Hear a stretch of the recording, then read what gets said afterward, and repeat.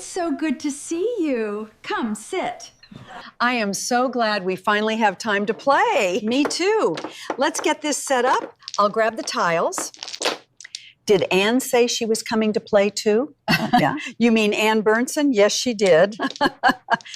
I got it. I got mahjong. Oh, wow. Let me see. Yes. The following evening, Nancy takes an Uber ride to her daughter's house. Oh, my back. Just a moment. Let me get in here. There, that's better.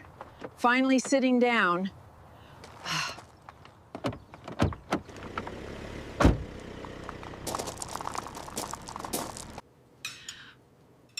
I'm glad you came, Mom. Can I get you anything else? No, I'm okay. After dinner, do you want to play a little mahjong, Mom? Yes, that sounds nice. After game night, Tommy drives Nancy home.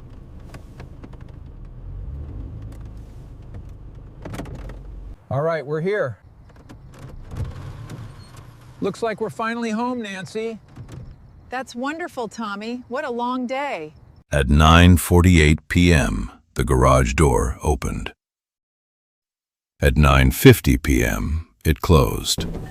That 2-minute window is all we know for certain.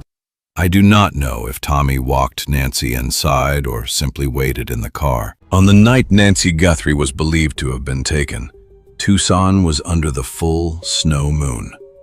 The moon was almost perfectly full, over 99% illuminated, rising just before 6 p.m. and climbing high over the city near midnight. And according to the weather that night, the skies were clear. So this was not a pitch-black desert night. The rooftops, roads, yards, and desert around the home could have been washed in strong silver moonlight, a haunting detail in the timeline of February 1st. This is the original night vision image showing the suspected individual on Nancy Guthrie's porch. Because the image is dark and grainy, I'm going to run it through Photoshop and apply several filters and enhancements to see if more detail can be revealed. I adjusted a few things in Photoshop. First is the brightness and contrast. Is anything standing out? Next, I added lab color and sharpen. I used curves here. Please note, none of these filters alter the original. I inverted the image here.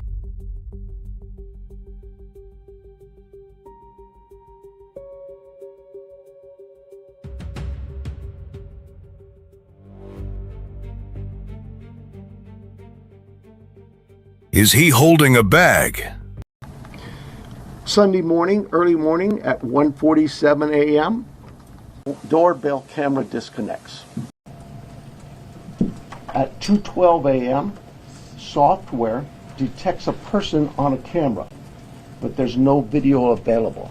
We're going to take another look at the porch guy. It's the background lights I want you to look at this time. I put the video into slow motion so we can really get a good look at it.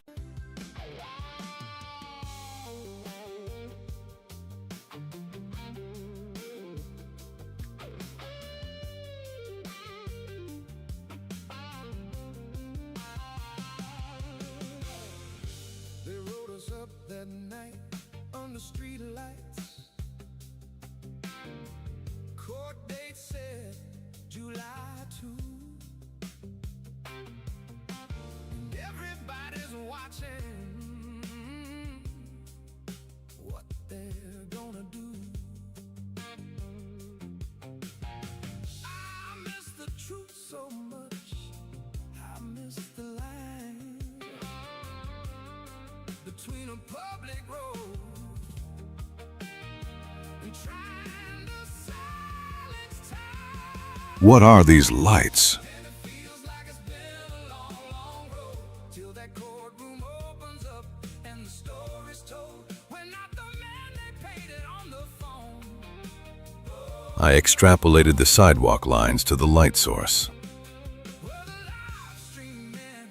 I then used Google Earth Pro and followed the lines being perpendicular to the house, and here's the results. I debunked this one. Many streamers are claiming these are the running lights of a car, but look closely at the shape. It's a diamond. That's not a vehicle light. It's the moon light reflection on the yield sign.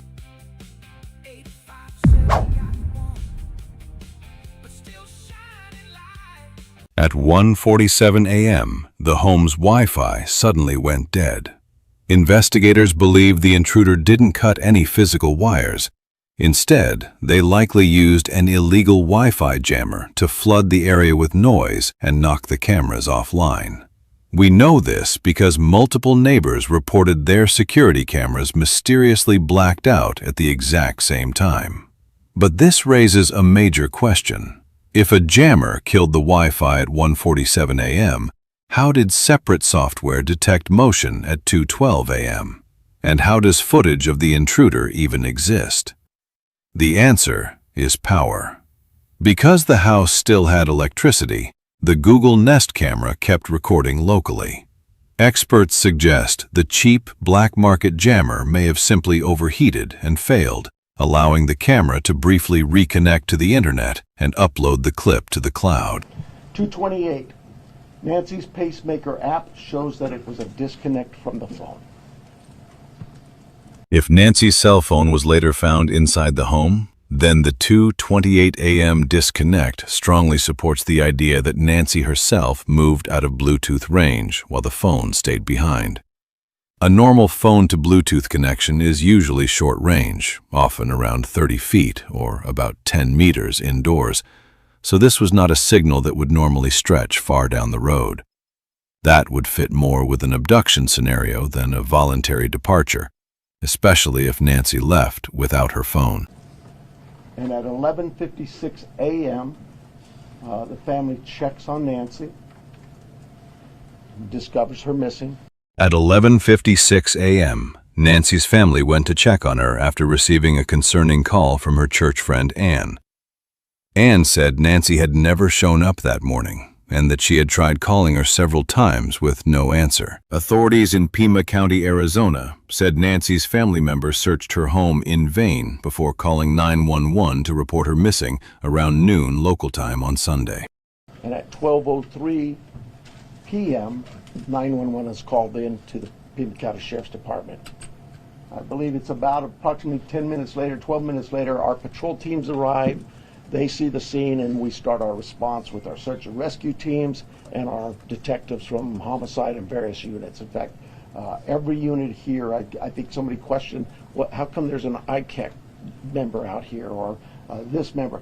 Everybody in our criminal investigations team is a part of this team and part of this investigative effort. 911, what is your emergency? I can't find my mom. She's not here. Okay, I'm here with you. Tell me your address. It's 5820. Please, something's wrong. All right, I've got help started. Where'd you like John's house? When was the last time you saw her? Last night, everything was normal. She wouldn't just leave. All right, is her phone or car still there? Yes, both her car and everything's here except her. She didn't take anything. Okay. Are any doors or windows open or unlocked? The back door? It's not usually open. I don't know why it's open. All right.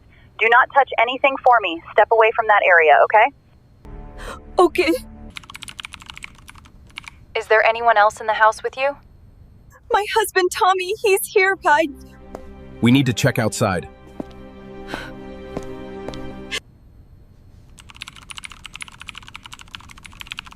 No, stay inside for me. Officers are on the way. I know. Help is on the way.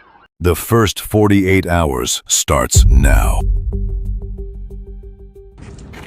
12 noon Sunday. Investigators arrive with drones and search dogs.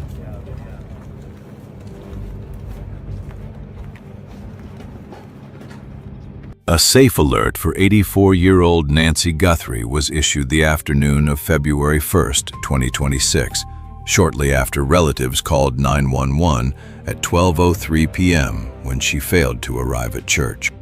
All units stand by to copy a safe alert. All units copy a safe alert. It's going to be authority from Pima County Sheriff's Office, last name at Skyline Drive in Campbell.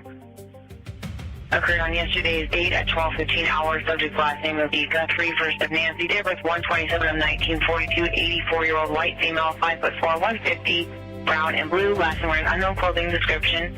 Subject was not seen at church and family went to the residence, and subject was not at home. All personal belongings, including a 1021 and wallet and vehicle, were still there. Subject is nowhere to be found. Subject suffers from limited mobility and has medication scheduled to follow up and needs daily. If located, check code 20 and contact Pima County Sheriff's Office. Again, last name at Skyline and Campbell in Tucson, and a safe alert at 12:35. As I drop my other phone, hold on one second, guys. But this is the house. Hello.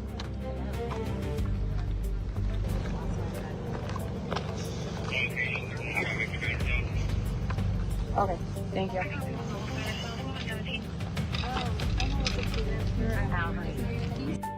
Looks like a pretty fresh oil spill or other substance to me.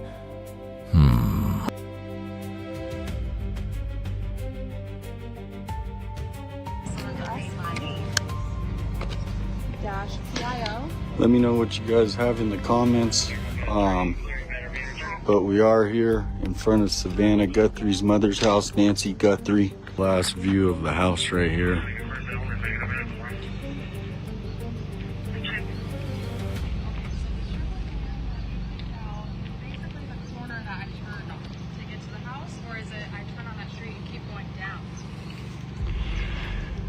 Seeing if they have any surveillance cameras that you can see at the front door.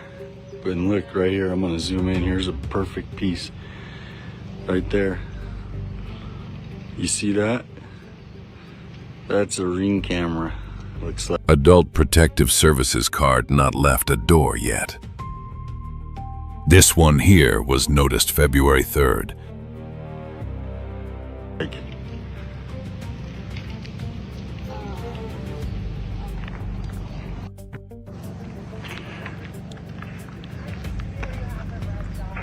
6:46 p.m. The Pima County Sheriff's Department posts on social media to announce Guthrie's disappearance. 9 p.m. Pima County Sheriff Chris Nanos speaks to reporters near Guthrie's house and says he hopes it is a search and rescue mission. Nancy Guthrie, I think we sent out a media release to all of you. Came to our attention, we got a 911 call, that Miss Guthrie was reported missing from her home. That call came in around noon earlier today.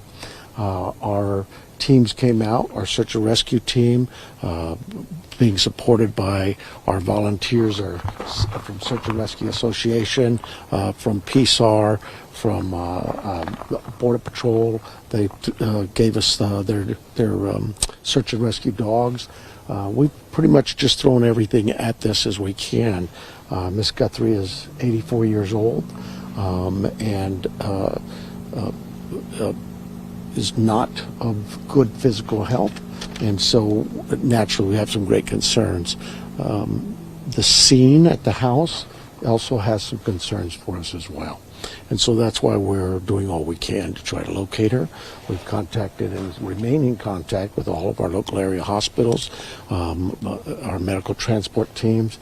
So far that's proven to lead nowhere. We will continue to search as we are right now with our survey, our air assets. We use drones and our airplane or our helicopter. We'll be at this all night, processing the house. And then tomorrow morning we'll start again with our search and rescue mission and try to regroup and see what else we can do. Maybe we've missed something, but I don't need to tell you, this is very concerning to us. You don't typically get the sheriff out at a scene like this, but it's very concerning what we're learning from the house, and so we'll just continue. The detectives there, our homicide team is out right now looking at the scene as well.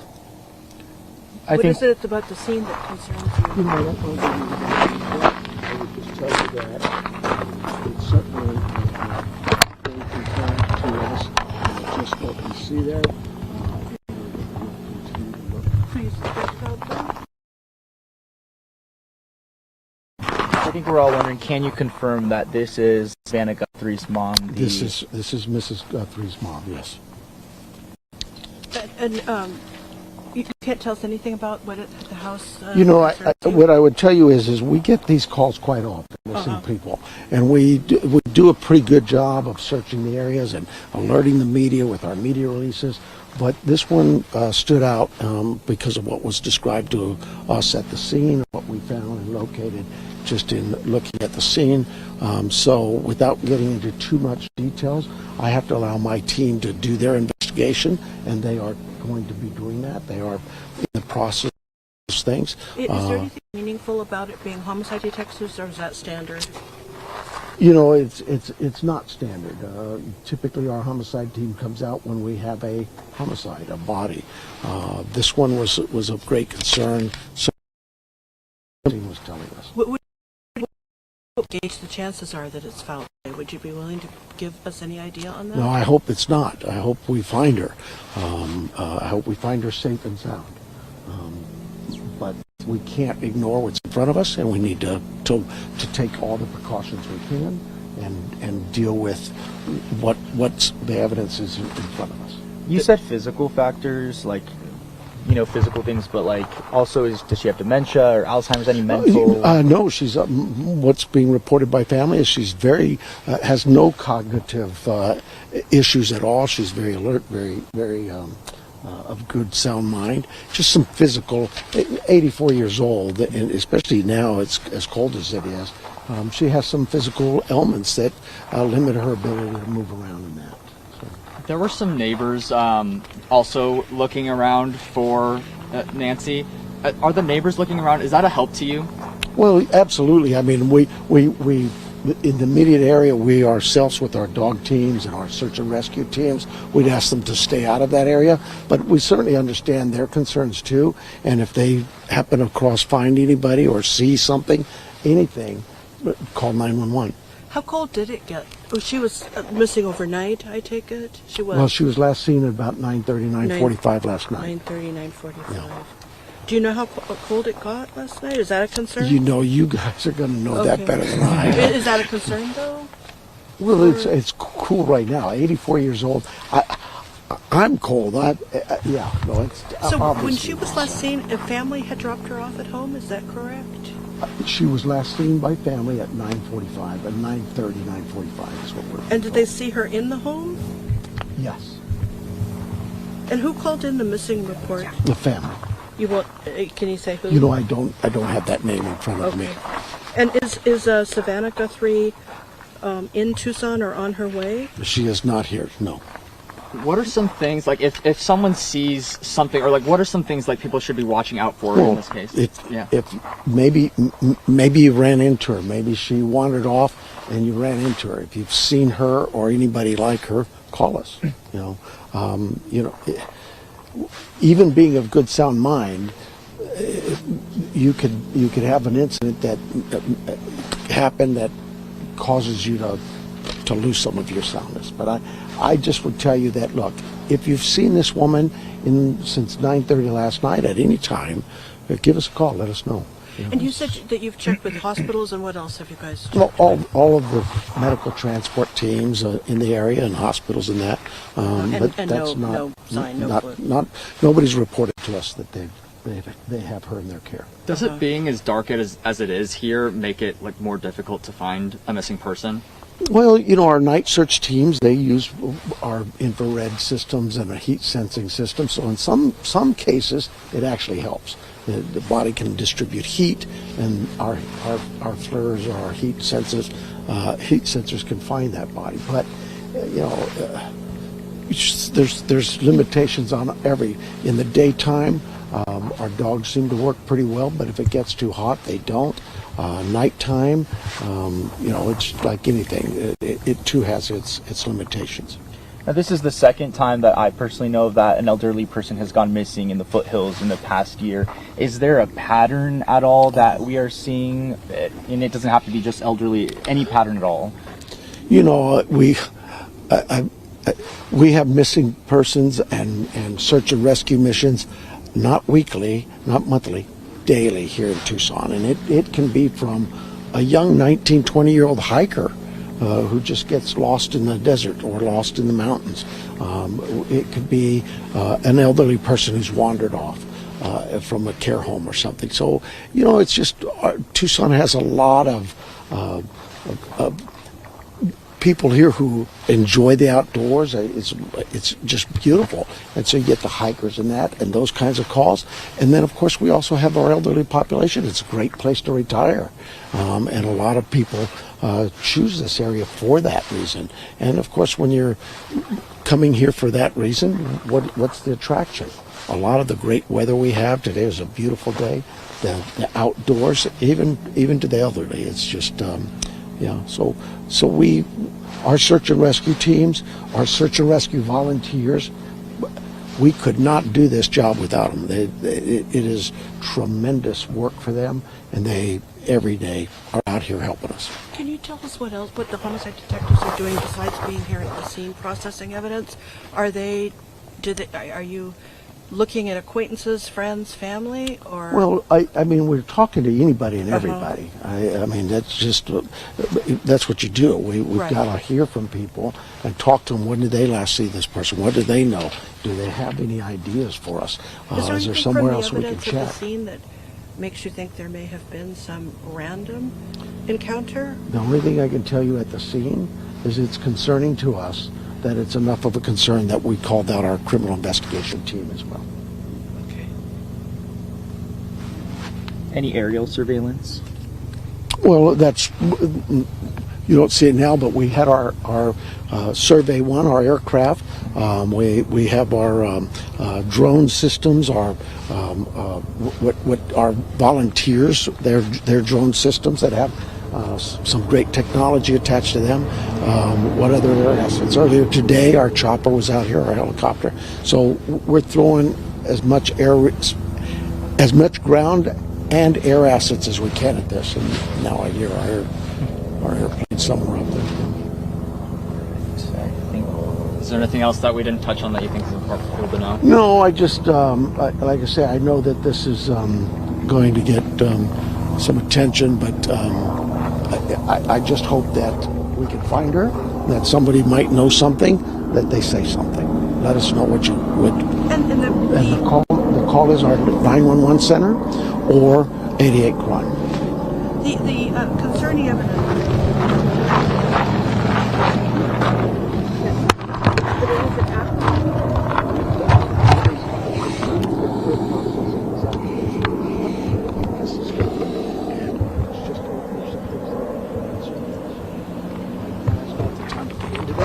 Once the detectives complete their investigation, maybe then we can share some of that. But right now we're at the very initial stages of this.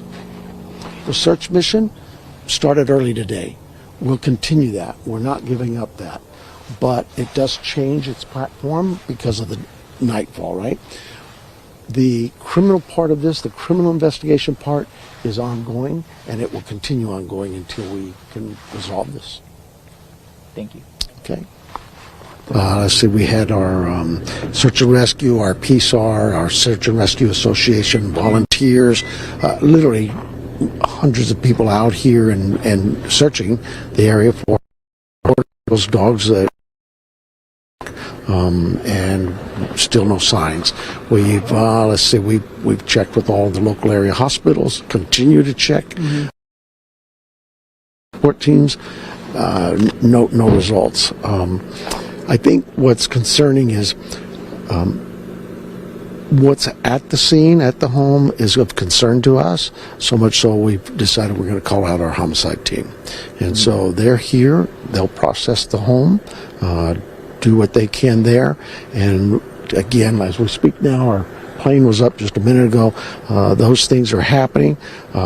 But that'll transition to a daylight search again tomorrow. We'll continue that. We're not giving up that. We're asking the community help us. If you've seen Miss Guthrie, give us a call. Call our 911 or 88 Crime. We're just kind of working it from two angles. The criminal investigation side will continue at the house tonight. We're looking through processing that and see what we can learn from that, and we'll just keep going. Does the search for her continue tonight? Absolutely, yeah, we'll continue that. At some point in time, they've got to transition and settle down, but they've been out all day, like I say, since noon. Nightfall, it's a different type of search, so we change teams and transition then. I'm going to guess that here in a while that night team will move on, and we'll come back at it again tomorrow morning. They reassess it and look at where could they have missed. And just because the homicide team's involved doesn't mean this is a homicide. No, there's no. What we're saying is there's some things there that are concerning to us, and we just don't want to miss anything. Search and rescue, their mission is we want to find you. We want to find you safe and sound and help you and get you there. That still continues. But we have an obligation to, when you look at things in this world of ours, you look at that and you go, is something wrong here? Is there something missing? We can't just dismiss that. And Senator Kelly explained to our cameras earlier tonight how he found out that Nancy Guthrie was missing. Well, I first learned of it, before it was public. Savannah called me, because she knows I live here. And then I called the sheriff, and I called the Tucson police chief. So that was,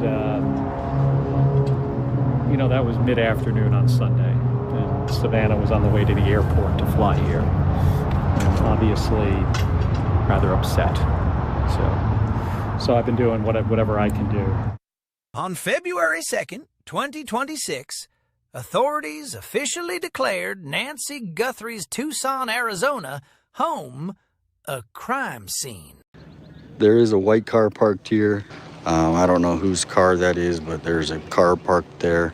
Nancy Guthrie, 84, has been missing since the overnight hours Saturday into Sunday, abducted from her home in Arizona, according to the Pima County Sheriff's Office. The new details tonight, including blood at the house, as the authorities say they have no suspect. But what they do have, the sheriff told our Jonathan Vigliotti just moments ago, is a ransom note. Jonathan, that would be a huge development. Good evening to you. And good evening to you. A huge development indeed. The sheriff telling me they first received that note late last night. We at CBS News have not reviewed it, but we are told it asked for a large sum of money. The FBI has been analyzing it ever since. They're taking it seriously enough at this hour that they even showed it to the Guthrie family. Tonight, the Pima County Sheriff tells CBS News they have shared the ransom note with Savannah Guthrie and her family. Is there anything in that note that seems credible at this moment that you're giving weight to? The entire note. That's what I would tell you. The entire note. When the note comes to us, it's like any piece of evidence. You give it to us. You give us a lead. We're going to look at every aspect of that lead and work it as a lead. So you're not dismissing this note at this point. It is potentially credible. The sheriff says the note contained details about what 84-year-old Nancy Guthrie was wearing the night of the crime. The sheriff would not confirm its authenticity. It was initially sent to a local television station in Tucson, who forwarded it to authorities. The station agreed not to report on it, but today the website TMZ was also sent a copy and went public with some of the details. You've been trying to contain this wildfire, and then TMZ comes out with this note that you have known about, that the Guthries have now seen, and it sounds like it could compromise this case to some degree. It could. It could. I hope not. The search has been on for nearly 3 days with no sign of Nancy, and so far, video from surveillance cameras on the property have not been helpful. So it was on some kind of like 24-hour loop where it deleted? It could have been a 4-hour loop. I don't know. I don't think there's any deletion, but I don't know that. It may be just taped over. Today, our cameras captured what appears to be a small amount of blood outside the front door of Nancy Guthrie's home. And a law enforcement source tells CBS News that a little bit of blood was found inside the home. It's unclear whose blood, but authorities say it's being examined along with other clues. You've taken her away from her home, her safest environment, and you've placed her at great jeopardy without giving her the meds that are critical to her. Again, like I say, could be fatal if she doesn't get those meds. So yes, I believe not only has she been, she's being harmed. And the sheriff tells me they are now testing DNA evidence. They're continuing to ask for the public's help. Anyone with information is asked to call the FBI hotline. I'm going through some talking points for the family. I want to make sure I cover them. Okay. Now, look at what he's doing. He's reading text messages, or he's got something on his phone. I'm not somebody who does well with the script. Let's slow that down and tell people. Let me read it. Monday morning at the press conference. Quote, I'm going through some talking points for the family. I want to make sure I cover them. I'm not someone who does well with a script. Chris? Well, there's only a couple of answers. One, do they have an attorney? And if so, has the attorney delivered talking points on behalf of the family? For the family. I'm not somebody who does well with the script. Oh, we know that, Sheriff Chris Nanos. My local media knows that. We'll get started. I believe it was around noon yesterday, we got a call to the Guthrie residence that Nancy Guthrie, 84 years old, was missing. We believe now, after we process that crime scene, that we do in fact have a crime scene, that we do in fact have a crime, and we're asking the community's help. Let me get this right. You're asking for the community's help, but not giving us anything? This community has always stepped up to help us solve some pretty tough crimes. Good morning. I don't know that everybody knows who's here. Of course, I'm Sheriff Chris Nanos. John Edwards is the Tucson chief here for the FBI, and he'll have some words for you as well. This is really, for me, pretty new, all the media attention. So I apologize to you for sometimes I'm speaking in generalities, and I'm not used to everybody hanging on to my words and then trying to hold me accountable for what I say. Hold you accountable? You're the fucking sheriff. We listen to your every word. No longer a crime scene. By February 3rd, the search for Nancy Guthrie had moved into the sky. A helicopter equipped with specialized scanning technology was used to look for possible signals from Nancy's medical device. A high-tech effort to narrow the search and find any trace of where she might be. Savannah, very unusual situation, but we're going to find out. President Donald Trump spoke out on the disappearance of Nancy Guthrie, mother of Today Show host Savannah Guthrie, calling it a very unusual situation. While signing legislation to end a partial government shutdown on February 3rd, President Trump was asked by a reporter if he had been briefed on the case, which police are now investigating as a possible abduction. Have you been briefed on Savannah Guthrie's mom missing in Arizona? I think it's terrible. Would you commit to more federal agents like helping out on the search? Sure, I would. I'm going to call her later on. I think it's a terrible thing. I always got along very good with Savannah. Very unusual situation, but we're going to find out. Whoa, this stuff is getting crazy, folks. Out in Arizona, ransom notes being sent to media stations. Multiple media stations now have received a ransom note. So, something happened here just a few minutes ago. We received an email at TMZ from somebody purporting to basically issue a ransom demand. I'm not going to read this, but the top line to it is that they are asking for money, a lot. They are asking for it in the form of Bitcoin, and they are putting an or else on this. Right. Now, they also say In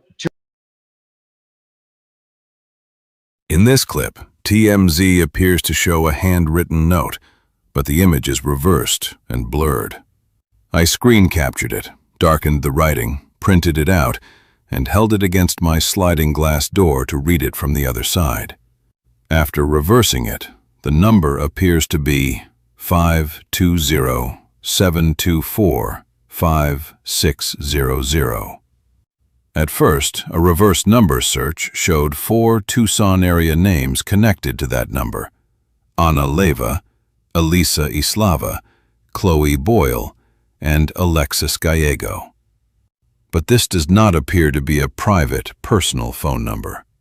The number 520-724-5600 appears to be the public main line for the Pima County Attorney's Office in Tucson.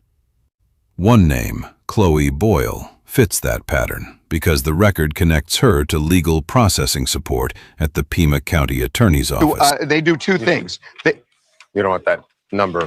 Right. They say two things. They say that that there is an address, a Bitcoin address that that they could send this money to, and then they give a description of something that Savannah's mother was wearing. You can now see blood, like a blood trail coming out of the front of the house. One of my photographers was able to walk up to the house behind me, and keep in mind, this is no longer a crime scene. I mean, the sheriff made clear that it is no longer a crime scene, that they released it yesterday, and there hasn't really been anyone out here. There was a woman who came earlier today. I don't know if it was a family member, but anyway, several different people, including one of my photographers, went up to knock on the door just to see if anyone was home, because obviously that's like what we do, and it's no longer a crime scene. And you could see up at the door, this video, you could see that there was blood down near the doormat and just on the ground near the entryway into the house, which is pretty disturbing. Breaking news. Big breaking news. Come on in, folks. There he is, prime suspect in the disappearance of Nancy Guthrie. See this guy right here, Tommaso Cioni. He is a rock star, plays in a band. There he is in the center with his bandmates. I found a clip of them playing in a band. You want to hear a song? You want to hear his band? Let's play.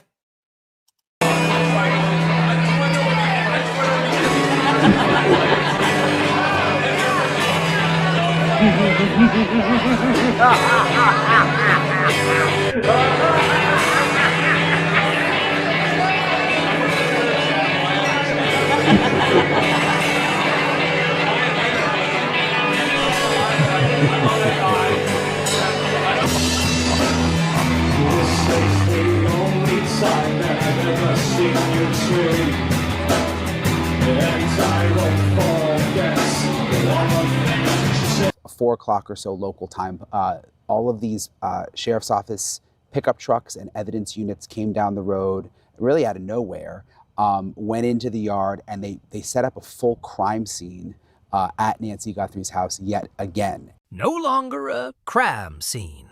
Oh, here's the other thing. Someone had mentioned there was forced entry. I have no clue where that comes from.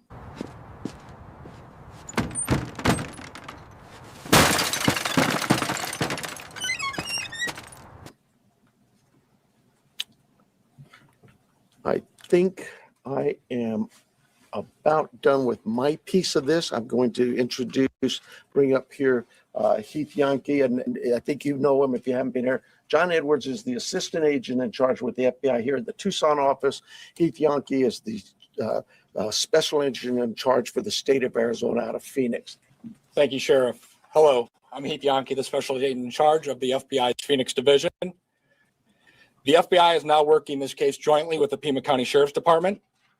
And we're going to start today by announcing a $50,000 reward for information leading to the recovery of Nancy Guthrie and or the arrest and conviction of anyone involved in her disappearance. And this will be the missing persons with the reward that will be going out. We are actively reviewing and analyzing information from all digital sources, which includes banks, social media companies, phone companies, and any other organizations where a digital footprint could have been captured. Next, regarding the ransom letter. We are aware of a ransom letter that was sent to the local media and then to national outlets. Any action taken on any ransom is ultimately decided by the family. My next message is to those imposters who are trying to take advantage and profit from this situation. We will investigate and ensure you are held accountable for your actions. We have made one arrest related to an imposter ransom demand. Derek Colella. Jonathan flies to Tucson, boots on ground. This is the Guthrie's hired security guard right here. He's hired. He's a hired security guard. He is hired. He's making sure no one goes on to the property of Annie, Tommaso, whoever else is there. He is hired by the family. They told me they're working in shifts. So let's talk about the timing of all of this. The timing is interesting. It comes after that second note or message, as they're calling it, has been received from a suspect, an alleged Nancy Guthrie kidnapper. We don't know. All we know is what they're putting out right here in this flyer. Take a look. Investigators confirming they are aware of a new message connected to the case. Authorities say they're actively reviewing that information to determine its authenticity. But they are stressing this is still just one piece of a much larger investigation. We're talking about timing, and that's what we've been speaking about the last couple of days, because timing is critical for various reasons. But it's also critical because we all are aware of a deadline, another deadline Monday at 2 p.m., which is what the FBI talked to us about yesterday. The FBI is leading all communication related to any messages they might receive. And take a listen to what they have to say about that second deadline on Monday. If a transfer wasn't made, then I think a second demand was for next Monday. We're not going to go beyond that, but that was the ransom note the media received.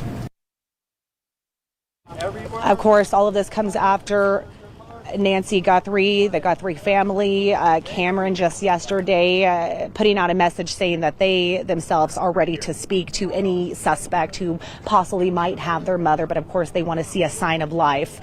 This also comes as the FBI is now putting up those billboards. They told us they were going to put up those brand new digital billboards all across the state of Arizona, as well as surrounding states, with Nancy Guthrie's face and that $50,000 reward that is now being offered. We have breaking developments tonight in the search for Nancy Guthrie, the missing mother of Today Show host Savannah Guthrie. News Nation has learned that the second ransom note sent to a local Tucson television station in the days following Guthrie's disappearance stated explicitly that she had died and that 84-year-old Guthrie was, quote, buried with nature now. After February 6th, they already knew. The second ransom note told them Nancy Guthrie was dead. This was no longer a missing person case. This was no longer a rescue mission. It was as a homicide investigation. Guthrie was last seen in her home in the Catalina foothills on Saturday night near Skyline in Campbell.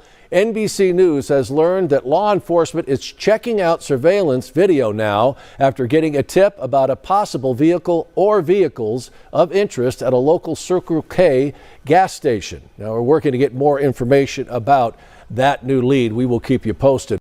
On that flatbed truck is a car. We do not know if this is coming from the driveway of Nancy Guthrie's home. We don't know if it's coming from a neighbor's, but we have been told and asked to look out for it. I'm going to get out of the way. It is really important that we get a shot of this car as it comes. Ladies, follow me as we do it. Lewis, go ahead and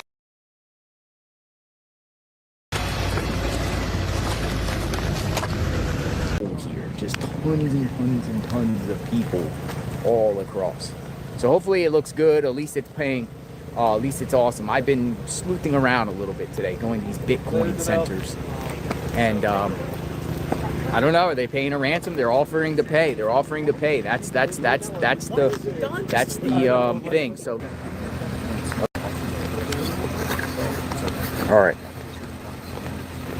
So yeah, basically is a new video got submitted. Hey, 857. 857. What's going on, happening, 857? We restreamed some of your stuff the other day. Yeah. Gave you the plug. Dude, I've been watching you for years. Nice to meet you. Yeah, I saw you on Twitter. I think I gave Your message, and we understand. We beg you now to return our mother to us so that we can celebrate with her. This is the only way we will have peace. This is very valuable to us, and we will pay. Ends Arizona Wildcats game as Guthrie family drops emotional plea to kidnapper.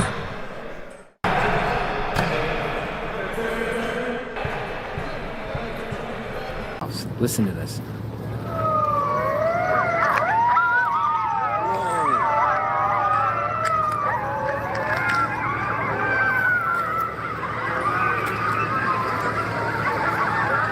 Dude, outside of the road, and it's coming from the back.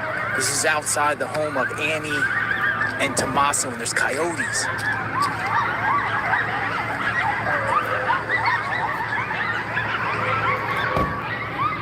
Dude, that's crazy. So, let me just spin the camera around to show you, like, the scene here. There's, like, a lot of media here. There's a lot of media out here.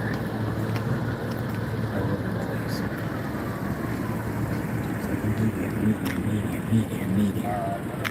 So there's lots of media. So it's not just me, folks. It's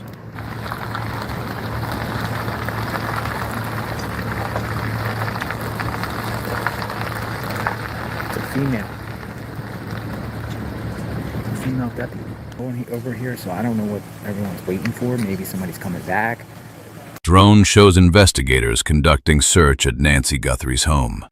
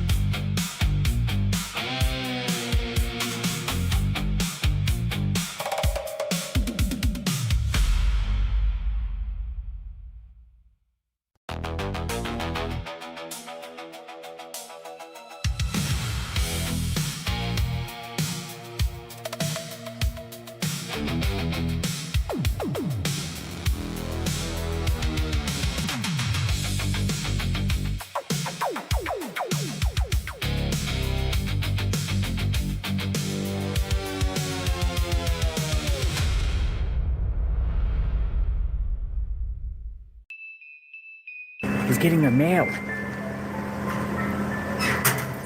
He put on gloves. What in the heck?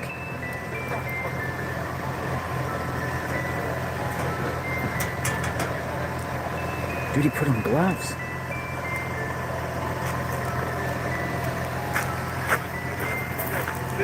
He put on gloves and got the mail.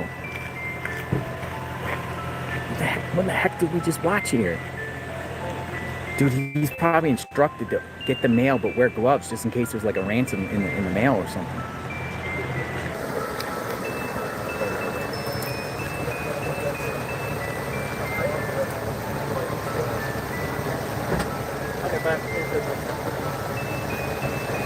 They were looking for something.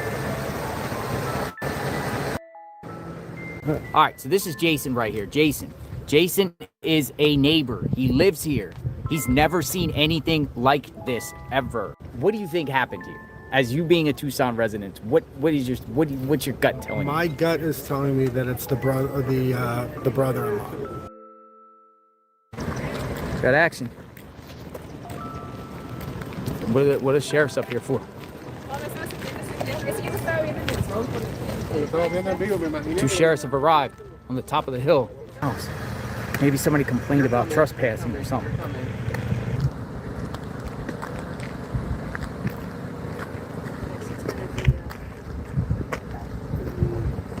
This house is referred to as the car house.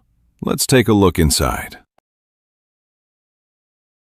Last sold in October 2nd, 2023 for $829,000.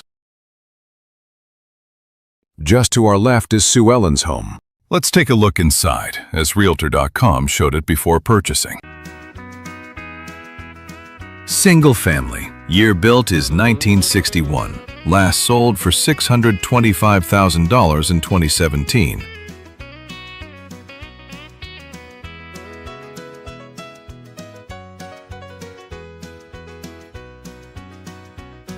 Yeah, we got your story. Jonathan is about to meet Alex. The scanner on right now. He's listening to it. So if anything pops off.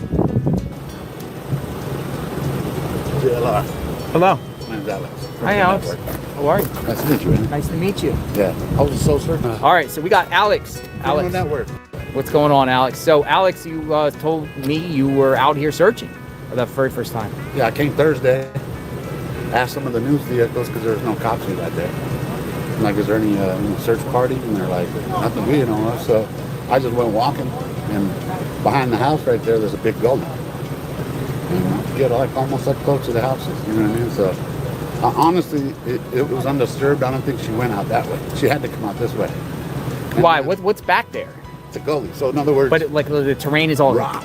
You wouldn't have taken an 84-year-old that way. No. No. Like, let me show you the picture. It's just too rough back there. There's even like the sharp trees hitting you all the time out there. But... So anyway, so she had to come out to the front. Here's his channel. Don't mind. All right, come on in. Come on in, right over here. Here with the local resident, the Juice. Da Juice. Juice is on YouTube. What's going on? Tips. The new information that's been popping up left and right. So I figured I'd take it live to my YouTube channel to kind of put the message out there a little bit. Public awareness. And it just has to be family related for whatever's going on. I feel like it's got to be. Let's bring in the aforementioned senior correspondent, Alicia Acuna, outside the home there. Alicia, we're watching these pictures from the Fox flight team. Clearly, there is something happening over there. We don't know exactly the nature of it. What can you tell us from your vantage point? Hi, Kevin. I can set the scene here for you. About an hour and a half ago, we had a sheriff's deputy come up, park in front of the home. That caught everyone's attention. Now, not too long ago, within the last 20 minutes or so, we saw an unmarked vehicle with law enforcement drive up. The two spoke, they got back in their cars, and then we saw yet a third member of law enforcement walk up.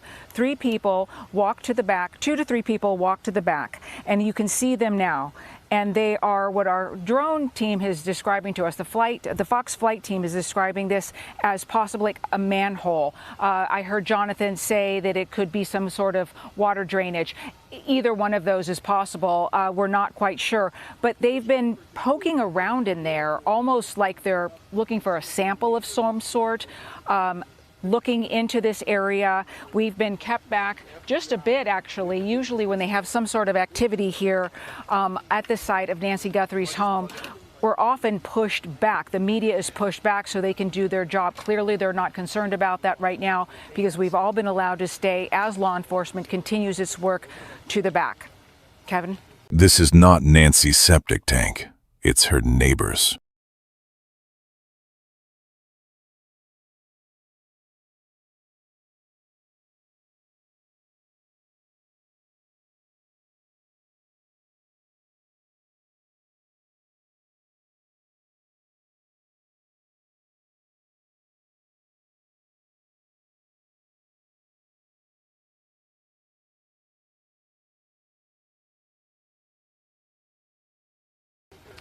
Let me ask you about the searches that were happening, Alicia, Saturday over at the home of Annie Guthrie. Have you heard anything about the nature of those searches? Everything we've gotten has been from our Fox Digital team. They were on site when about 4.5 hours after Savannah Guthrie and her siblings released that most recent video. They arrived at that home. They were there for about 2.5 hours. And according to our Fox team on the ground there, they could see, they could hear clanking of some noise being made. They could also see in the garage area what seemed to be flashes of light coming from a camera. And then they noticed in another whole opposite side of the house, we don't know if it was a bedroom, but it was definitely a different room, they started seeing flashing lights, camera flashes, they assumed, as well. They also noticed that someone inside the home put up something to cover the window, probably as to, to keep the media from knowing exactly what they were doing. They were in there for quite some time, Kevin. Also, one of the agents was seen walking out. He had latex gloves on. They had a white folding table. They also carried out, one of the agents, a brown paper bag. We obviously don't know what's in it, but when you look at those types of behaviors and what law enforcement was doing there for so long, the family wasn't there, we understand. The question is, was this evidence collection? Because the behaviors there, if you go back to any other case that you've covered, Kevin, you and I both, that looks and sounds a lot like evidence collection. As Jonathan mentioned, the Sheriff's Department reiterates, just as this is happening, that they will not be holding a news conference, that they won't be coming forward with any new information at this time. They still don't have a vehicle of interest, and they still don't have a person of interest. However, there is a tremendous amount of evidence collection going on. Obviously, there is a tremendous amount of activity happening as well. We have not had a news conference from the Sheriff of Pima County since Thursday. And I understand, if the pictures were accurate, that apparently someone in leadership over there was at a basketball game, which is probably not the best look for the department, but I'm not certain if that's actually been verified. But Verified. Let me ask you while we have you, Alicia, I know that local news has been a bit of a repository for information regarding alleged demands, alleged requests made. Is that also happening in local Spanish TV, to your knowledge? And what, if anything, can we glean from the fact that the alleged abductors continue to be working at least somewhat to get the word out to local media?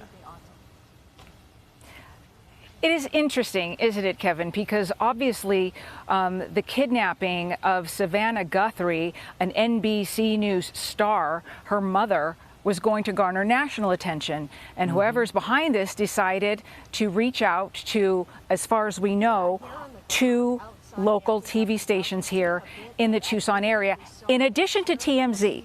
They did not reach out to NBC, the employer of Savannah Guthrie. So only the person who's done this knows what the thinking is behind that, why those 2 local stations. There are other stations here. You asked about Spanish language. I cannot answer that question. I do not know. But it is compelling. And one of the stations received yet a second note. They did not release it to the public. They did tell us, though, one of their hosts went on one of the other networks and said that that note did not contain proof of life. It did not contain another deadline. And they really didn't go into much more detail. Yeah, and that's the part that obviously the family is so desperate to see. We want to see proof of life so that, and again, they said in the video that we played, listen, we'll pay. I've never noticed this picture. Here's a 1991 construction diagram, stamped for approval to commence work. As you can see, 2 septic tanks, one near the casita and the other one in front of the home. JLR investigates, boots on the ground. It is going down right now at Annie Guthrie's home. Annie Guthrie and Tommaso's home. Authorities are here doing something inside. I see a lot of pictures being taken. What's going on here? Is this a search warrant? They came here about 8 p.m. after it got dark. And lots of media out here. Something is going on. Something is going on. Authorities are inside. No, man. Oh, there's something taking pictures, collecting evidence. I just want to let you know that I put it back on the other camera. I am out here in the field. We'll see what happens here. JLR Investigates, sub to the channel, like, hit the notification button. I am here. Down. JLR Investigates.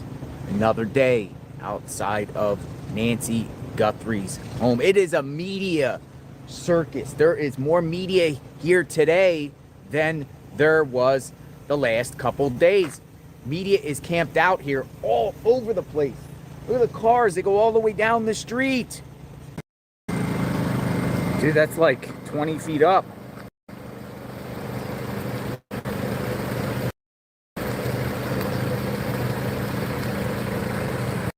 Look how high it is. It's not moving. It's shooting higher than the house.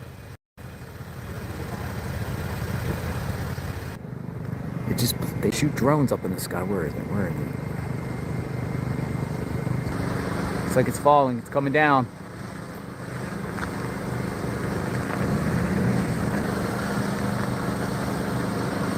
Drone down.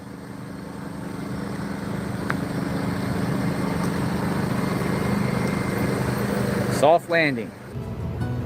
There has been a Pima County deputy worked outside Guthrie's possible abductors are demanding $6 million by 5 p.m. today. We're ready for the next break. TMZ saying the Bitcoin account is at 0 right now. I don't know how they get the information. I don't know how they get the account number. Is this, because I heard you saying someone was going to come with a report in about an hour. Is this the one you were talking, or is this something different? Breaking news, boots on the ground. Another day, folks, out front of the home of Nancy Guthrie. JLR Investigates. Got it.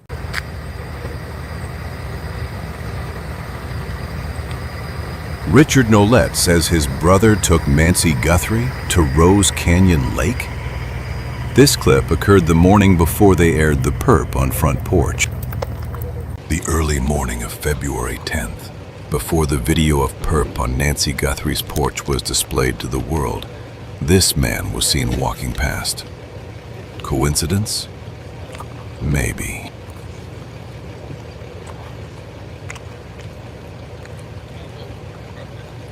Let's zoom in closer.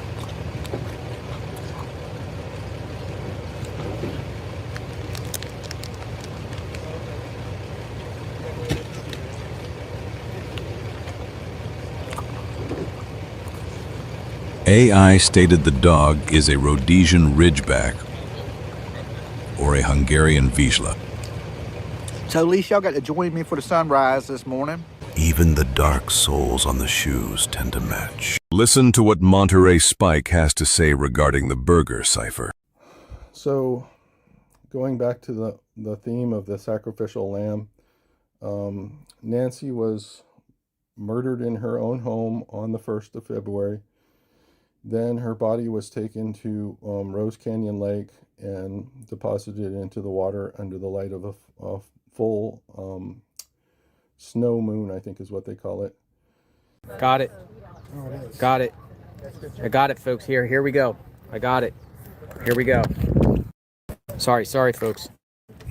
What in the heck is that? What in the heck is he holding?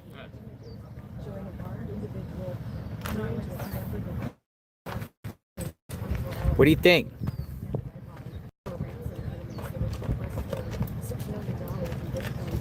Dude, that's creepy. Yeah, what is he holding? There's other images.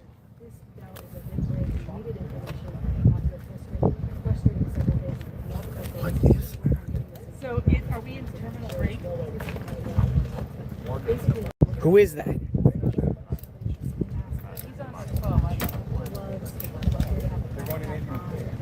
He's got gloves on. Got gloves on. Got glasses. Dude, this is crazy. Somebody just came to the Guthrie home. Hold on, we got somebody here. Who? It's Domino's. Somebody sent him a pizza? Somebody sent Nancy Guthrie a Domino's. Holy smoke. Did somebody order a pizza? Trying to figure out who it's for. Was it? What's it? These guys. Does it have a name on it? It does. It's Alyssa. Alyssa? Yeah. I don't know what. I'm just gonna give him a call. It's got to be one of you guys out here. Yeah. Or somebody pranked you. This is somebody from Oregon. She says that she sent it to your guys' company. Ma'am, are you there? Yes, I'm here. I sent him pizza from Oregon. That's for him. Nice. Well, there you go. There you go. What's your name? You gotta read your messages on YouTube. What's your name, man? You got the whole national media watching. All right, guys, a couple of big updates here happening right now with the Nancy Guthrie investigation. First of all, TMZ is now reporting that there is movement in the Bitcoin account. Does that mean that Savannah Guthrie is paying the ransom? I don't know, but TMZ is reporting movement in the Bitcoin account. Really, only TMZ can report this because they're the ones who got the first ransom letter and they're the ones who have the Bitcoin address. So we kind of just have to trust what they're reporting because we have no way to verify it. We're going to see what happens here if this is just a... Here comes Daniel they got Gutierrez and embarrassed by people Damien. coming onto the property, delivering pizzas, or anyone, not paying attention. But they have came and blocked two vehicles. Hey, how are you? 857. What do you think about this new footage? You know, what I immediately thought is everybody needs to look local, as Tucson's only got 500,000 people. So look at the body type against Adelita Grijalva. Oh, okay. Yes. And I want to introduce you to, he ran against Adelita Grijalva, Congress. Oh, Congress? What's your name? Daniel Gutierrez. Daniel. So you were running for Congress? Yep. All right, so your take on the situation here. Well, our city hasn't seen anything like this. Like Damien, I was born here. This is our home. Used to be a pretty nice community, but with all the drugs that are plaguing, I mean, we're the major corridor that's flooding the entire country. It comes right through Tucson. The homelessness is out of control. The crime, the free buses. I hear from the community all the time, they want to stop the free buses, and no one holds anybody accountable. That's the problem with Tucson right now. We have really bad leadership here. All right, folks, going to Annie's house. Come on, we'll stay with me. We'll just keep the stream on and drive. Yeah, we're going to Annie's house. We're on the move. See you guys there. If not, see you guys on the fly.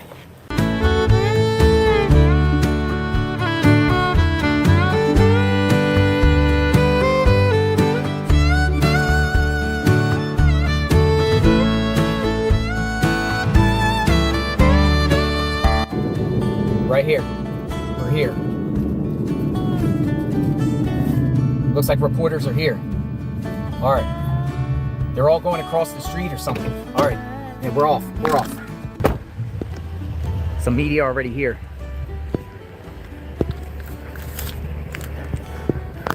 He's coming.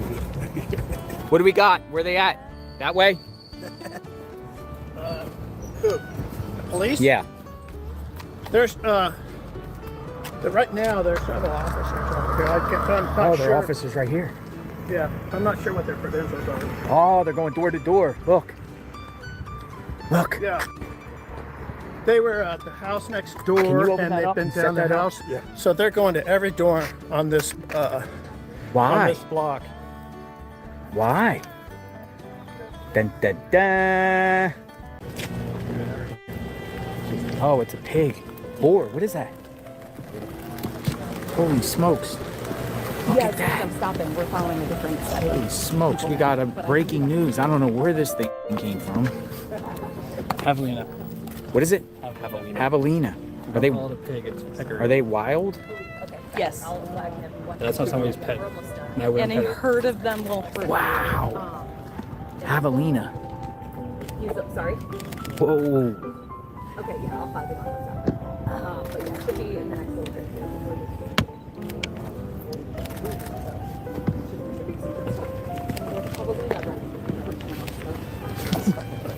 Yo. There's FBI here and javelinas walking around. If you've made it this far, you're following the story that matters. Days 11 to 15 are next, and they change everything. Make sure you're subscribed.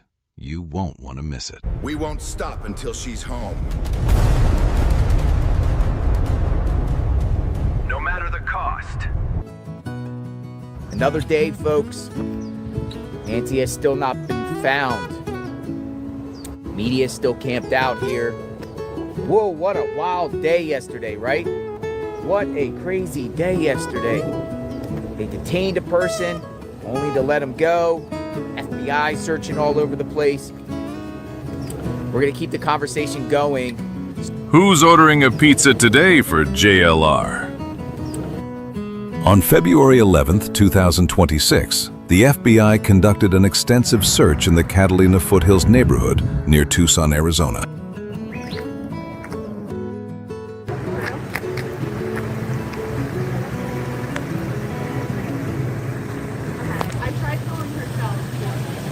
How's it going? I wish you guys would pick a side. Yeah. This is.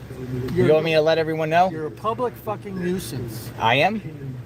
Your system is. Oh, the system. I thought you said me personally. Well, you're people that choose blocked streets like. Where do you live?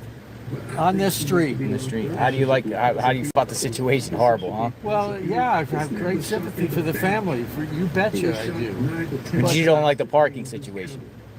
Like the parking, yeah, you know, people out here. The parking situation. Hopefully it goes away soon. Yeah, we hope. What's the latest? Tell me, is there any new information? Feds going door to door. Did they go to your house? Yeah, they've been to my house. What exactly did they ask you? Like, did they ask you? They asked permission to look in the wash behind my house. Why? Because they're looking for any kind of evidence. A body or? Including, no, they're looking for any kind of evidence. They indicated porch cameras. Porch cameras. Yeah. So a neighbor says that the reason why the feds are there, he thinks, is because they believe that he didn't say she, he is a suspect. And that would be Tommaso Cioni. Who's this? Just saw some flashing lights. I also hear an alarm. Or police. Who's this? So, yup. It's investigators. They're showing credentials. FBI's here. Law enforcement is here. They're back. Somebody's here. You got a yellow. Investigators are here. He's opening up with a key. Went in.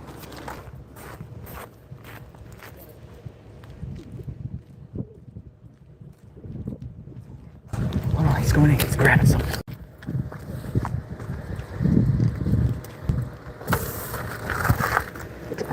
Gloves. Blue gloves. Blue gloves. Blue gloves. Put blue gloves on. This is a Cunha producer on the fridge. Put blue gloves on. You put blue gloves on. You got a bag. Yeah, gloves in a bag.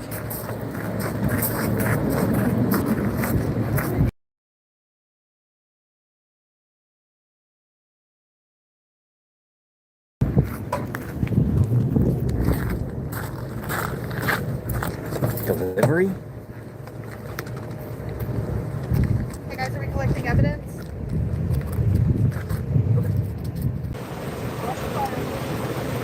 So this is the neighbor, and she's really mad right now. She's talking about people leaving trash in her yard. She's saying to the sheriff deputy, what happens if there's a fire and a fire emergency? How are you going to get fire trucks?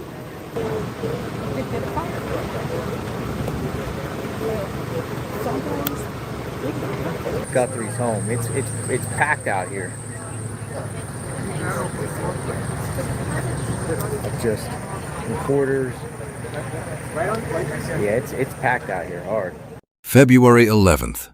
A black glove was found roughly 1.5 miles from Guthrie's home. Out front of Nancy Guthrie's home, a lot of law enforcement activity in this area this morning. We're going to talk what is happening.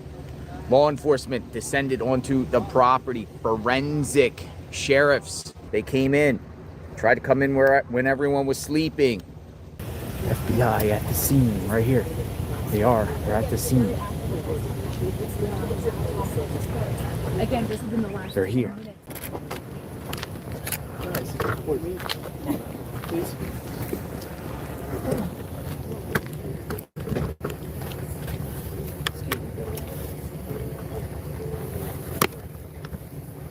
Yeah.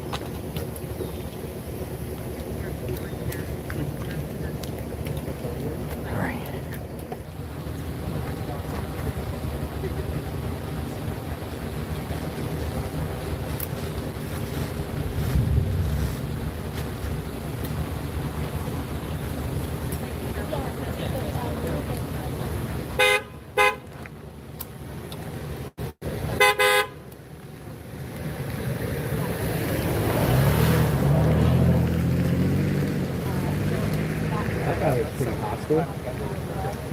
Dude, that guy was screaming. Oh, look, look, look, look. Look, okay, we're on the move. We're on the move. We're on the move. Tent's coming down. 10 is on the move. Coming down.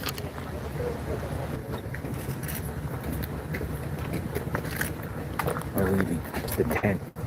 Bags, tent. There's the tent.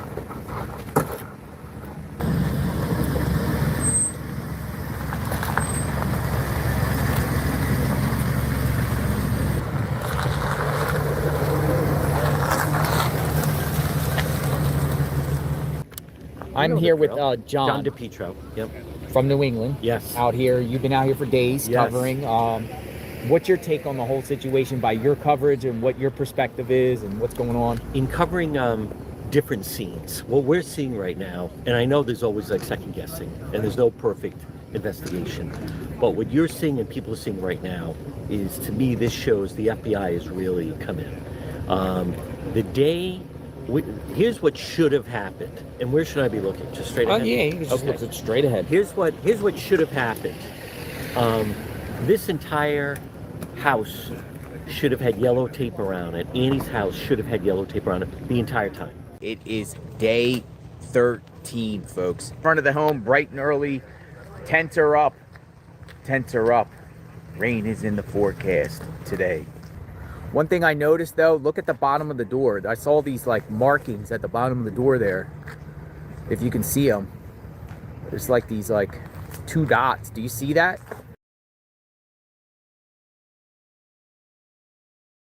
This card was dropped off from an investigator with Adult Protective Services. Now they when all stores change, and you know why her? Why her? It's a great question. Why her? It's something just not right. Libby, what are you chewing? Libby? Chew. What are you chewing, Libby? It's already Look at done. Libby's teeth. It's already done. Hello, Libby. What's your name? Thank you, Bob. What does he look like without the mask? That's the burning question as investigators search for the suspect in the Nancy Guthrie kidnapping. Now the nation's best-known forensic sketch artist is using her skill and experience to create this sketch of the suspect. Lois Gibson achieved national fame for her 4 decades of work with the Houston Police Department. She says she came out of retirement to create this sketch because, like the rest of America, she wants to bring Savannah Guthrie's mother home. What did you see when you looked at video of that suspect? The bottom edge of his nose, and then that thick mustache, and then that hair below the bottom lip. He's young. He's below 40s, I believe. And other than that, he could be Latino, white, Lebanese, just any kind of race. We want to make it clear this is not an official FBI sketch, and Gibson acknowledges her sketch may not be totally accurate. The guy might have tattoos all over his face. I might have the facial hair wrong, but I had to try, and I'll take the hit if I'm wrong. How many criminals have you helped catch? I've helped solve more than 1,313 cases. She's in the Guinness Book of World Records for most criminals positively identified due to the composites of one artist. Ironically, last year, Lois Gibson was featured on the Today Show, the morning show co-anchored by Savannah Guthrie. She's made a difference in a lot of lives. You are the first to admit that your sketch may not be completely accurate. I'm willing to be brave and take a chance and make a mistake. I tried using ChatGPT several times with the simple request, remove the mask. Without any extra prompting or steering, it produced what looked like the same face, or a very similar face, while matching the eye and mouth placement from the original. Then, suddenly, it stopped allowing the request. No matter how I worded it, ChatGPT refused, because removing the mask would mean guessing hidden facial features that are not actually visible. So I did not steer the result one way or another. I asked it to remove the mask multiple times, got similar-looking results, and then the system blocked it from going any further. Bob, JLR. How are you? Nick, right? Just showed up. Yeah, thank you. Yeah, I remember names. Looks like the pool cleaners. Are they here just doing their monthly thing, or were they called in to... I just want to put some pool back there. So the viewers want to know about you. Tell us stuff about you. All right. Well, born and raised here in Tucson, Arizona. Pedal to the metal, JLR. Let's go!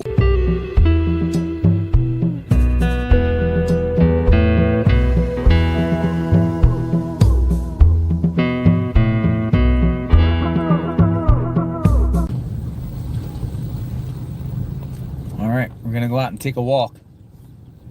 This is it, Nick. Wow. I'm not here. What went down here?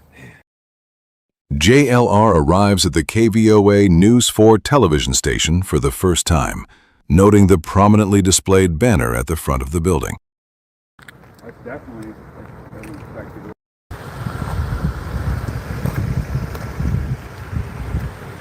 Look at this. Wow. Ooh, look at that. We just received a third Nancy Guthrie note. A third email from the man who claims he knows the identity and the location 7 minutes ago, guys. Guthrie's kidnapper, and he has now upped his demand. We know it is the same person who wrote the other two notes because the Bitcoin address is identical. So he says... Just trying to help out JLR, guys. Because he does not trust law enforcement. He is essentially saying, you don't trust me and I don't trust you. What he is suggesting is by the FBI upping the reward to $100,000, it was designed to discredit him. He says, quote, to discredit me. So what he is saying is he now wants the following. He wants one fraction of a Bitcoin worth $50,000. And for that, he says, he will give up the name and location of the kidnapper. He says he will not cash that until the kidnapper is actually arrested, and then he expects the second Bitcoin fraction, another $50,000. So he wants the $100,000 reward. Media converges on an incorrect location following a local dispatch SWAT alert. I'm sorry? I haven't heard anything. I'm sitting here on standby. Like I'm playing, I guess, SWAT ambulance chaser tonight. I don't know.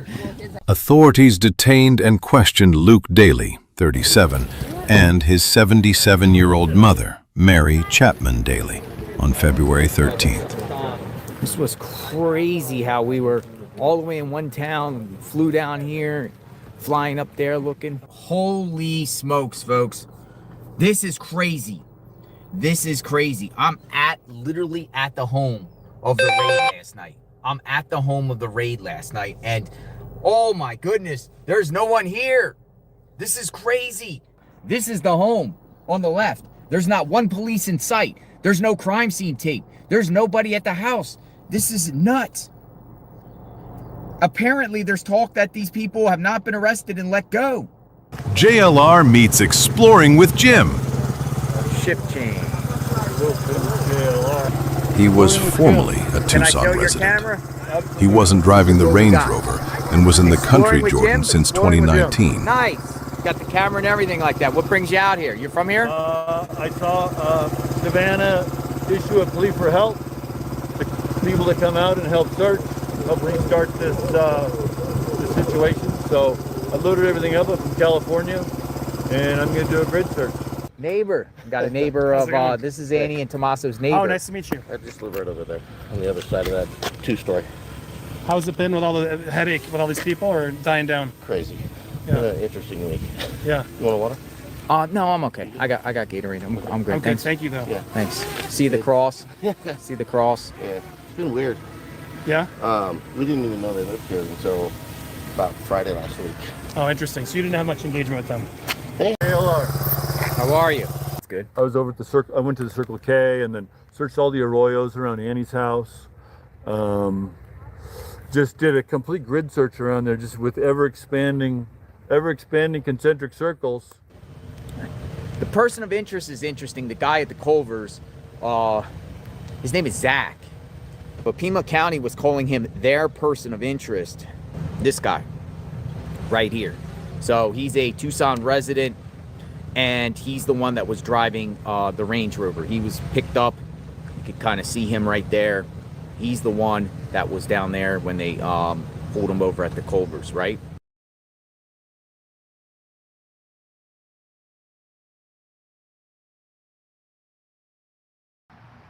Being that they accused you about the Range Rover, well, the guy, Luke, who owned the Range Rover, he hasn't even been charged. So for someone to accuse you of anything, it's almost even crazier. You know what I mean? My name is Zach. I don't know him. I don't know his mother. I didn't meet anybody. His name is Luke in my life. Okay? Okay? He bought that car from MG Motors and he left. And he paid. And that's it. That was it. And his mother. No, his mother paid for that car, not him. So the plate holder, you know the plate holder? Yeah. License plate holder. They saw MG Motors on that thing. They went to accounts, MG Motors accounts on social media. They found me. Between 1,000 people, they found Zach. And Zach living in Jordan peacefully. I left US August 2019, before the pandemic. And that's the house. It's like the daily house that they went to.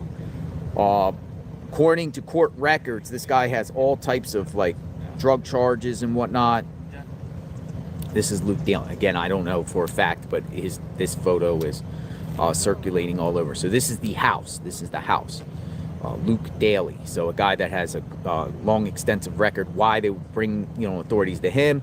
I mean, he kind of has that same kind of facial features as the Zach guy with the goatee and mustache there. So FBI increased, as you know, $50,000 to $100,000 for information. The new report came out saying overnight that police helicopters on February 4th were flying over the area using a high-tech Bluetooth scanner to track Guthrie's pacemaker via a helicopter. To you. All right, so this is Daniel. He's running for Congress. Back out here. You've been out here multiple times. Yeah, I decided to come out here after the shooting we had in Tucson yesterday. Damien and I have been talking, a lot of people have been talking, and the crime is simply out of control. So I've heard there was a shooting, but it really didn't get much press at all, right? Not at all, and they're trying to put it as two separate shootings so that they don't have to call it a mass shooting. Keep asking, why has the mayor come out and said anything about any of this that's happened up here? Because our mayor keeps telling everybody that there's no crime here in Tucson, that it's all getting better, that their new, what's that thing called, Damien, that they got going? Safe City Initiative. There you go. The Safe City Initiative is working. So nothing that's happening right now is happening. It's a figment of our imagination. Come aboard, we're going live tonight. Welcome aboard, everyone. Come on in. Camera shining Come on in the ocean light. The lifeboat soon will be streaming. The lifeboat, cameras are gleaming. Step aboard, there's a story to show. Every deck has a place we can go. The lifeboat, everyone's watching. The lifeboat, the chat never stopping. Set your course for the truth tonight with the spotlight shining bright. Come aboard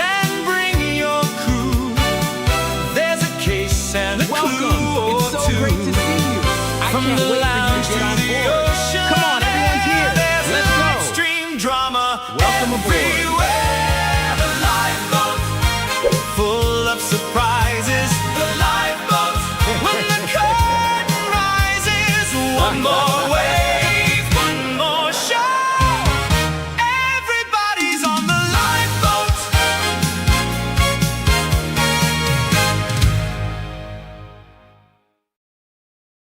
Day 16 today, and the Pima County Sheriff says the Guthrie family, including all siblings and spouses, are cleared as possible suspects in this case. And Fox 10 investigator Justin Lum joining us live now from the Guthrie home in the Catalina foothills with the latest tonight. Justin.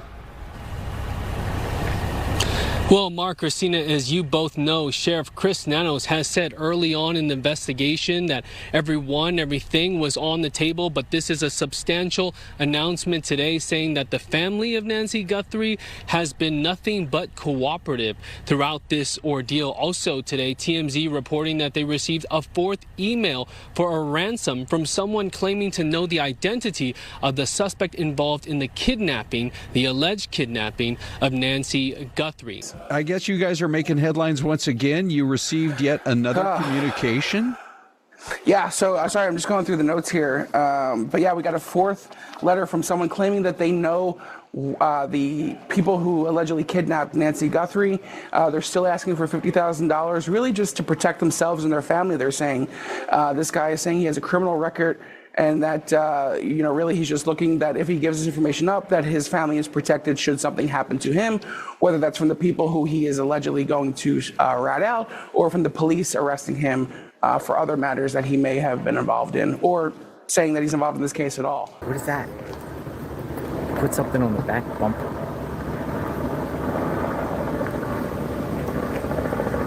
Automatic sprinkler. Automatic sprinkler. He's fixing the sprinkler.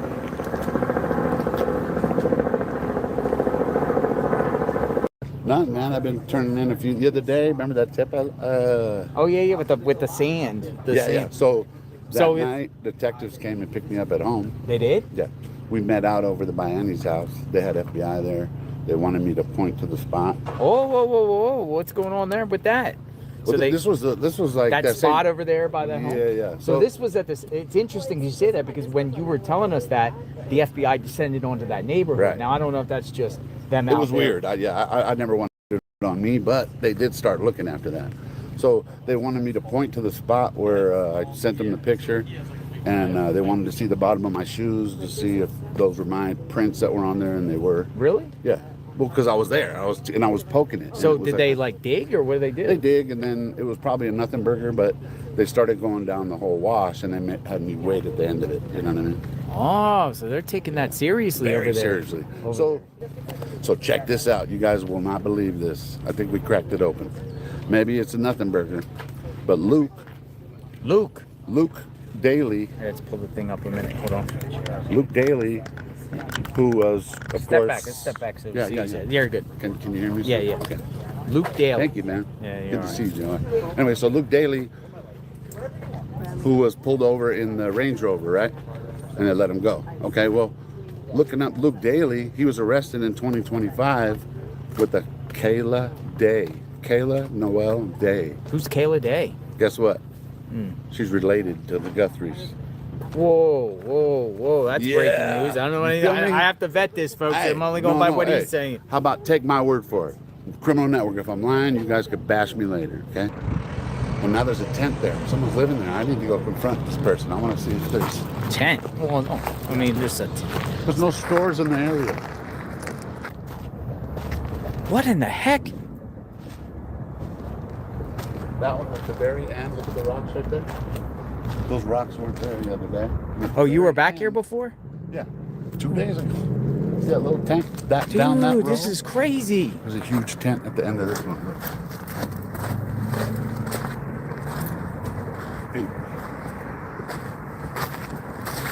So this is on First and Orange. Holy smokes. See it? Go down there and just ask. I'll stay here. Yeah, no problem. Go down there. Be safe. I got you. Ask them if they see anything suspicious. Look, carpet laid beautifully. All right, I turned it off. So, yeah, the camera's facing. Okay. I won't show you. So, Hold on, let me go past you and then I'll put the camera back We there. haven't seen anybody over here. You haven't seen anybody over here? But I also See? What's your dog's dog's name? name? This is Little Bit. A little bit. How are you? Little bit's a good girl. She's a Nice. tech. You're a good girl. She wants to protect her mom. So you haven't seen any searches here or anything in this general area? No. Not since But- we've been here, but we've only been here for 2 days, 2 right? days. Yeah. 2 days. I got some money in my car. I'm gonna go give her some money. Here comes Dad's Gone Live. He got in yesterday. She's better. Hey, doing? how are you, sir? Good. Nice to How are see you? you. What's You going too. on? Not much. Hey, can I talk to you away from the stream? real Yes, come on quick? up. Nothing bad at all.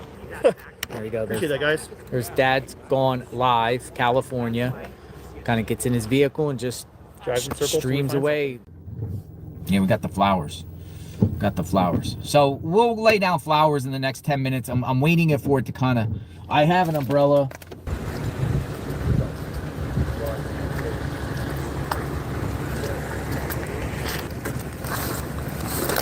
All right, so here we go. Right here. Camera footage requested. I mean, that is a large area. Oracle Road seems to be the center of this. Annie and Tommaso live over here. We're here. But it expands. I heard the dog. I heard it. Hello? Are you back here? Did you hear the dog? Hello? Hello. Hello? Where's the lady with the little dog? I don't know if she was here. She was here? Yeah, but she's in, I'm right here. Hey! It's you! Can I step past your thing? I'm gonna step past. All right, man. I don't mean to intrude under here. You okay? Yeah, alright. How's it going? Not bad, not bad. Hey, your dog's not gonna bite me, is it? No, she just doesn't know who it is. Yes. I got something for Little Bit. Here. Thank you so much. And I have something for you. A gift card Thank for you. Safeway. Cool. It's $100. Thank you so much. A lot of people, you know, I know people struggle and stuff like that, and I want to make sure you're okay, at least eating good and stuff like that. Little Bit! Hello! Hello, you got some fruities! Open it up. Let me watch Little Bit eat some. Can I? Here, put it over here. It's sandy over here. You hungry? No, Marvin's gonna go get some in a minute. I think. You can eat good for the next week. That'd be good. Maybe Try next week we'll come month. back and get a little bit some more food. Yeah, Mom. Yeah. Hey, Little Bit. Look at that. Little bites. Look. Yeah. Good girl. boy. Good boy.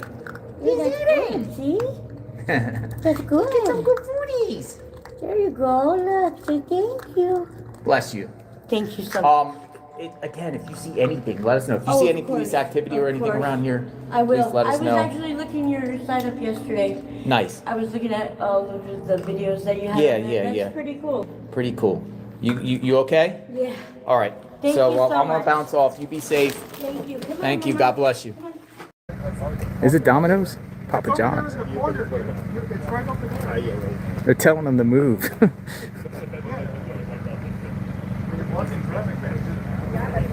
They're getting mad.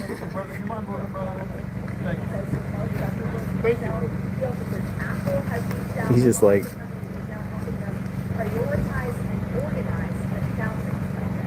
interesting. I don't know, folks. Let me know what you think.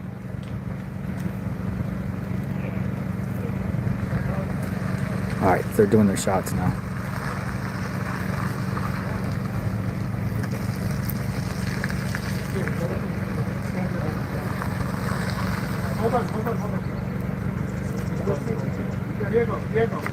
Dude, they're preventing him from leaving.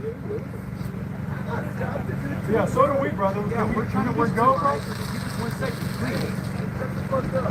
There's a cop. You're not supposed to be on. Dude, they're arguing.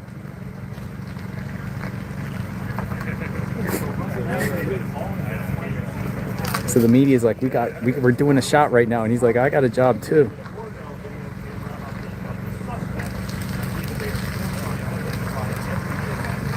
Oh, let me give him the finger.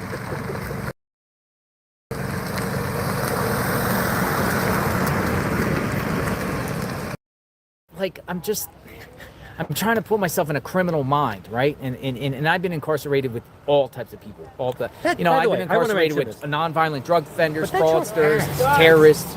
We're going live. Oh. Can you hold it down? I gotta go.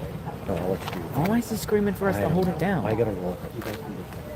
See you, John. That's the same guy that yelled before, man. Yeah, That's the same guy that yelled before. Like this guy right here was telling me about the fire truck or Oh, whatever. K-Gun 9 is the worst. Now he's yelling at me to tell me to turn it down when we've been here first. They're crazy. Yeah.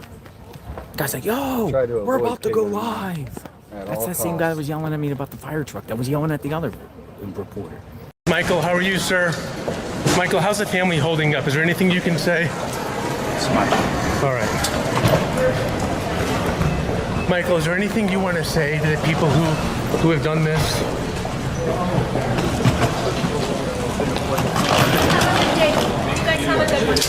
Michael, how's the family holding up? Anything you can say?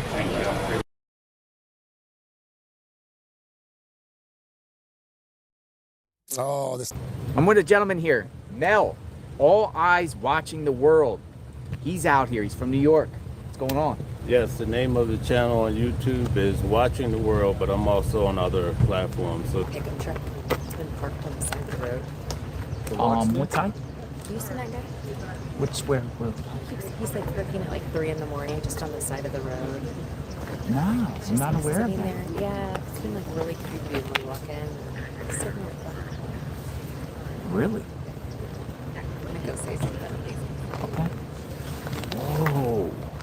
She's just saying that she's going to go talk to deputies. She's saying there's a guy in a pickup truck that's been parking out here at 3 a.m. with gloves on.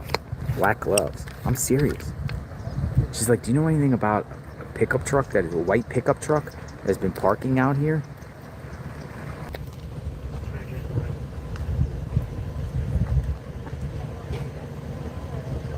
A white Ford Ranger with California plates. She took a picture? I don't know. She might have.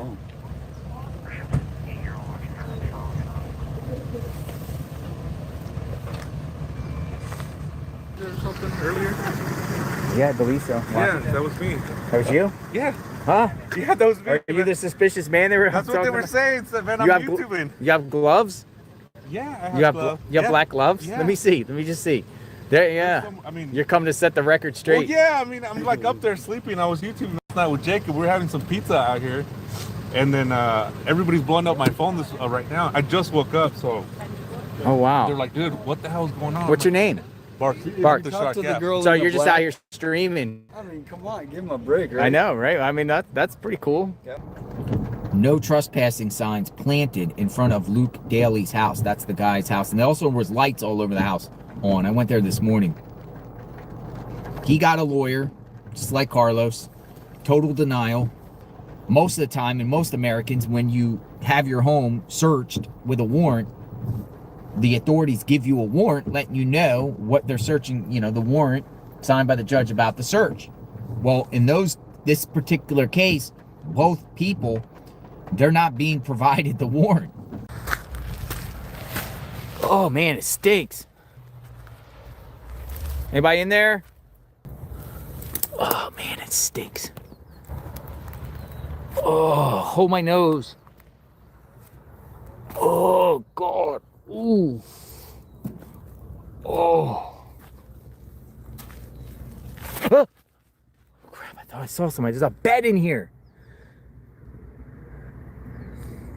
This is crazy. Oh my goodness, it stinks in here. Ugh. So are you gonna just where do you plan to search? I was just gonna take a look around here. Once again, coming in, I'm interested in the garbage can because, to be bleak about it, they may have had to move a body somehow. And if you got to improvise, that's one of the easiest ways to do it, I would assume. Which would be what? A garbage can. Garbage can. Yeah. It's a new theory. My nephew, he did body pickups here for 3 years, so he got experience with it. And the two easiest ways you can improvise, garbage can and a sheet to move. So how do you do that? What do you mean? Like just put some money in a sheet, put them in the garbage? No, you literally lay the garbage can down on the ground, and then pull someone into it and then tip it back up. And then you can roll it. You could roll a garbage can. That's right. To where? Away from the vehicle. If you want to move a body. If you didn't hear him, he said, my nephew did body pickups here for 3 years, so he got experience with it. Body pickups for who? And using a garbage can for them? She came from Mexico. She came from Mexico? So a big group from Mexico is coming, folks.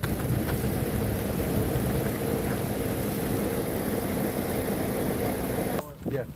All right, we're gonna go up. Oh, camera full. Camera fell. Or no umbrella. And Here comes Dolly Vision.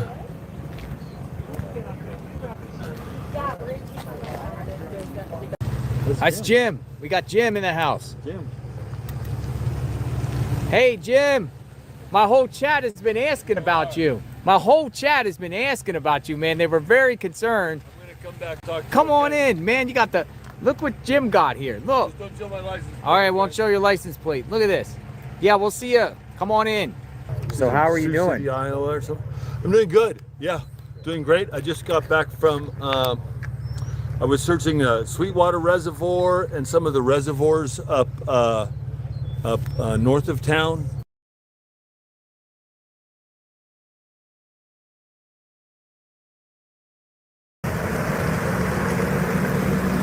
Uh-oh. What's going on? They're clearing out Clearing out the road? for about an hour. They have to clear the road out? For an hour. For about a little bit. They're gonna put barricades on. Oh. Hey, do we gotta bounce? We're trying to get everybody out for like an hour. Gotcha. So basically, they're turning this into a one-way. Yeah, we saw the put barricades, and then you guys just got to be on the other side of the barricades. Okay. I'm gonna search from this intersection down here. I'm gonna do a very careful search along the roadway, a foot search, and I'm trying not to miss anything. Gonna go from this intersection all the way down Campbell Avenue. I'm figuring if this bloody glove is associated with the case, maybe other things could have been thrown into the brush. So just very, Are you very aware about the careful. search tomorrow? I'm not. So Hobby Lobby on Oracle and Orange Grove, search group is meeting at 8 a.m. tomorrow. Okay. So you should go. Okay, yeah.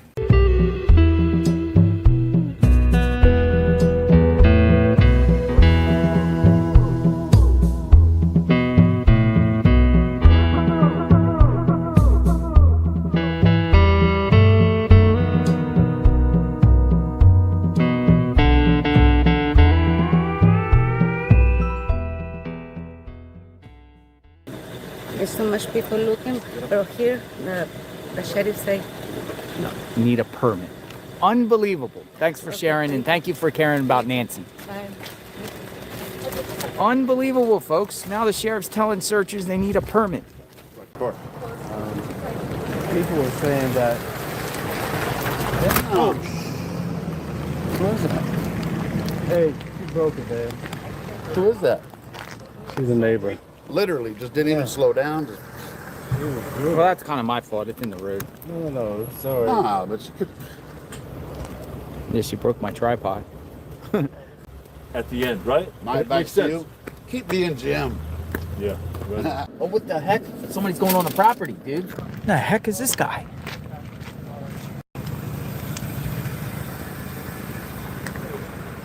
He just got kicked off the property. There's another one. What did he do?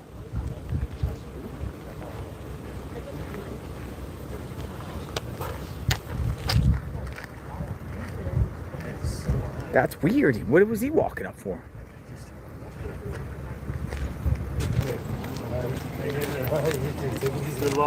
Hello, sir. What got you to go up there? And do you know Guthrie's? Why were you walking on the property? More people walking on the property.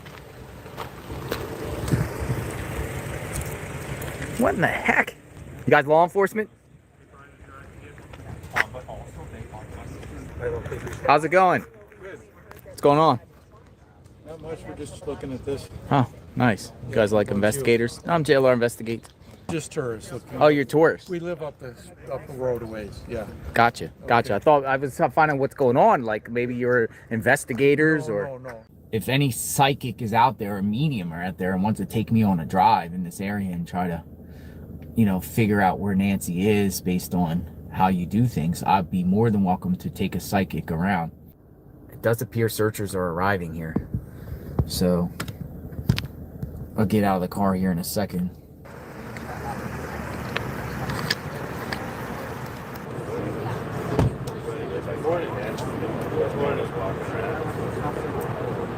To step up and, help find a local community member. I find it, it's saddening that, 3 weeks have gone by and there hasn't been one major grid search. I showed up the Tuesday right after it happened, and, I went up to the news cameras and I was like, is there a search party?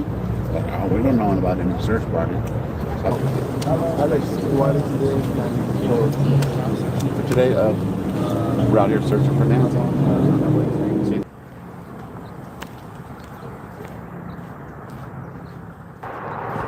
Found a backpack. She got gloves. Oh, here comes another one.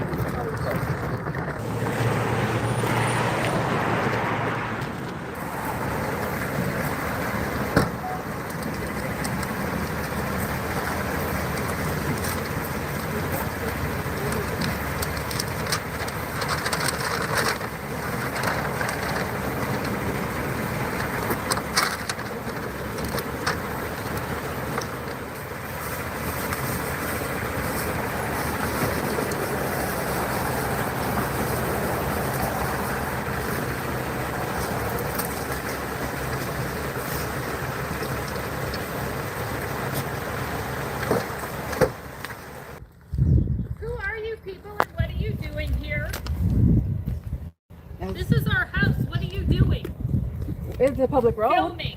It's a public road. What are you filming? We're not filming your house. We're not filming your house. We're walking. This is a Yeah, public who road. are you and where are you from? Who are you and where are you from? I live here. This is my street. But we're not, what the hell are you doing? We're not involved with your house. Well, then get the hell out of here. We're walking. No one's bothering you. You can leave. We were Keep walking. When we're done with Keep what we're walking. doing, Keep we'll walking. leave. We will What, keep you're walking. filming our property. You have no right No to one's do filming that. your property. We're You not don't filming get- houses. Yes, you were. You were filming right up No, at the house. we were filming you until you walked up here. We started filming you once you walked up here. So you put yourself, in here. Do you see the you have camera? no right to use that footage. For anything, you have no right to use the footage of our house. You walked into our camera. Well, the sheriff You seems have to no let right us. to be here. We do. Get the hell out. You can go back in your car and I'm leave. sick of this media Have a good circus day, ma'am. bullshit. Have a good day, ma'am. Get God the bless. hell out of our... God bless. Maybe tell your sheriff to do a better job and we wouldn't have to be here. They're media, so they think they have a right to do any goddamn thing they want. Bring We're Nancy lying home. pieces of shit. Bring Welcome Nancy to America. Home. Bring Nancy home. Wow. Oh, yay! Look how you drive. I think that was a little uncalled for. I'd stay silent. I mean, we're literally just walking down the street. right. Oh, what's this? What the heck? Who the heck is this? The heck? She got a basket full of flowers and all types of things.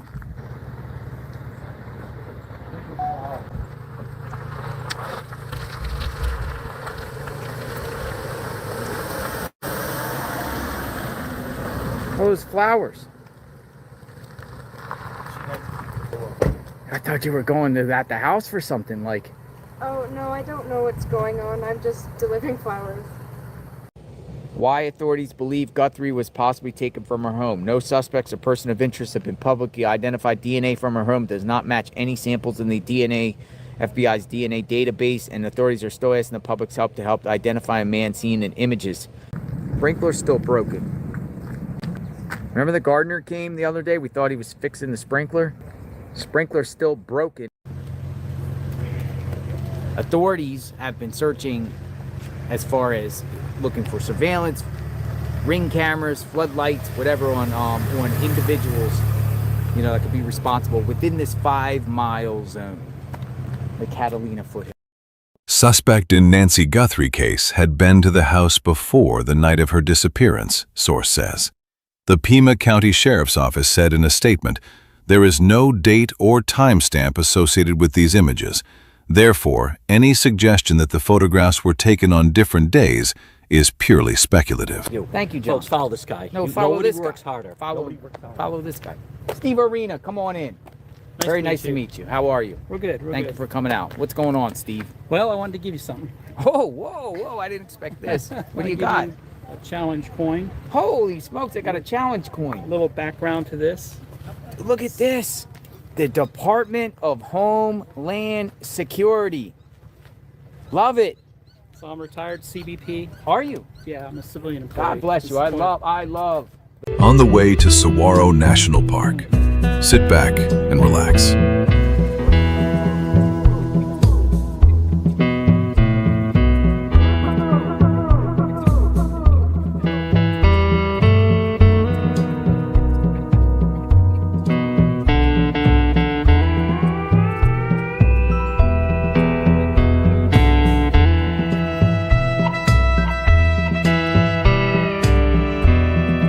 Let me go out here and look. It's out here. Dude, we're in the national park, so we can walk this land, right? This is public land. Yeah, this is all good, especially right here. I mean, you don't want to go too far out, Yeah. but yeah. My first name's Josh, Josh. Last name's Gill, Gill. I'm the incident commander for the United States Navy based out of Louisiana. Josh Hill, thank you for your time. Yes, Good sir, luck thank to you. Absolutely. United Cajun Navy out of Louisiana. And what other searches have been a part of? A lot of them, actually. So let's analyze this video first. Then we'll discuss things. I'm coming on to say it is day 24 since our mom was taken in the dark of night from her bed. And every hour and minute and second and every long night has been agony since then. Of worrying about her and fearing for her, and aching for her, and most of all, just missing her, We know that millions of you have been praying, so many people.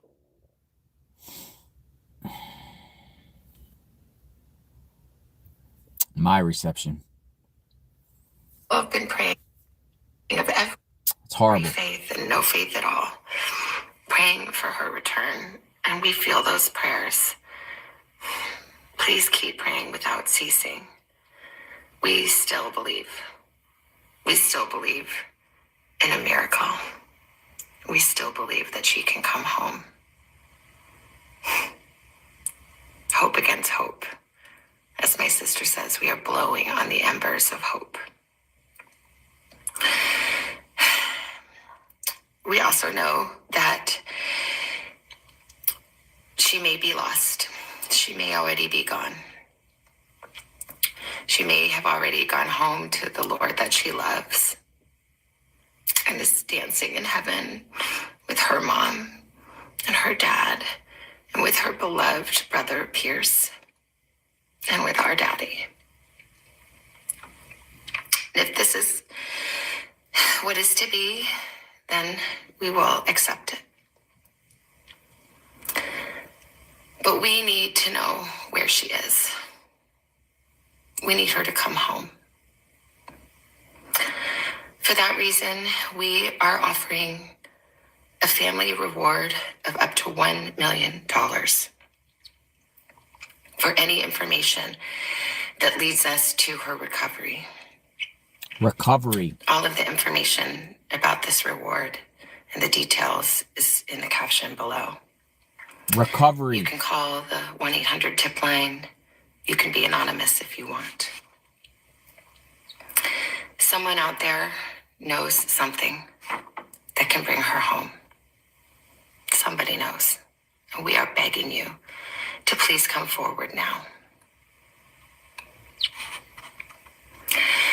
We also know that we are not alone in our loss.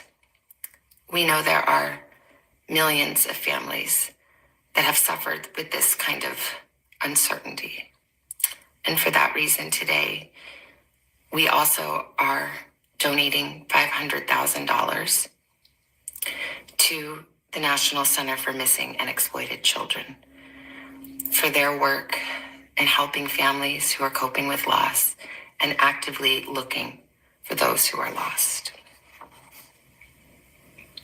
We are hoping that the attention that has been given to our mom and our family will extend to all the families like ours who are in need and need prayers and need support. So please, if you hear this message, if you've been waiting and you haven't been sure, let this be your sign to please come forward, tell what you know, and help us bring our beloved mom home so that we can either celebrate a glorious, miraculous homecoming or celebrate the beautiful, brave, and courageous and noble life that she has lived. Please be the light in the dark. Thank you. No, un poco más hacia acá para que pase.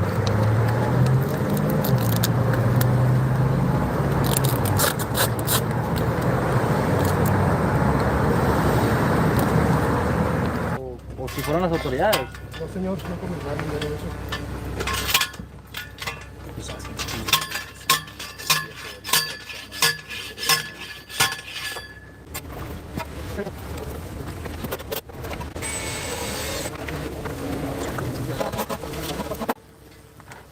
I'm looking for Jonathan. It's JLR Investigates. Nice. That's me. Oh, okay. It's me. What is it? It's not a bomb, is it? I'm not sure. I was just here to deliver it. Well, that's the phone cooler. It's a phone cooler. But this is sweet. You know why this is sweet? See anybody at the house with her? Her family came over. They did? Yeah. You seen Annie and the Tommaso? You seen them before here? Yeah. Really? Yeah. They would come over. Yeah. When we ran You into waved each other, we'd chat for a few minutes and then we'd go our ways, you know. And she hadn't been walking for probably 3 months or so. I hadn't seen her out walking. Remember yesterday one of the maintenance men came up to us and said FBI was asking about January 11th and January 16th? Less and less media out here. We are going out to Mount Lemon today. Plenty of water. Nice go. What's this? Oh, what's this? What's this? What's this? Who the heck are these people? Ellie! What's this? Whoa, we got some people here. Whoa! Ellie's here. What's this? Holy smoke, somebody's here. That's an activity. It looks like feds. Yep. That's an activity. He put his head down. He didn't want to be seen. He put his head down. Look. Who's that Oh, we guy? got another one. What's this? Oh, we Alright, got some guys, activity. We got some activity here. Oh, they're going in the back. Dude, that's LE, man. You can tell by the light. Holy shit. Garage? Are they going to the garage? Ellie.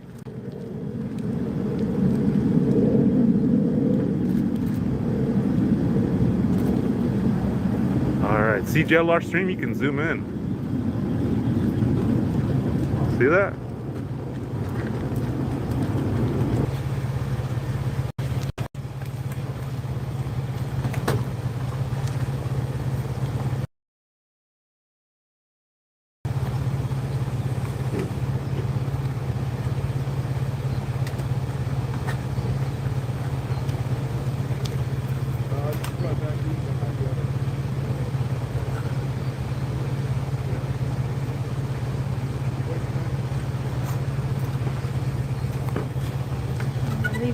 They're leaving? He said later. Later, Jerry, there's later somebody. Law enforcement. Oh my goodness. Whoa. Big deal. They're just all over the place. Dude, feds everywhere. Damn, they came in hot.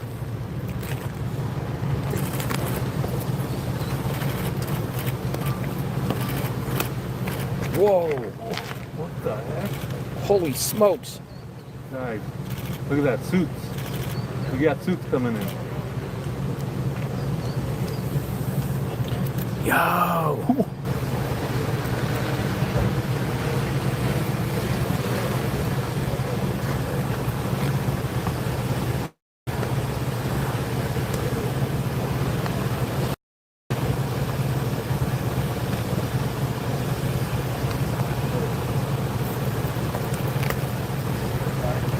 Front door.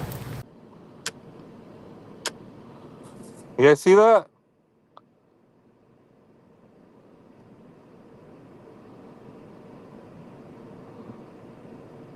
I know, we're just saying, we're being like, you know?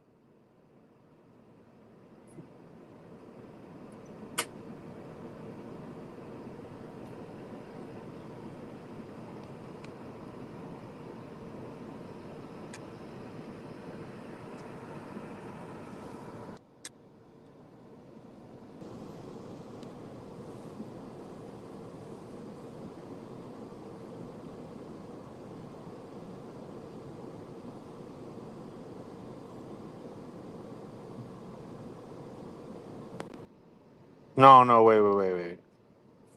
Don't trip me out, guys. Don't freak me out. Is that the brother?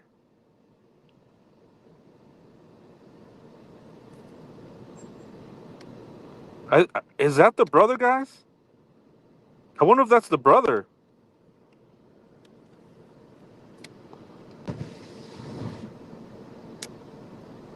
Guys, is that the brother? Somebody. No? Okay.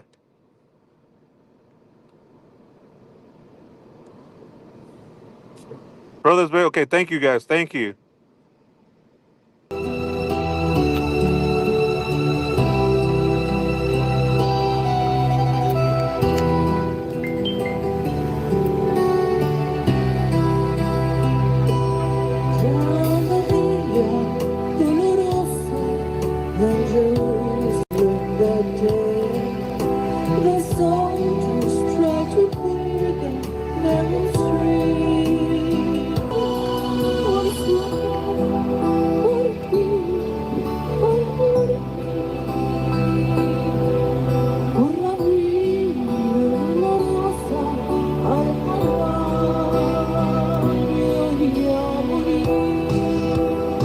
Emotional moments on the set of NBC's Today Show. News Nation senior story editor Paula Froelich is here with more.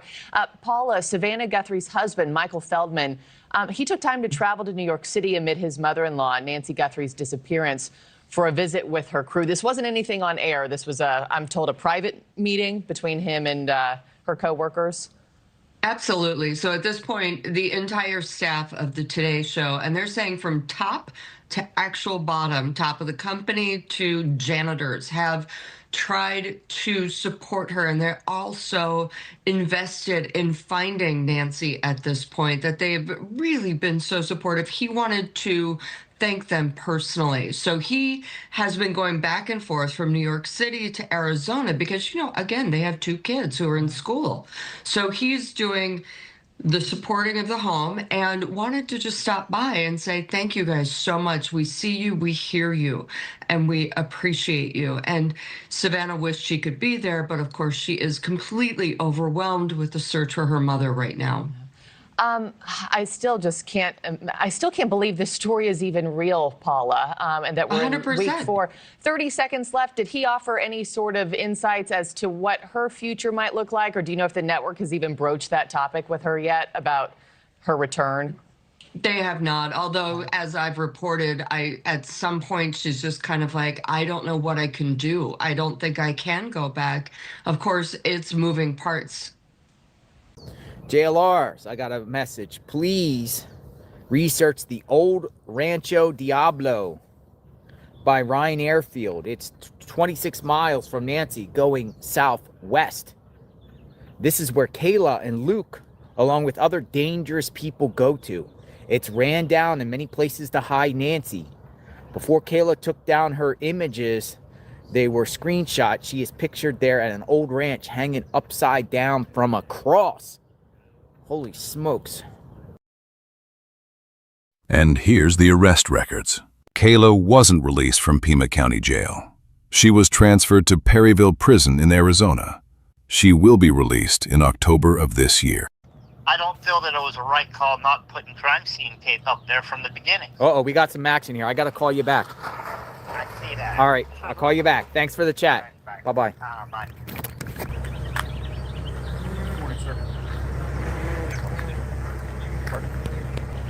Oh, somebody's here. He's directing them around the circle. Let me zoom in.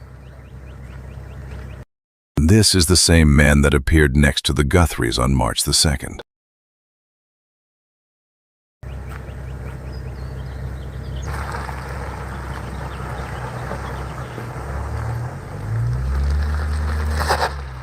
Look at that, going in the back.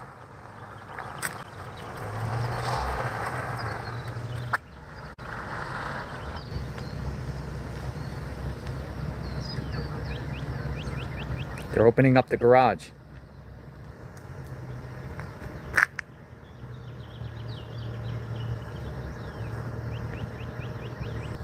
Closing.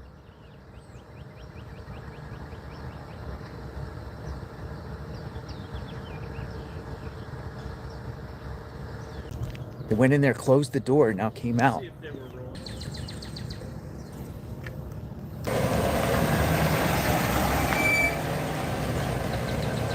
The sheriff's arrived. I think they're patrolling to make sure no cars are parked. I think it's backup for Savannah and Annie, just in case.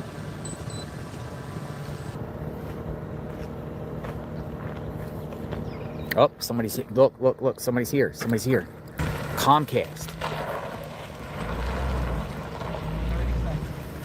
Comcast just arrived. Dude, they got, oh, look at this. Who's this guy? I lit a pen that way in a second.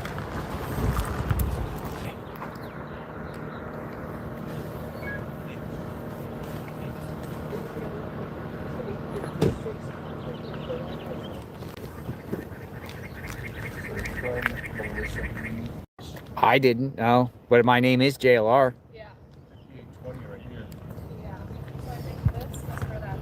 It's probably us over here. I'm JLR.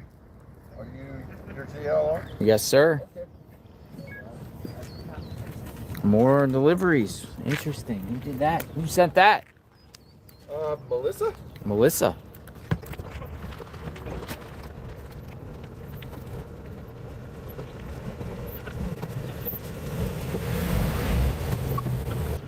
Car's leaving.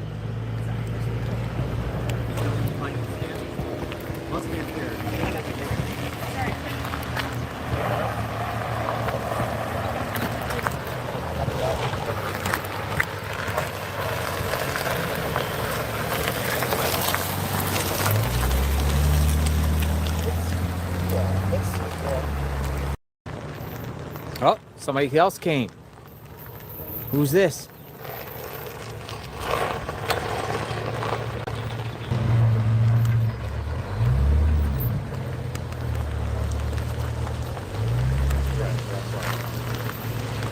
What the heck is this? Sorry, we're getting full right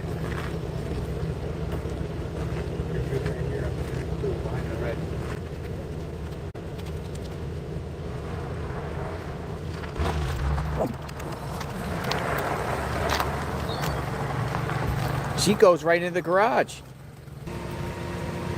You Ubered here. 857 brought a new. $6. $6? He's fixing it.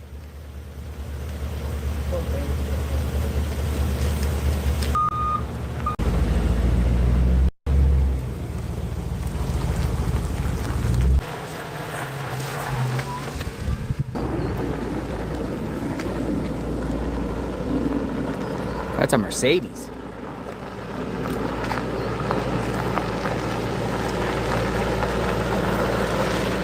It looks like somebody with a bald head. They're leaving. Oh, they're leaving. They're leaving. We gotta put the camera and find out who this person is.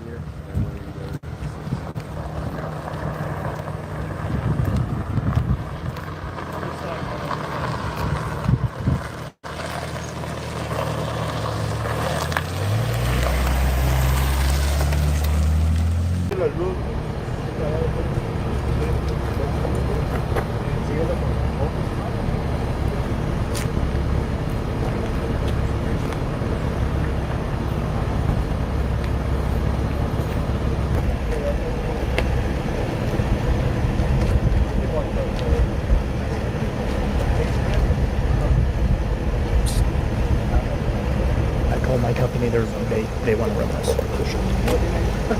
We're out here outside the Nancy Guthrie household where this man just underwent a field sobriety test. He was allegedly sitting out here in his car, potentially smoking marijuana, had a picture of Nancy Guthrie on his phone. When asked what he was doing, he pulled out his phone and pointed at the picture.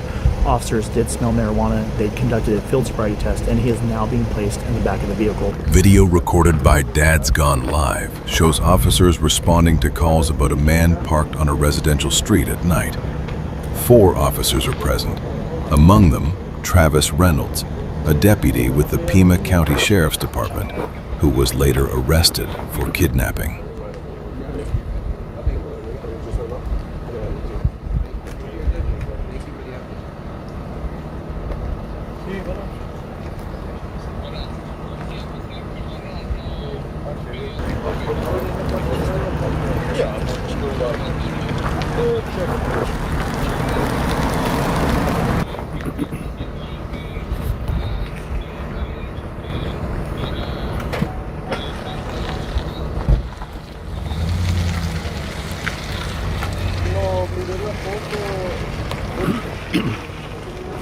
Do you have any mics over there you can always see? Don't block the road, though. Listen to? No.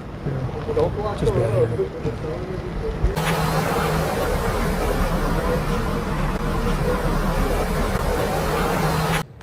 We'll see where this goes. Very disturbing that the FBI obtained surveillance from a white Kia Soul that zoomed this for the very first time, almost 4 weeks, almost a month into the disappearance. Was Nancy Guthrie in this car, caught on a Ring surveillance camera the night she was kidnapped? Video obtained by Fox Digital shows a dozen cars triggering the camera's motion detectors as they sped by in the hours after her abduction.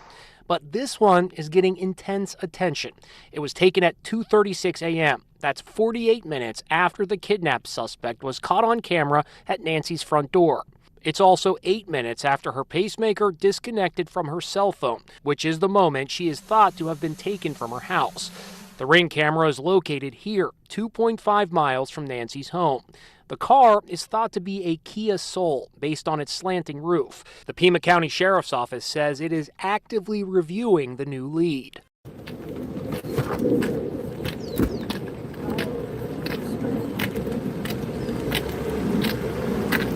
How you guys doing? Hi, how are you?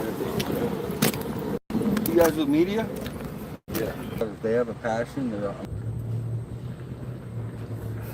Well, he's got leather pants. Tay bringing meals for people. YouTubers looking out for YouTubers. So I wanted to make sure that you all got a hot meal. You're Greetings, JLR Army. Y'all are strong.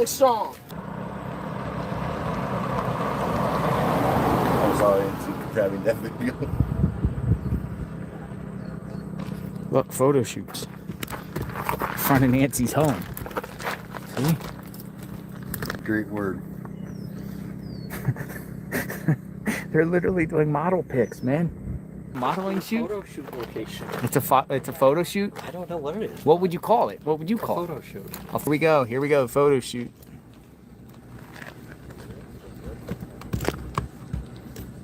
Right in front of Nancy Guthrie's home. I want to talk.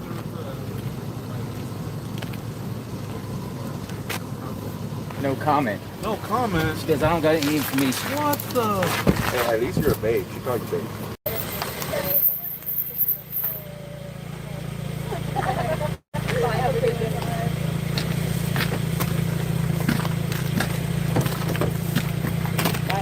Hey, where's your channel? It's not launched yet. It's not launched yet. What's it gonna be? Crime. True crime. True crime channel. All right, guys, take care. Bye. Bye-bye.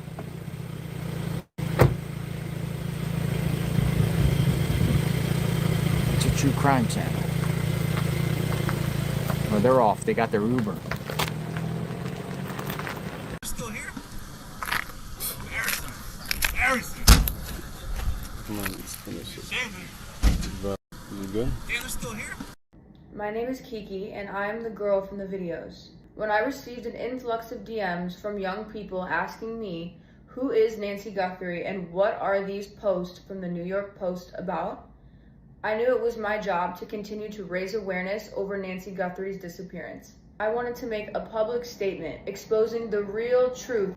I'm very well known on a hidden platform which offers a feature to us where you can post videos similarly to YouTube known as OFTV. I flew to Tucson, Arizona to cover a bunch of different topics, and one of them was Nancy Guthrie's disappearance. Never in a million years did I think some self-appointed true crime reporters on YouTube would make their entire stream about me when they are supposed to be there live streaming Nancy Guthrie's house and talking about her disappearance. I myself showed up for a few hours, maybe 2, with my videographer to record an episode for my own channel. The photos that you are referring to were for the channel Thumbnail.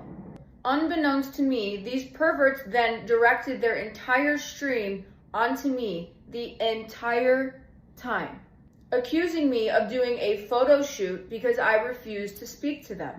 My main goal when visiting Nancy Guthrie's house was to raise awareness and report facts. This was not about me. This is about Nancy and her family.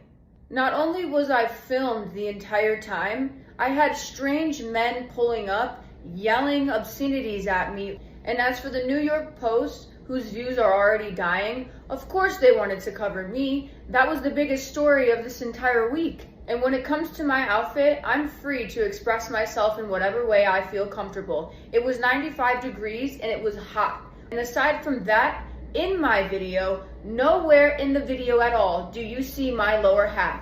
And the only people paying attention to my lower half and videotaping it for the internet were these self-appointed true crime investigators for YouTube. As for Nancy Guthrie and her family, I'm very, very sorry if any of this have hurt you guys in the process. My outfit was not to be disrespectful. I came there with no intent to do any interviews, any media coverage, anything really about myself rather than to raise awareness to your family and your guys' misfortune. And as for the rest of you, my outfit does not determine my respect, my competence, or my intelligence. One thing that I learned from all of this is that the media is completely fake. They said that I didn't leave flowers. I went to the memorial after I was done recording, laid the flowers down and said a prayer. And for my final statement, I just want to say God bless the entire Guthrie family and hopefully we can bring Nancy home safe.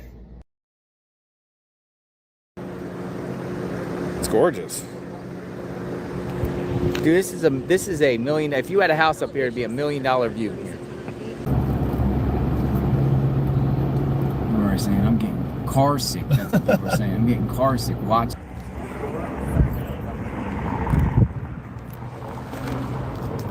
The other day, want some snowball fight. when it was raining down here, this place would have been a complete whiteout up here. Just a view. Is that Mount Lemon? Is that just like the top of Mount Lemon? It is. Hey, Dad, it's going live. Hello, sir. Of probably 30,000 people watching. Yeah. Awesome. All right, who's going first? There, and I drove in it, looking for it.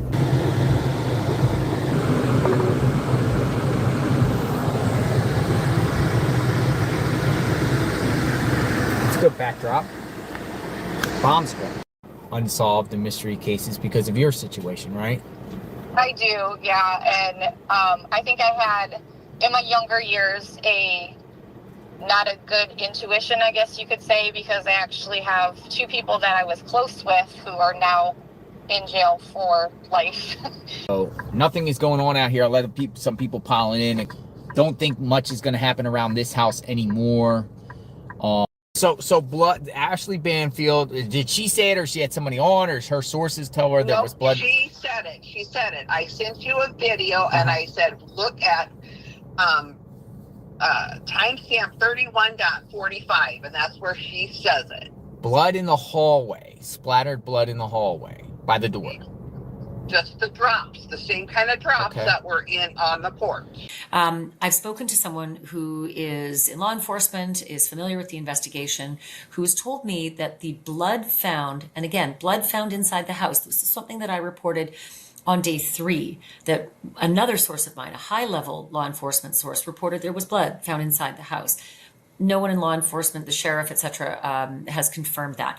But my source said there was blood found in the house. Today, another law enforcement source familiar with the investigation has said that the pattern of that blood inside the house matches the pattern outside the house, outside Nancy's front door. So you've seen that video.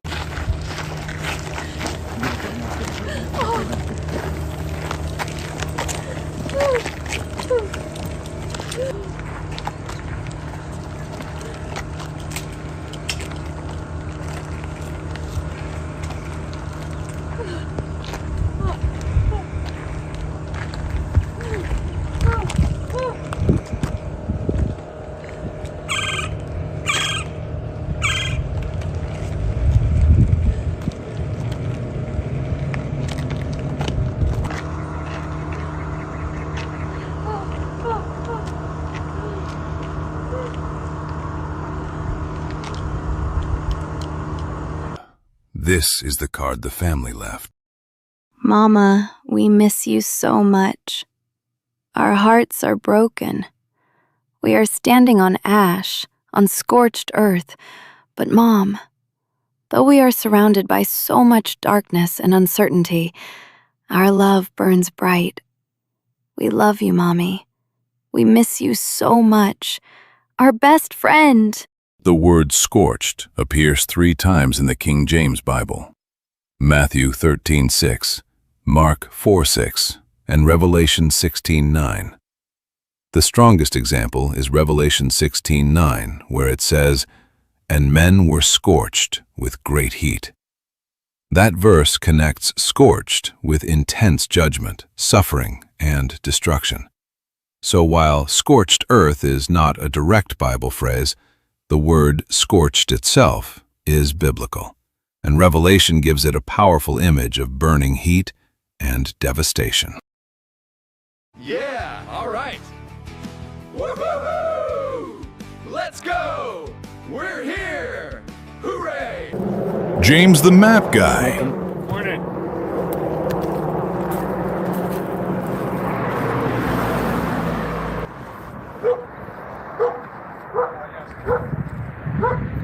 But you know what day they came? Within days, there were police officers at the door. It's a very safe neighborhood. It's certainly not a random abduction. He's very protective. Okay, but I didn't come to fucking dance, okay? I came to party, all right? Give me Brian Guthrie's number. I'm not here to fucking dance. I'm here to party. I'm not here to fucking dance. I'm here to party. Yeah.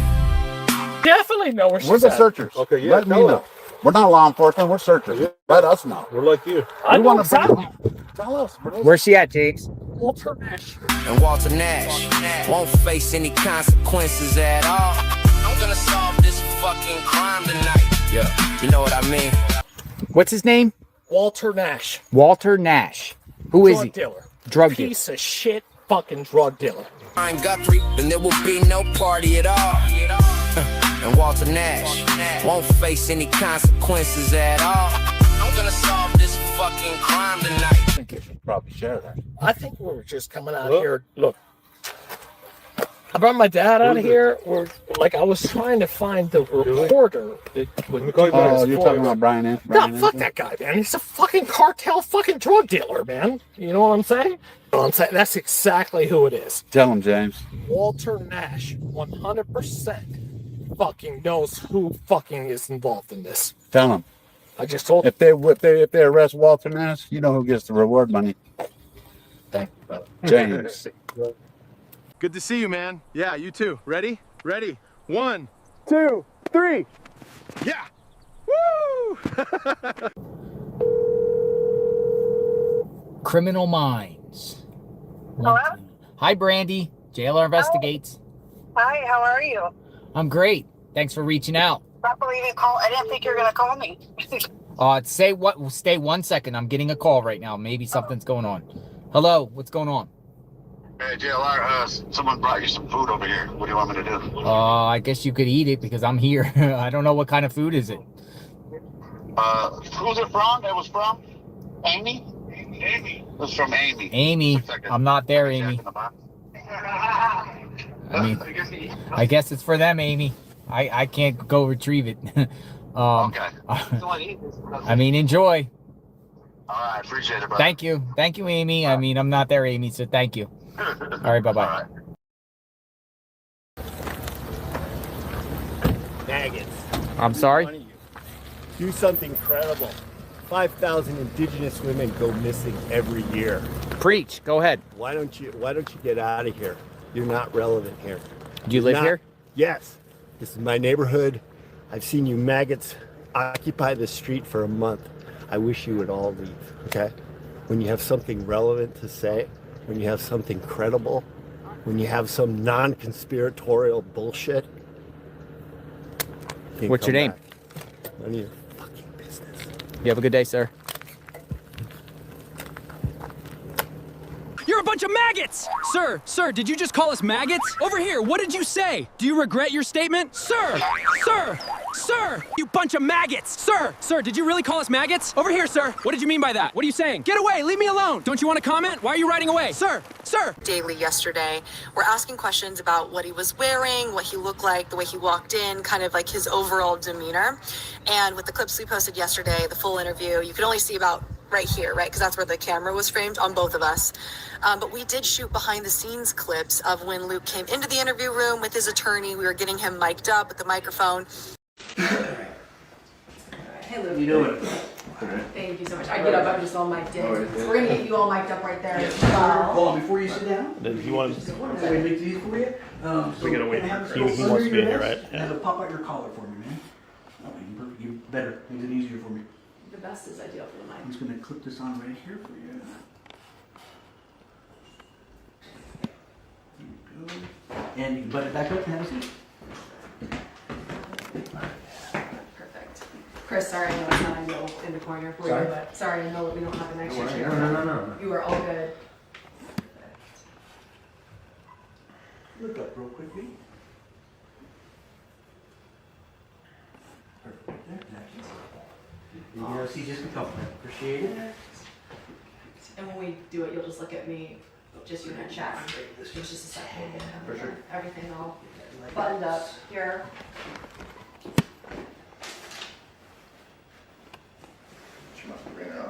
Here we go. Just I'll take your phone. Oh, no, I want your kid. He's just showing me, like, when he pulled his name online. You know, it's like, Sure, yeah, and I'm gonna 100%. Yep. Okay, you good? Club? All right. This is a clap track. Excuse me. Cool. Okay. Good. Yep. Good. Okay. Why didn't she have a dog? The dog would have did something, you know? I had a dog all my life, and my dog protected my life all the time. I have 3 French bulldogs at my house right now, and they won't let nobody get past nothing. What? How do you feel about the situation? Come on over. It's a bunch of shit. Come on over. It sounds like a bunch of people are involved. What? It's very fishy what's going on. What's your name? Where are you from? What's so disgusting is nobody's here. I don't understand it. This is very fishy. It's rotten fishy. I can't believe this is happening and nobody cares. Oh, I gotta go. We got some activity. Who's that? We got some activity. Hold on. I said something. Somebody's here. Somebody's here. That's a Maybach. That's a Maybach. Who is Maybach? We got a Maybach. What is a Maybach? Somebody's here. I don't know what a Maybach is. Somebody's here. Very nice car. Very nice car. Marhan 1. Here we go. Oh, here we go. They're leaving.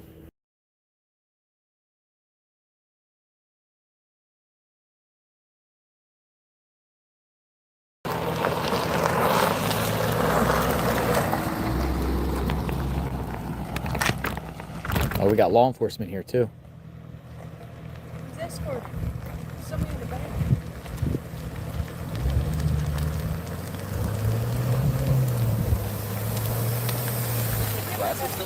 I'm sorry? The lady with the glasses. Somebody called in Caucasian female about 50 years old. Said somebody might have been drunk or possibly. We haven't called it in. Okay. All right. Well, I'll be around the area. Thank you guys. I think they're talking about you.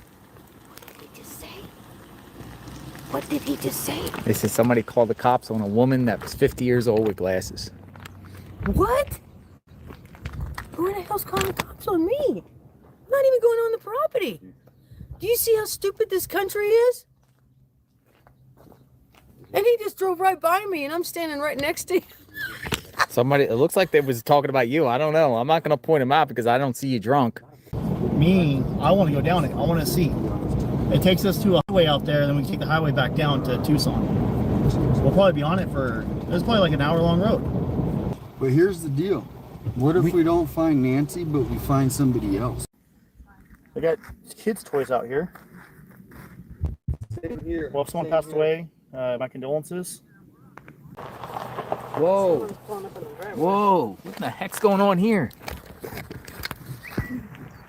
Somebody just pulled up into Nancy's driveway. We got another one. Whoa. What the fuck are you doing? I gave you permission to film me. What's going on? You can't speak for yourselves?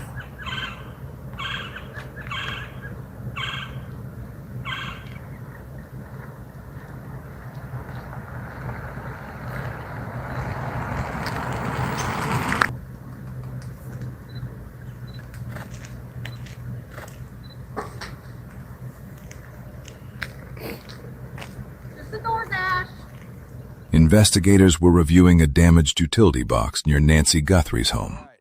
Authorities were looking into whether it could be connected to an internet outage around the time she vanished on February 1st. Dun, dun, dun, dun. Savannah scene in New York City. Dark glasses. Can only imagine what she's going through. Don't go on the property, sir. Yeah, it's okay. Yeah. That isn't my property, but... No, I know. I just don't want you to get in trouble. You know what I mean?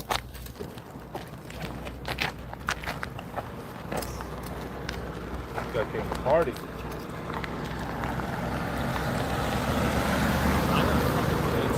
Right now. On that park. Just save some woman's life. Okay? You know what I'm saying? That's who I came to party with. Walter Nash. You said Walter Nash. Yeah, it's this dirtbag fucking attorney. Why do you think he's involved? Like Walter? I think that they just went to the wrong house. I mean, once he, right? See ya, James. Be safe. An alleged kidnapper note early on in the Nancy Guthrie scandal, claiming they knew exactly where she kept her Apple Watch, and they had described something inside Nancy's bedroom that led some, according to Harvey Levin, Sheriff Harvey, as Zach Peter calls him, and that the police had reportedly spun their wheels quite a bit on these notes. Did those people behind that note see this segment? Yep. But the entire length has the median, and James, we got action. Yeah. Okay. Let me call you back. Call me back. All right, we got some action. We got somebody with an electrical ladder. Oh, who are these people? That's zooming in. We got action. Dun, dun, dun, dun.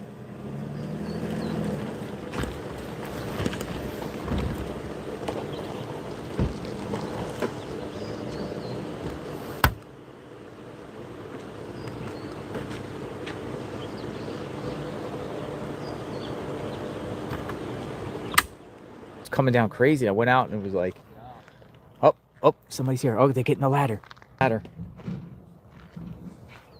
A man with a beard at Nancy Guthrie's home with a ladder. He took the ladder out.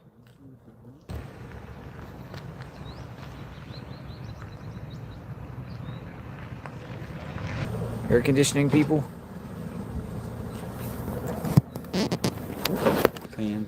shook hands.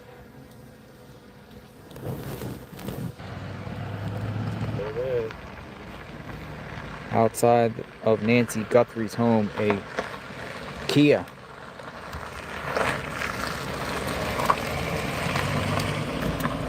What's your channel again? Share your channel. Righteous Monkey. Righteous Monkey. Righteous Monkey. Shout out to the chat. Put your city in the chat. Let us know where you at. Yeah, good guy right here. Put your city in the chat. Let us know where you're at. I like that. But then why would he subsequently say that, oh, we got somebody here. I got to let you go. Okay. Maybach. Good day. Maybach. Somebody's here in a Maybach. Thank you, Lori. Dun, dun, dun, dun. Breaking news.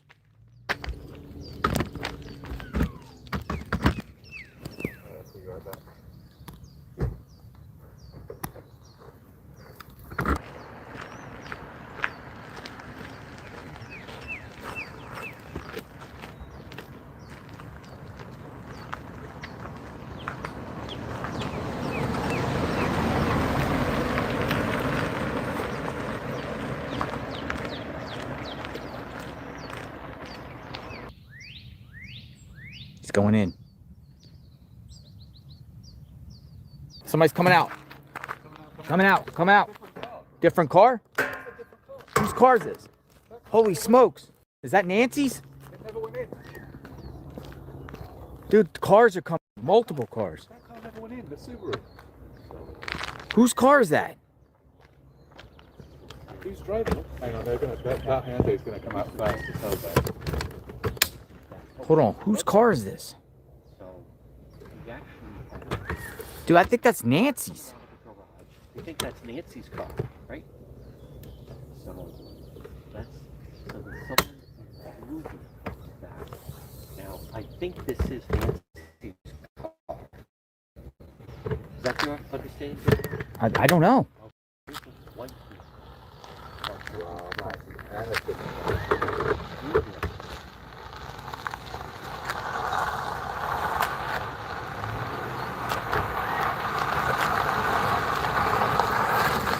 A woman. A woman. There's another guy. Dude, that looks like Cameron. There goes the Subaru. That looked like Cameron. I have no idea. That looked like Cameron. I thought that was... That looked like Cameron right there. Somebody been in there the whole time. Somebody been in there the whole time, man. Somebody's freaking been in there the whole time.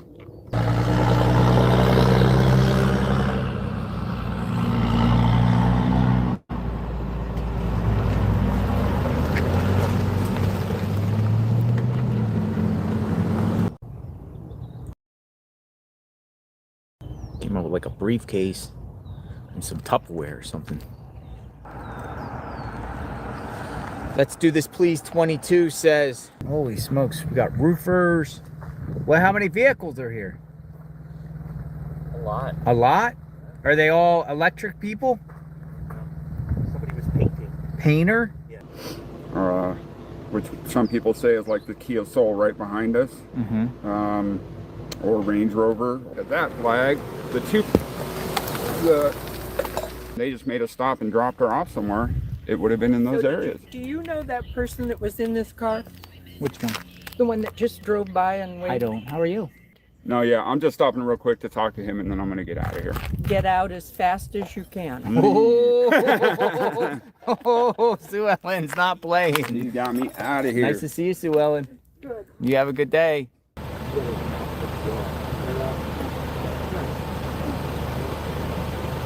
Maybe they're redecorating the inside. Yeah, I think they're delivering their package. I gotta let you go, Seashell.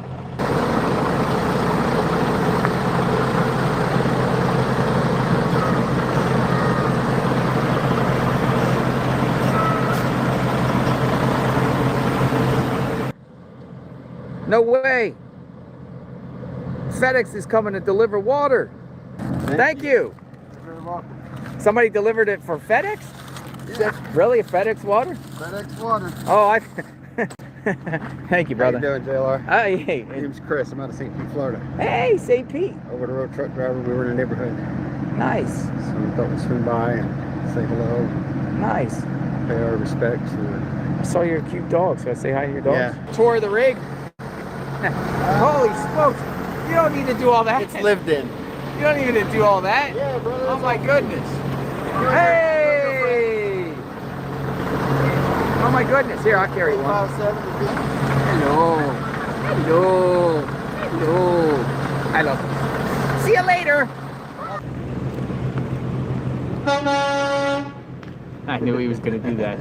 I just had a feeling he would do that. Oh, man. Bye, Chris. Safe travel.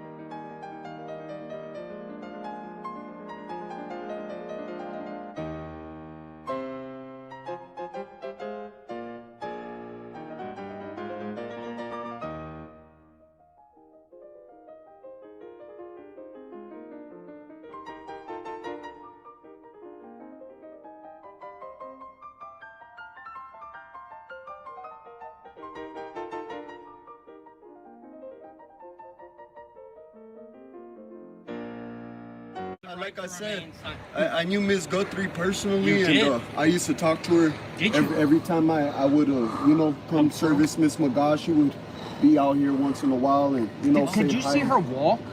Oh, Did you see her walk? yeah. Did she walk normal? Yeah. She was normal, as normal as can be. Every day for the You used last. to work for the sheriff's department? I did, yeah. Get a chair. Come on in. I'm parked right there. I gotta go, but I'll give you my card if you. So like, are you speaking about the sheriff's department within, or? Oh, I have, yeah. So I haven't been like afraid. critical of them, or? Oh, of course. Critical of the sheriff's department. Yeah. So what's just real quick, like 2 minutes of your time. What your whole assessment about the situation, the investigation, botched? Not really. No. No. Things like this happen. My personal opinion is I think she was dead before she left the house. Whoa! There it is. It's back. That's their car that got seized. It's back. Dun, dun, dun, dun. Breaking news. Their car is back. Brandon, you're not the perp, are you? No. People I'm might not say the you perp. look like the perp. What's going on? Yeah, I remember you were out here before. You're a neighbor or something? You live around the neighborhood, or you just? I'm sorry, kind of like nearby up in North Carolina, Okay. area. But I've been following this case. I've been following him. supporting the JLR Army. Nice. Hopefully we catch this perp. Yeah, I'm a chef. You're chef and no FBI. No FBI. See, that's why we want to get the truth of what's going on. No, you didn't see anyone. I didn't see no one. Did anybody talk with about? No suits or nothing. Nothing. Why are they saying that then? I don't know. But Savannah and Nancy were here a couple months prior. Yes, they did the Good Morning show. Yeah. And that's it. That's it. The best way to do it. Yeah. Thank you. And did you want that with corn or flour tortillas? I'll take flour. All right. I'll go and get those started. I'll be right back with the. Appreciate it. Thank you. Thank you. Luke is your son? Yes, and people standing in front of my house wanting to talk, mostly news people wanting to. Yeah, I mean, the media don't. I didn't talk to those people at all.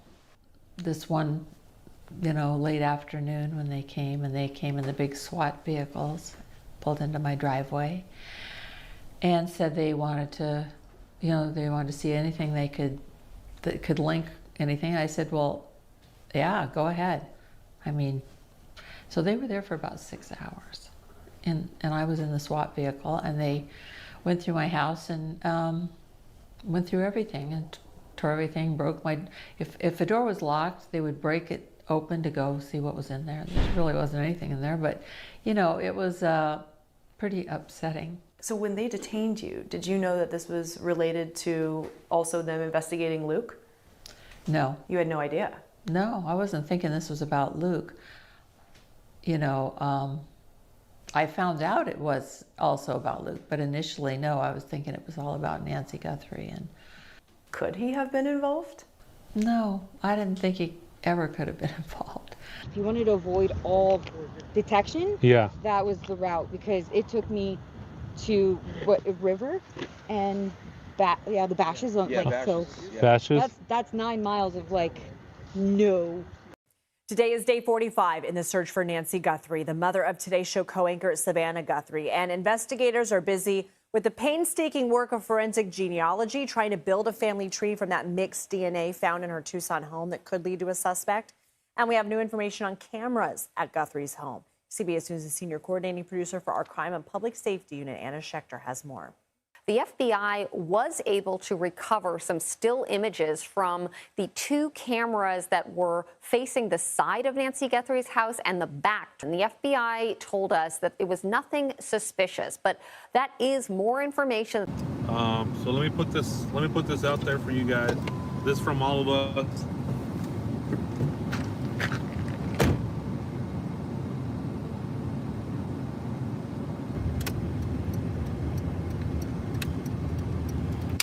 Good afternoon. Well, investigators are still searching for 84-year-old Nancy Guthrie, now missing for 47 days. This week, a law enforcement source says that the FBI returned to the neighborhood and is now talking to people not usually in the area, like landscapers and construction workers. The source says they are expanding interviews, not backtracking. The Pima County Sheriff's Department says that they are reviewing evidence and tips. Over $1 million in reward money is available. Joining us, an all-star panel in addition to Joseph Scott Morgan, joining us from Jacksonville State University, Brian Fitzgibbons is with us. The search of landfills, it's horrible. What could they be searching for? And one of the reasons, Brian, I say I don't think it's a search for her body is because we've heard nothing about the use of cadaver dogs. I believe here that they'd be searching for any pieces of physical evidence. So let's say you get 125,000 signatures, 150,000 signatures, which I think you'll probably be able to do pretty quick. Let's say you get the signatures. What is the next step, and how do we progress with getting them out of office, or is it guaranteed to get them out of office, or does it just make it to where we can vote? Here's what happens, okay? I get them in. I complete the recall. Nanos then has an opportunity. He can decide to resign and appoint somebody. Okay.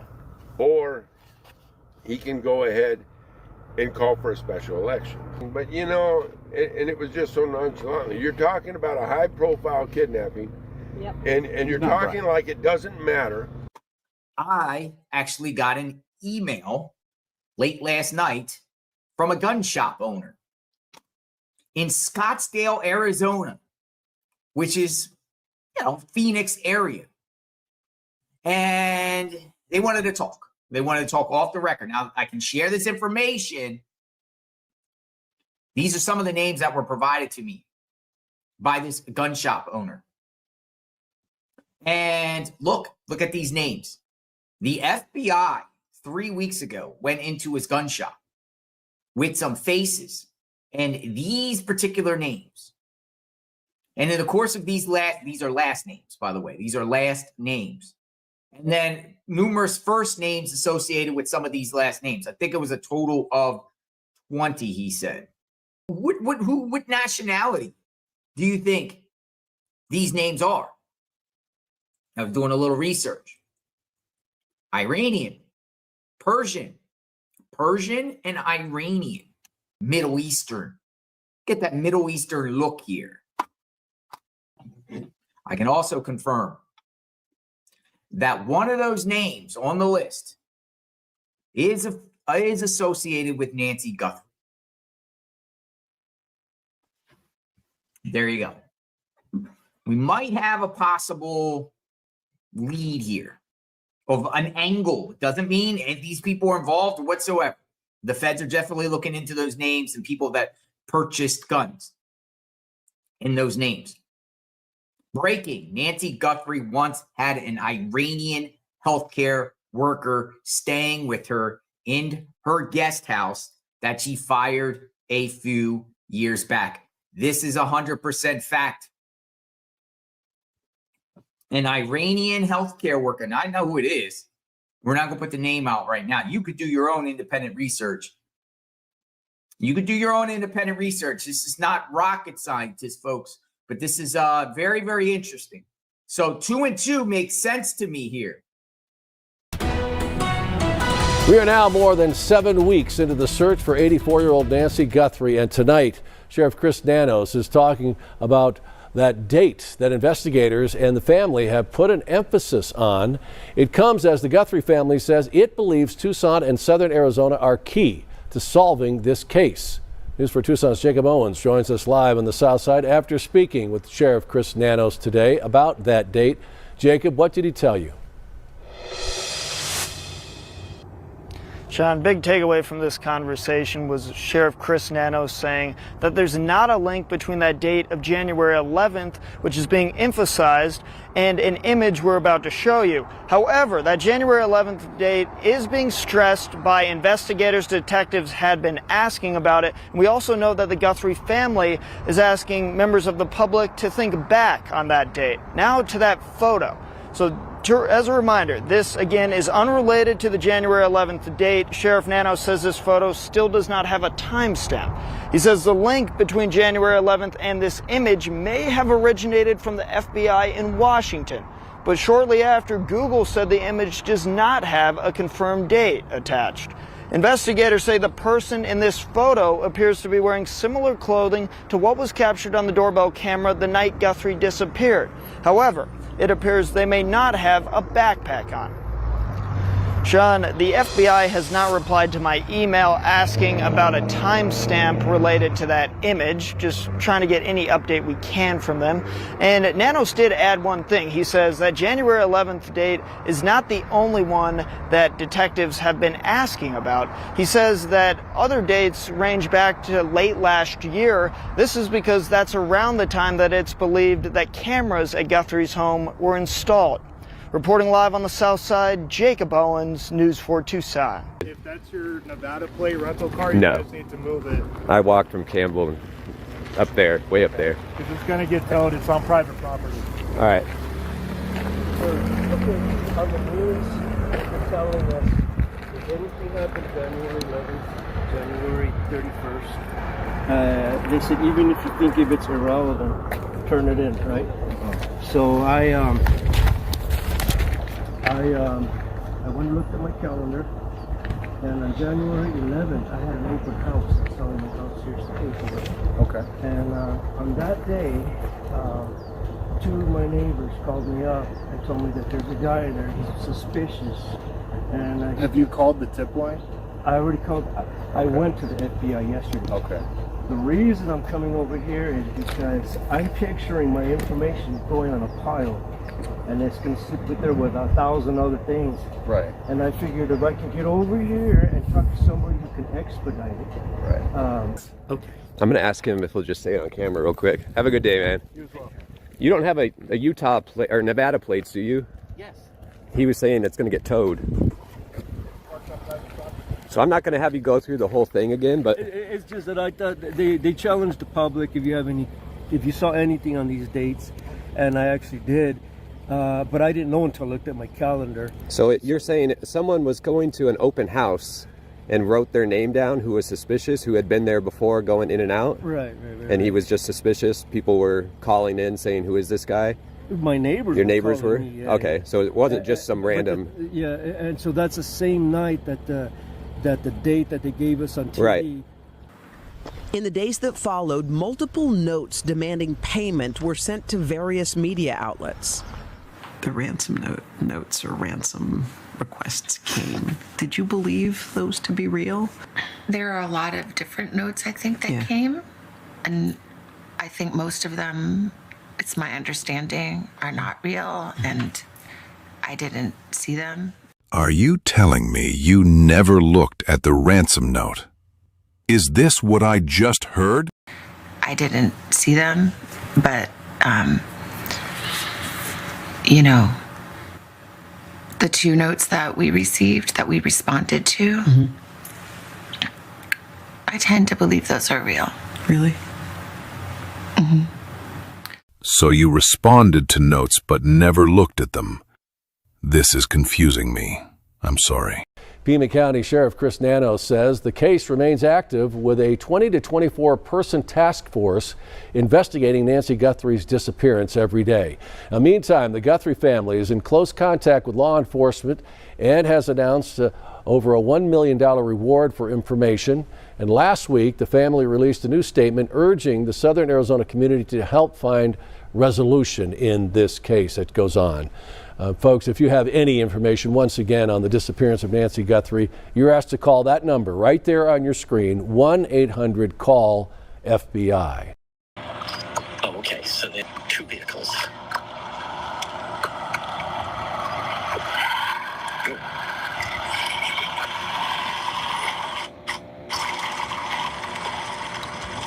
That looks like Annie.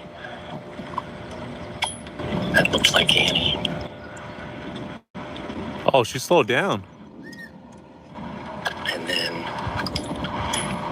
here comes this camera. And the garage door is down.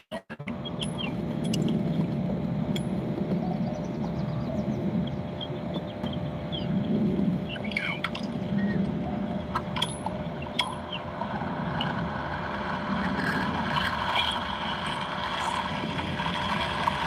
Oh, there's the Hyundai. He's filming me. Okay, and he goes that way, and the other vehicle went that way. Okay, all right, a little bit of activity. Day 53. Dang. Get that posted. That first vehicle did look like Annie. First vehicle, to me, it did look like Annie Guthrie.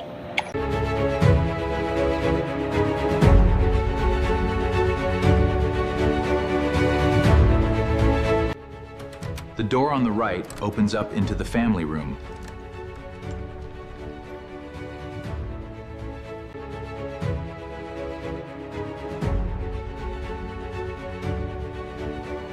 The doors on the left side open into the kitchen.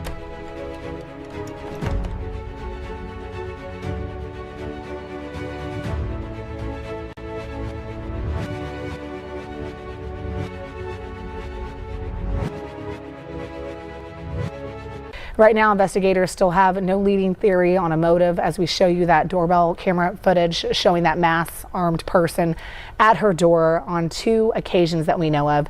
DNA analysis and video review are still ongoing. First of all, door still propped open when Annie Guthrie arrives. Why? It confirms the initial reports that entry was initially gained through the rear of the residence. The second thing, you know, when I hear door propped open, I think that I'm propping that open to come in and out, or that there's someone following me close behind. This is that condemned hotel, you guys, I stayed at. I can't believe this place is open. In it to win it. Hey, as I don't know if you know, like Mel Fisher, the great treasure hunter Mel Fisher, his motto every day, he would gather everybody around and he'd say, today's the day. So let's do that, you guys. Put your hand out. Today's the day. Let's do it. You guys, this is the condemned hotel, right? I just wanted to come by here for old time's sake. I've never stayed in a place like this in my life, you guys. We'll run through it from the beginning. This is the room they rented me right here. 101. It's funny though, they cleaned up the pee. There was a lot of pee here in the corner. A rat trap right outside your door. There's the room. I couldn't stay. I had to. It smelled so bad like crack that. Oh man! I had to. I was helping the guy work on this bike. I guess he never got it fixed. Look at it, you guys. Condemned. Do not occupy. The room up above. Condemned. Cop left. I'm also staying. Did you have to give the cop something, maybe? Interesting. Okay, what's up? We'll call you back. Oh, there he is. You guys, listen, guys, you got the exclusive. Me and JLR got the exclusive with these ladies. Cop left. I'm also staying. Did you have to give the cop something, maybe? Interesting. Okay, what's up? We'll call you back. Oh, there he is. You guys, listen, guys, you got the exclusive. Me and JLR got the exclusive with these ladies.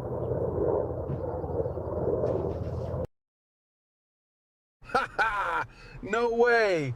Hee-haw, hee-haw. They're talking right to me. Hee-haw. There he goes. Ted's going to get with Ted. I love Ted. I love Ted. Look at Ted. Oh, look. Ted walking. Look. There you go, Ted. Hey, Ted. Hey, Ted. Hey, Ted. Nice. Those are the high cones too. Look. Look. Nice. Love it. All right, rock and roll.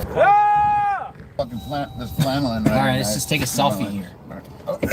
Selfie. Get our roots. Oh, what is that flannel doing? Is that somebody crawling? Or? No, I didn't. We get our kicks on Route 66. Hey. So the wrong one's getting wrong one? No. Look at this. I was gonna say, I don't know. I remember the name. Fill her up. We got a lot of Great, look at this, man. You can just. Whoa. Oops. Shoot. Fill her up. His car's back in the day. Fill her up. Pretty cool, man. Wow. Donkeys! Oh, Hey! Yeah, that's awesome. Look at this! Look at this! It's the Wild West. We got donkeys in the street. Hello! Hey, buddy! Hello! Hello! You want some fries? Yeah, we got. Give them Chick-fil-A. Ow! They all want some Chick-fil-A. We got Chick-fil-A's. Chick-fil-A, one for you. Oh, my God! Give him Chick-fil-A! Give him Chick-fil-A! He's hungry! Oh my goodness! Let's eat. Yeah, Chick-fil-A. Hello! Here, have some Chick-fil-A. Here. Hold on. We're getting surrounded. Oh, they're all coming. They're all chewy. Help, I'm getting surrounded. Oh my God. Come over here. I'm blocking them homes. Hold on. Here. Look at the one in the front. Hey, I'm buddy. blocking them. Hold on. We got any more Chick-fil-A? Hey, I want him. He needs one. Okay.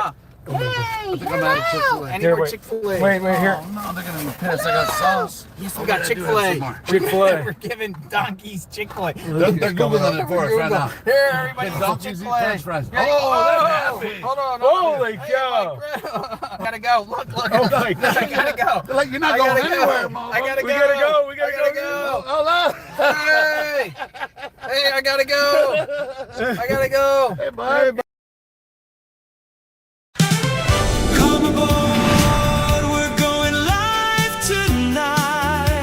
Welcome aboard, everyone. Come on in. Camera shining Come on in. the ocean light. The lifeboat soon will be streaming. The lifeboat cameras are gleaming. Step aboard, there's a story to show. Every deck has a place we can go. The lifeboat, everyone's watching. The lifeboat, the chat never stopping. Set your course for the truth tonight with the spotlight shining bright. Come aboard and bring your crew. There's a case and a clue or It's so two. great to see you. I From can't the wait for you lounge to to get on the board. ocean. Come on, everyone's here. There's Let's go. live stream drama. Welcome aboard. Everywhere. The lifeboat, full of surprises. The lifeboat, when the curtain rises. One more wave, one more show. Everybody's on the lifeboat.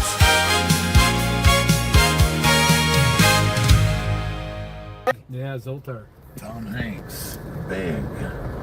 All right, Ted, want to go to the bar? See you guys. Oh, where's the You bar? going to the bar? Yeah. Are you? Right? Where's All it? right, I'll see you in a I second. probably can't go line in the bar. Where's the Here, bar? I'll be back. Here? Yeah. Okay. Do you want to go with him? No, good. You'll be fine, right? All right, Ted. They'll put a name Ted's tag going on to the down. saloon. Everyone's going to be like, don't let him go along. Ted's going in the saloon. He really is going in there. Good luck. We're going to look for some ice cream. Outlaw Willie's right here, guys. Look. We got mules just walking around. Hey. I can't see him because the result on. So work? Oh, my card. Yeah, here. I see Just you don't over there. record my card. Come on over and let Zoltar be sharing with you your fortune. Damn. Did it go? I don't even know. I said it went through, right? There we go. What's my fortune? Your small payment will reap great benefits if you listen to these words of wisdom from the all-knowing Zoltar. Okay, come on, The Zoltar. best place to find a helping hand is at the end of your arm. Yes, you must work for happiness. So go on, take your 2 hands, get some money out of your pocket, and let Zoltar. Oh man! Get your card. It's a card, bro. Oh, I didn't know this. Zoltar, the great gypsy. And You've been see feeling your a bit fortune. uninspired by Come the see people it who too. surround you. No, that's actually Zoltar can't be any worse. Now seems like a good time to Tell me you reevaluate wanna who be you big. choose to spend your time Tell with. me you want to be big. Okay, yeah. Zoltar, I want to be big. I want to be big. Here, we Tell we me have you to wanna do be another big. one. We have to do this. Tell Zoltar you want to be big. It's like you didn't put enough money in. Yeah, yeah. Tell Zoltar you want to be This- big. This is as inaccurate as it gets, Zoltar. Okay, next one. Are you ready? For Zoltar, the wise gypsy, has prepared a little poem just for you. Thank you, eye contact. Life is mostly froth and bubble. 2 things stand alone. Kindness in another's trouble. Courage in your own. Do not worry, little one. You are not little one. But have courage today in your adventures. And come back to visit Courage. Zoltar for more Bro. wisdom. All right, now. What do you call you, little man? What Little are you man, waiting you are for? very Come on quick-tempered, over quick to get for a excited, small and quick to fee. cool off. This will cost you Zoltar some will dear give friends. of wisdom. Next time something happens to you, slow down and Thought he choose to wanted respond more. with logic instead of reacting with emotion. Nice. Oh man, this is- Zoltar. Thank you, Zoltar. Thank you, Thank you, Zoltar. The wise gypsy. The wise gypsy. Get the card All back? right, bye-bye, Zoltar. We love you. See you, Zoltar. Bye. All right, tell me my future. Ah, yes. I see confusion, bad decisions, and a gas station hot dog in your immediate future. Your turn.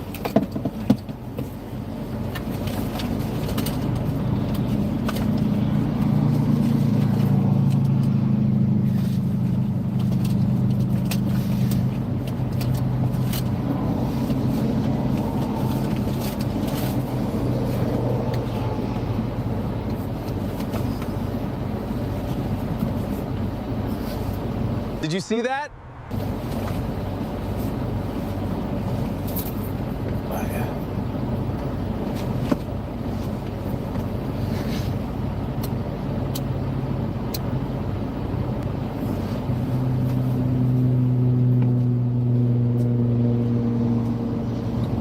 Oh God, you guys need to see what Ted's doing. Hold on. Hold on.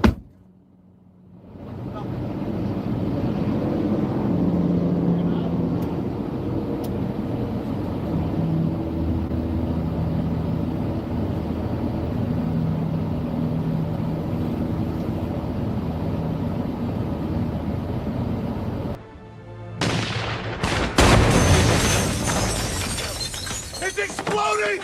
Run! Run! Go! Yeah!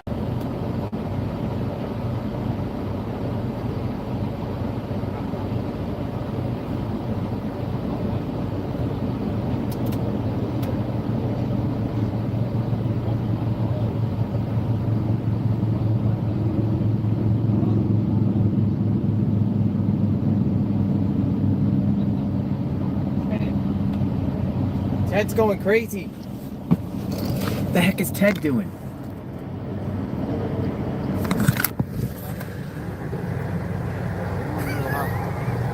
What the heck is going on here?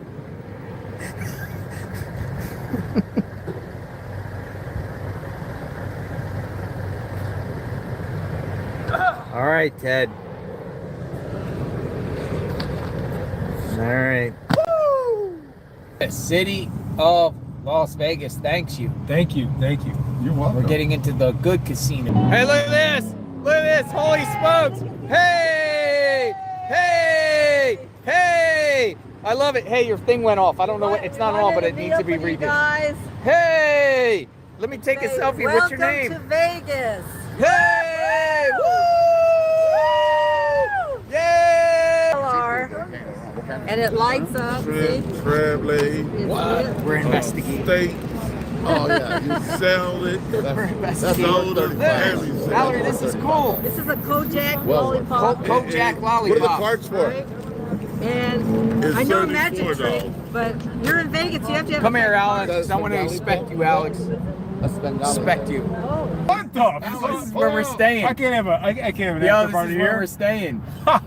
The circus circuit. 3 clowns are coming in. That building. Look, It's right there. It's right there. That's what we're staying. That looks like the one where the shooting happened. The circus. What's the shooting line? Is that the Conrad one? Yeah. Remember? That's our spot, huh?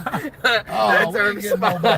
Everybody's telling us you better not stay here. The guy, The circus. even the guy was giving the free buffet to him, he was like, "Fuck you, I don't want to go." Oh man, look, the circus, a That bunch dude of didn't have no clowns. money, and even he said was like, "Nah." The circus, a bunch of clowns. Calm down, Ted, before you do something stupid.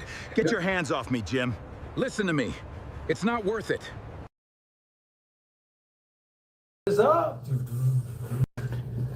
We're in Vegas, folks. I got Ted with me. Breaking news.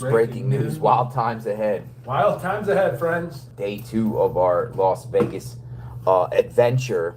Here's what our plan is. Me and Ted are gonna hit the streets. We're gonna hit the streets, and we're gonna walk around Vegas. My room's right there. That's where I slept last night. The other one bed, I just took all the pillows from that room and put it there. Ted's already there. Ted investigates.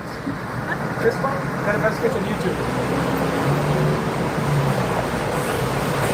Ted, you're wild, man. Circus.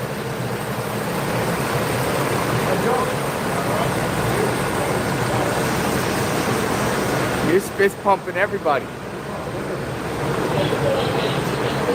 Double-decker bus. Oh, cool.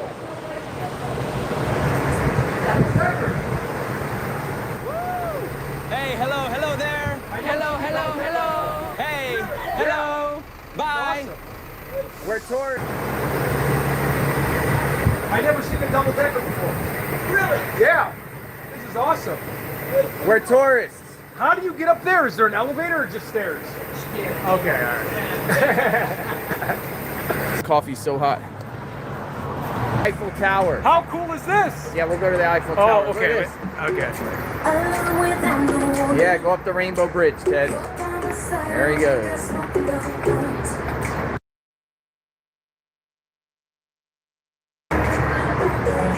Whoa, he fell. He fell.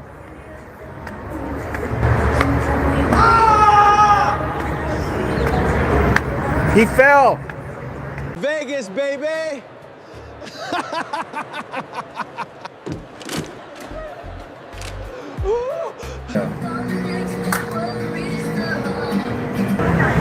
Palado. Keep moving. Roll up. Whoa, do it again. Again? All right, I'm back.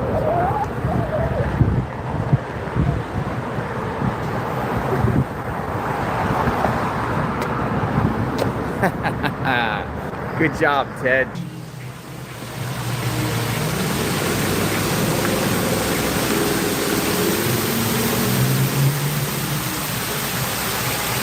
Take it with.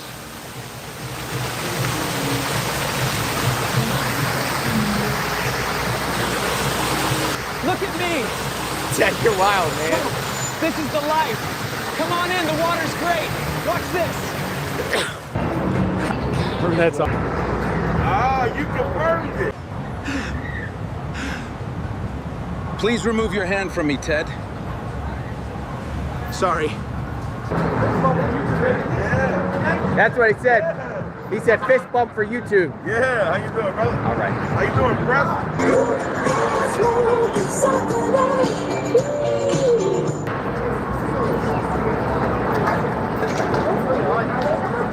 And the stream. Ted has a free spirit. Love that too.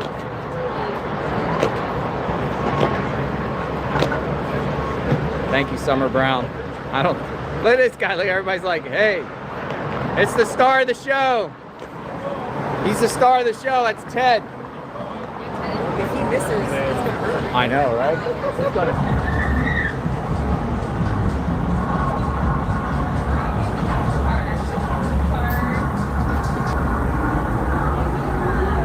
Ted's getting a beer. Auga! I'll have whatever she recommends. That zip line. Yeah, Ted, you're gonna get a zip line. Thank you too.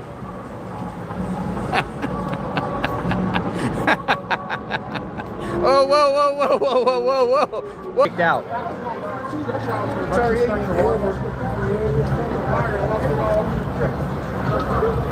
What's going on? Nothing but you, baby. Nothing but you. Come on in. Come on in. Come on in. Here, you want to say hi to my viewers? Hey, your name's Matthew, right? How are you? Wonderful. How are you? What's going on? Oh, nothing much. How are you doing? Good. I've seen you on YouTube before. Yes. You make some videos about me. I did. Yeah, what's going on? Nothing. Just Anything here. to say? Matthew, right? Yeah. Are you trying to bully me? Huh? Are you trying to bully me? No. Sure sounds like it. You think I'm bullying you? No, you stick your phone in my face. I'm sticking my phone in your face. Look Well, at now this. you take a step back when I say that. Okay. So what's going on? How you doing, Matthew? I'm allowed to be here. You make a lot of you say a lot of things about me I do. online, don't you? So you say it as a statement of fact. Your opinion. Is that a problem? Huh? Is that a problem? I'm asking you why you make videos about me. But you say things as a statement of fact. I have never said it as a statement of fact. But why don't you, as a journalist, ask questions? But you say things as you and Helen Brennan, right? Helen Brennan, right? Nope.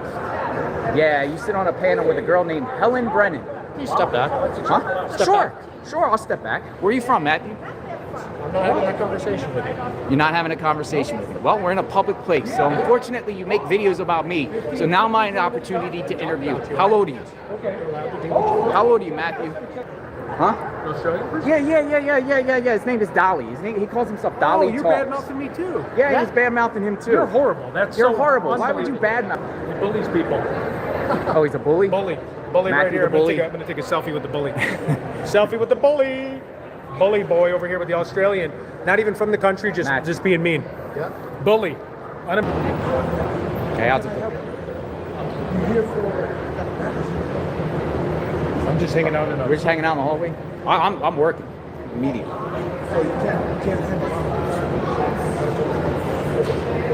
right, I'll follow you out, Ted. I'm okay? Thank you, guys. Thank you. Good? Yep. Can we go down to the casino? Yeah. Okay, just not up here. Thank you, guys. Who complained? Huh? Who complained? Somebody cameras. Someone complained. It was look. He's pulling out his camera. Look, JLR got kicked out of Crime Con. I'm so sorry. I'm sorry, Jonathan, for being a pain. Please forgive me. I've been a very bad boy. Can we be friends?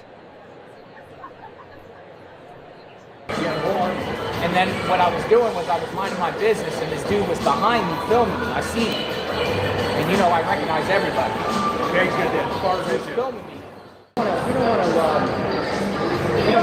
want to just. Oh, look at Chris McDonough right here.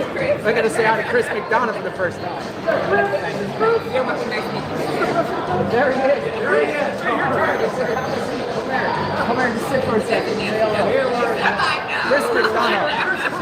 He's the top-notch Nancy Guthrie coverage right here. The interview room's in the house. Just 1 second. Chris McDonough. Cover interview room on YouTube anywhere. The best coverage Nancy Guthrie. We love Chris. The man. Hey. True Crime Mom. True Crime Mom. We're in Joy Outside Crime Con. Where are you from? You guys, you would get EquiSearch, but you guys are like literally that group in Florida. Oh, he made it. He's alive. He's alive. He's alive. He's alive. The boss man is live at the end of the table. I had the pleasure of bringing him to every month. You guys owe me $1 million. Sal Capano. Hey, Sal. Betty, hello. Hey, Sal. We got Sal with the hat. What's going on, guys? Hey, Sal. What's up, man? You want to come and say hi? Hello. Hey, it's Sal. The best. What's going on, guys? Hello. Watch out, this guy here I'm worried about. Sal's buying Ted a drink. What do you want, Jake? Diet Coke. Diet Coke. Sal's buying me a Diet Coke. All right, Sal. Thank you, Sal. What's up?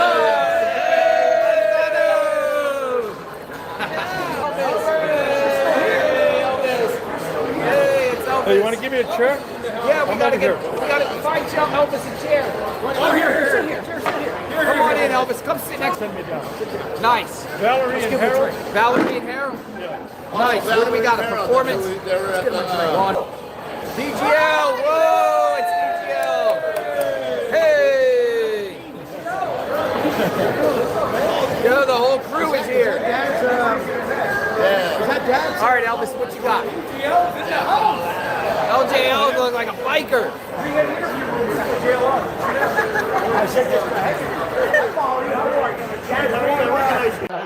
We got Matt. Come on in, Matt. Hey, Matt, say hi to us. What is this?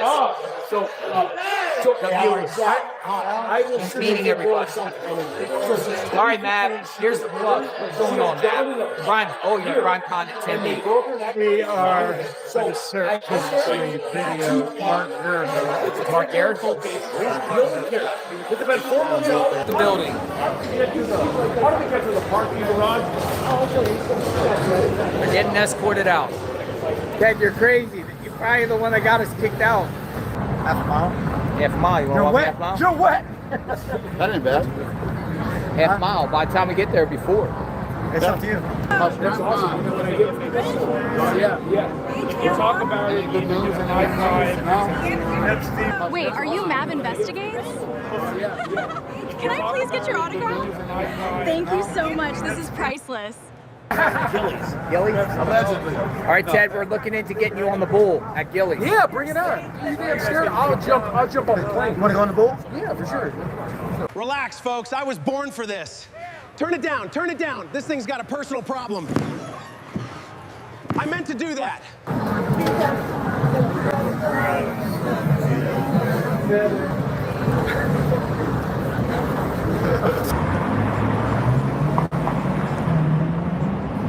We don't know. We just watch.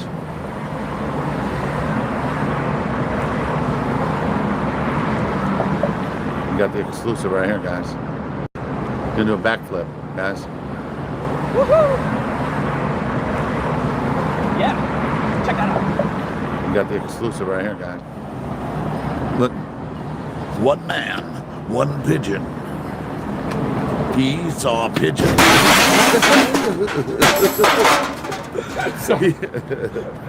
He saw a pigeon. He split. Quit this motherfucker.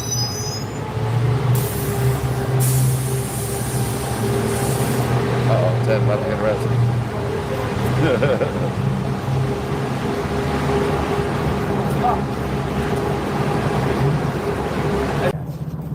Maybe you go in first before Ted. Kind of behind. What kind of behind? You got me in there, right? Oh, perfect. Thank you. Well, look at that. Quite a feast for them.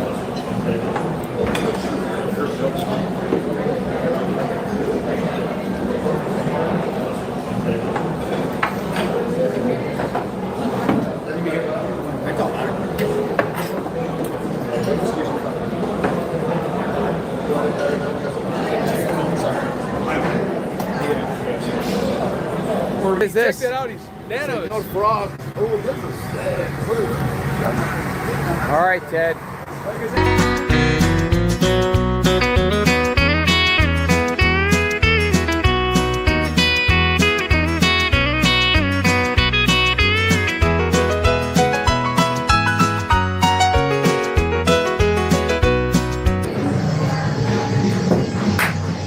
Yeah, you got the guy from Monopoly. Oh, look at that. Oh, wow, look at that. Hey, everybody. Oh, my God. Awesome. No!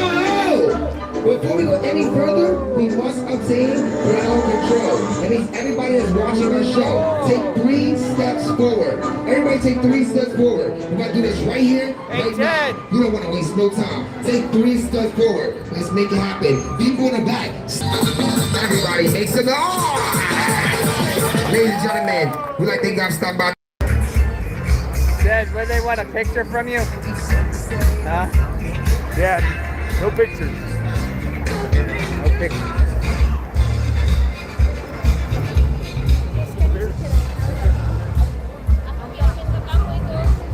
JLR, you got to restart your streaming. Thank you, sir.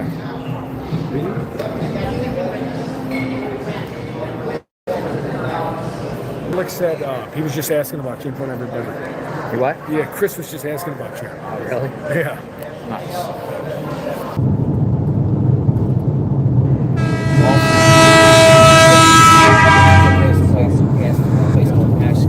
Ash Springs. You'll get more remote then. Oh, yeah.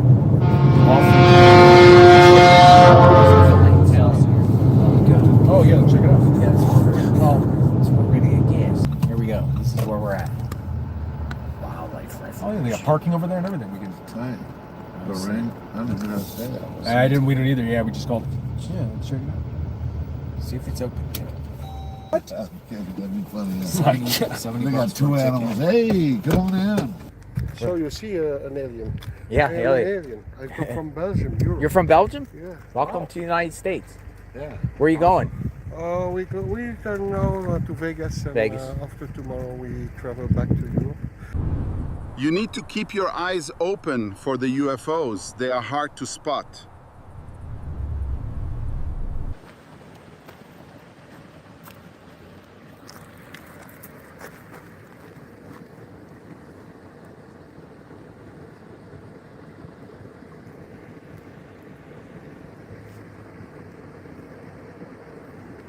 Hello, little buddy. Gophers. I see. No, you're good on this side? Good. Oh. All clear.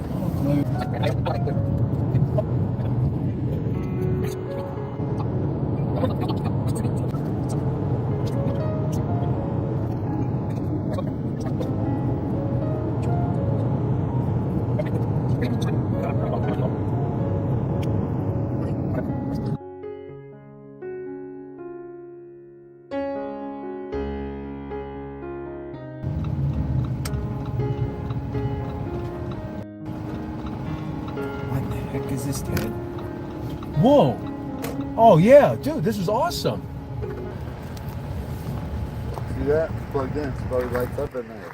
Imagine you can see that from the road, probably. Ted, UFOs. UFOs.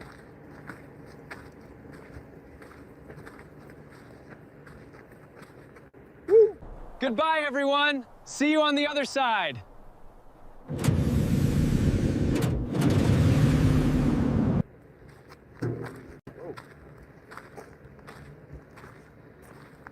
Oh. They're saying they're jumping. Aliens on. Careful, just warning. Oh, look at this. Warning. Alien zone.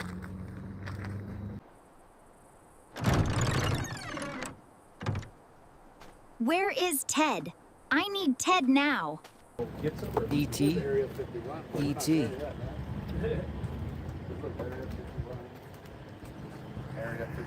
Yeah, well, I'm jealous.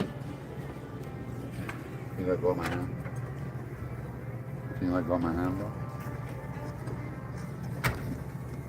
Say hi, that's JLR. Greetings, Earthling. That's what you're craving, not jerky. Jerky. Ted was gonna get some E.T. jerky. Alien candy? I don't really eat candy. I'm dead. Oh, Get look some at this. shade. We're at the extraterrestrial highway. Check out Skinny Bob the Alien. Hey, come here. We're YouTube Live right now. We got 7,500 people watching. What you got? What do you sell? Yeah, we got check out Skinny Bob the Alien on Amazon. Skinny Bob the Alien on Amazon. Skinny Bob the Skinny Bob Alien. the Alien. Are you Skinny Bob? No, but he has a copyright for it. 30 seconds of nice. video, 8mm. Skinny Bob the Alien. Skinny Bob the Alien. First alien influencer. You might want to go back a little Yeah, bit. I'm getting you. Thank you. Thank you. Alien extraterrestrial highway. There it is. We're looking Alien Research Center. Souvenirs, cold drinks. Now open. Aliens. They're like my height. How tall that one is, though. Yeah, no, yeah. All right, let's go visit. Check it out. mails. Yeah, let's see how good the research has been.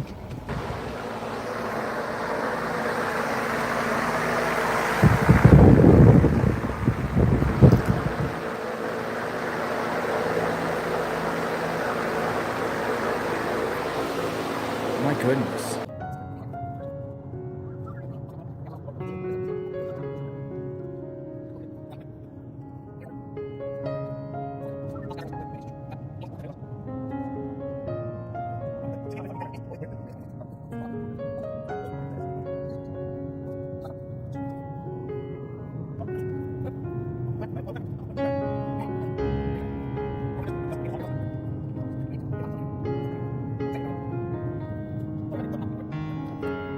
Nice find. This is the black mailbox they're talking about in the dirt road, right here.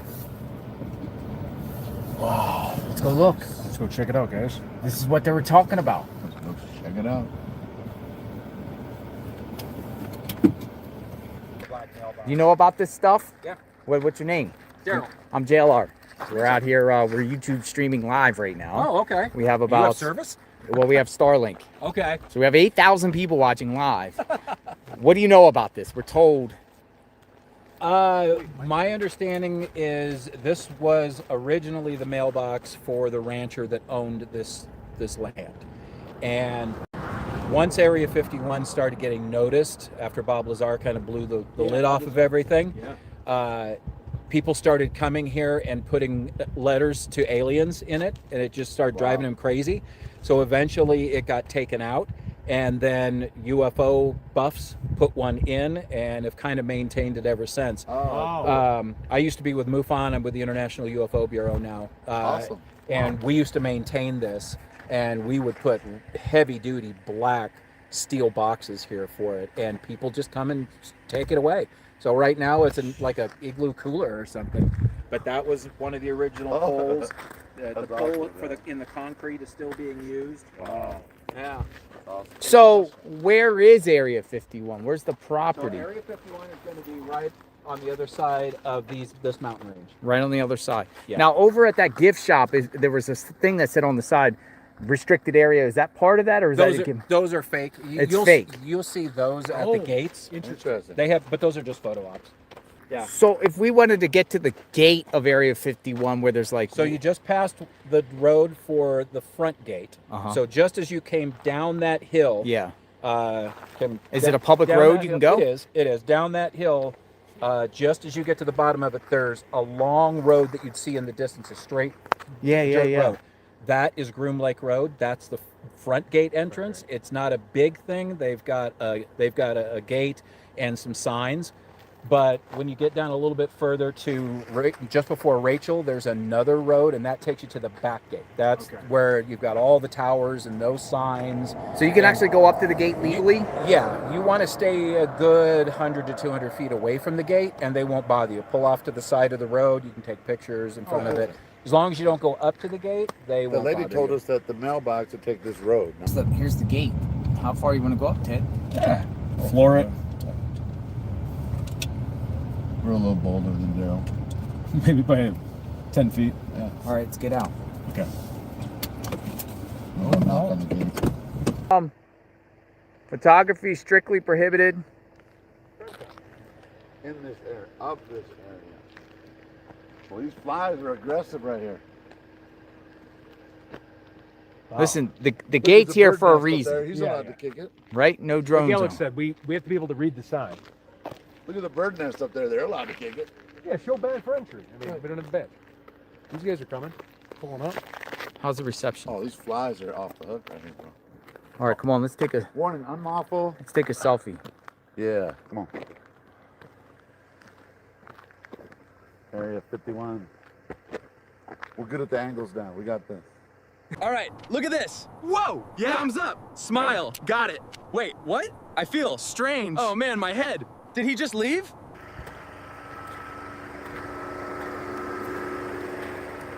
What happened? What happened to this van?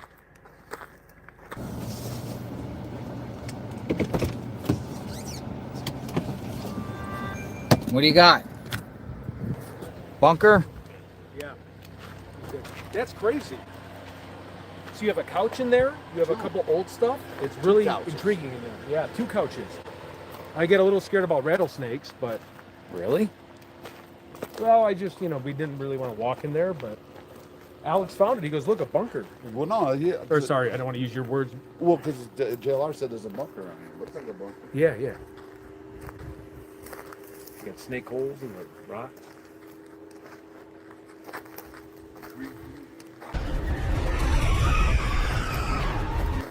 It's creepy. Ew, it stinks in here. I got stuff in there. Any bats in here? Yeah, you don't know what's in there.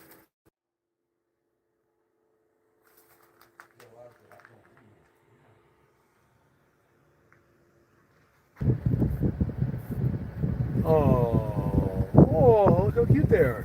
The cows. They all crossed. They're so cute. It's like Yosemite Sam. Let's go see. Check it out. Go check it out. Cool.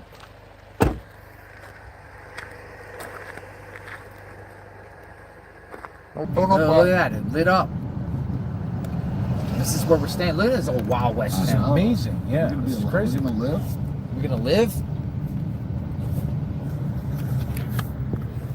No, I think that's the one next door to. This I think is 5 stories. If I read it right. Here it is.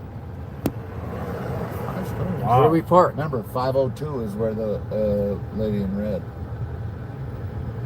A&W. Mitzvah parking. Oh, we got a parking spot. Oh, nice. All right. Wish me luck.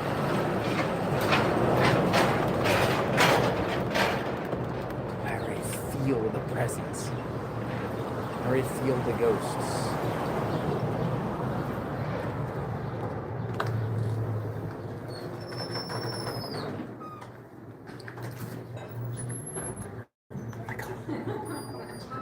Look at this. This is so cool. Dude, it smells so cool in here. Look at this.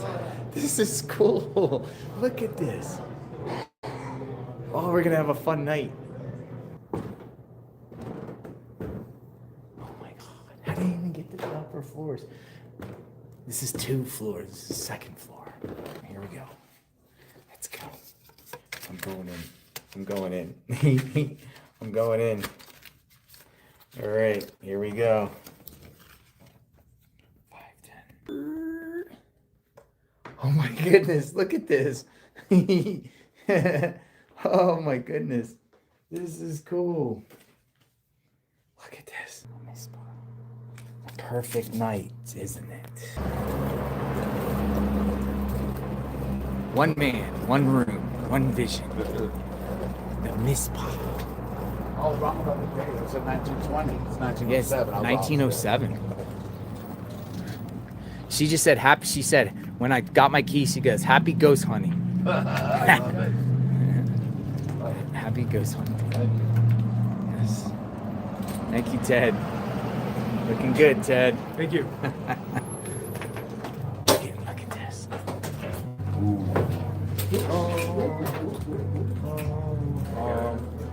Can you hold that? Ooh.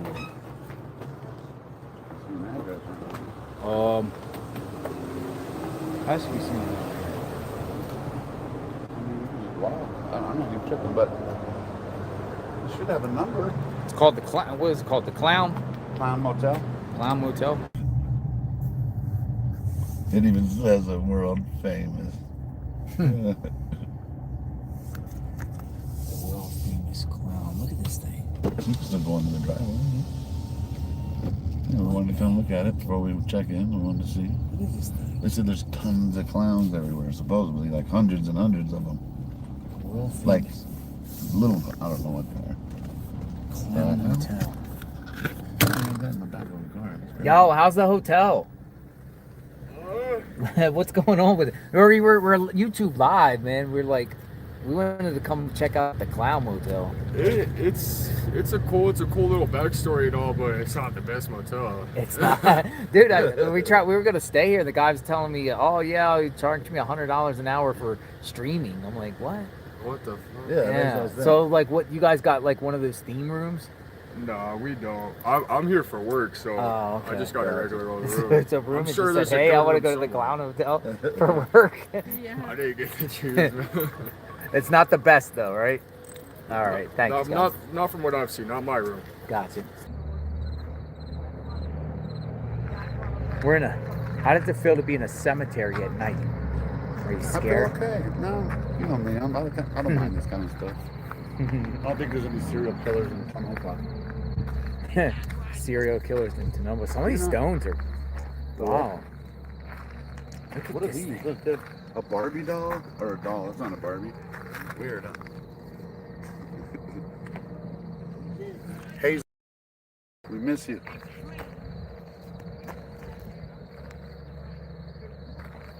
While JLR was sleeping at the historic Mizpah Hotel in Nevada on June 1st, a viewer sent me a timestamp and told me to listen closely.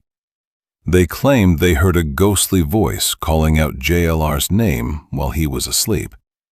So I went back to check it out myself. And now the big question is, did something paranormal happen inside the Mizpah Hotel?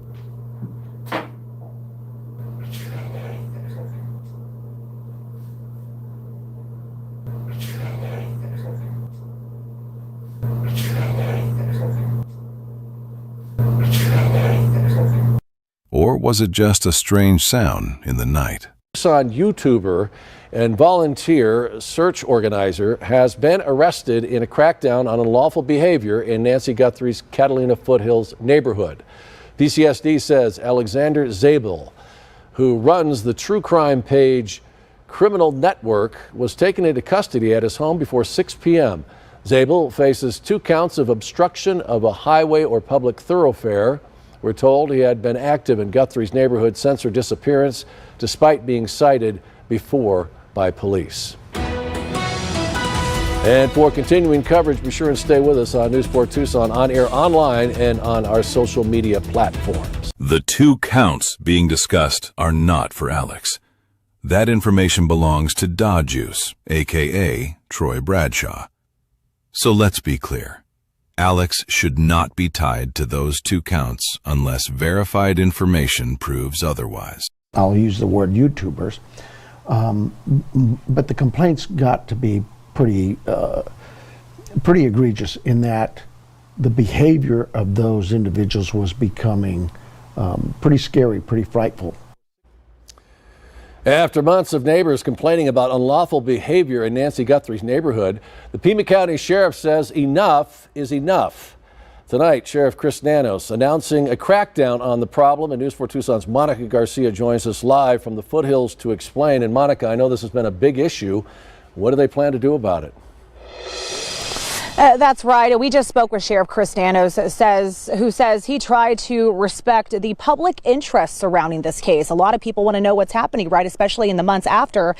And he's also trying to respect at the same time the rights of the people who live in this neighborhood. And let me just step aside, showing you what's still out here, Sean, these no parking signs. But now as we talk about going into the 5th month of this investigation, he says complaints about a small group of individuals has grown so significant that calls to 911 from this neighborhood have tripled. And now he says the warning period is over. So Sheriff Chris Nanos says his office first responded to complaints with education, warnings, and requests for people to respect those that live in this neighborhood. That didn't work. So deputies began issuing citations that carry fines. Well, now going into the 5th month of this investigation, Nanos says some individuals that continue the same behavior despite those citations, well, now they're going to be subject to arrest and possible jail time if their unlawful behavior continues. Take a listen. If somebody's just out there from one of our local media outlets or even a YouTuber and they've not been cited, then fine, we'll give you a citation and expect you to be reasonable with us and not come back. But if we happen to look at you and say, no, you've received a ticket, You've been cited for this same behavior. That didn't do you any good. You've upped the ante for me, so we're going to now take you to jail. Okay, so the sheriff says the new policy is aimed at what he calls habitual offenders. And he goes on to say that he has the support from the Pima County Attorney's Office in this latest move. We will have much more on this story. So coming up tomorrow, we speak directly for the first time from neighbors who live in this area. And they're going to talk to us about specifically what the sheriff was referring to, this unlawful behavior that they've had to endure for months. Live in the foothills, I'm Monica Garcia. Sean, back to you. All right. Thank you, guys. Thank you. Here we go. Hey, how you been? It's a hot one today, ain't it? You know, actually, it's not. I was thinking that it's not that bad with the umbrella and the. Shape, you're so cool. Yeah. You do the YouTube stuff too? Yeah, 857 Tucson. Okay. Yeah. Oh, thank you. Yeah, thanks for what you guys are doing. You know the YouTuber that goes by the name of Alexander? I don't know his last name. I mean, yeah, I've heard of them. Yeah. Seen him around here today or? Not today, no. Man, well, you're not doing nothing wrong. Just sit over there. I just wanted to talk with you. Oh, I appreciate you. Thank you for what you're doing out there. We stand with you guys. Oh, I got water and yeah. This umbrella is the key though, right? Yeah, they did. He asked if I knew somebody named Alexander. That is what he asked me. Alexander, he did ask. How we doing? Not bad. How you doing? Big welcome those of you guys tuning in. Good to see you guys in the chat. Big welcome, guys. Welcome, So we were told to come out and talk to y'all, and then to see what y'all up to, get your IDs, all that stuff. What's going on? What crime are you accusing me of doing? Allegedly public nuisance. Yeah. No, have you talked to the other? They already came by here. Hey, wait a minute. We already had sheriffs come by, and I talked to him. He said we're cool. When was that? About 2 hours ago. I mean, I have it on video and everything. Man, well, you're not doing nothing wrong. Just sit over there. Yeah, he came out and he's like, "Are you 857?" I'm like, "Yeah." He's like, "Oh, you're cool, man. You're cool. We know you're not up to anything." So yeah, I mean, if you guys look on your call log, you'll see there was 3 sheriffs out here like 2 hours ago. All right. Yeah. Direction we're going. No, I'm out of here. If you guys are gonna, I mean, we're not doing anything. Just get his 43 and we'll get going. Yeah. All right, bro. You have ready? I know, bro. I know. Do you guys have any reason that you're a public nuisance? That's oh wow. That's the statute. That's what I was told. What's that? Right now. Is that from your town? Oh yeah.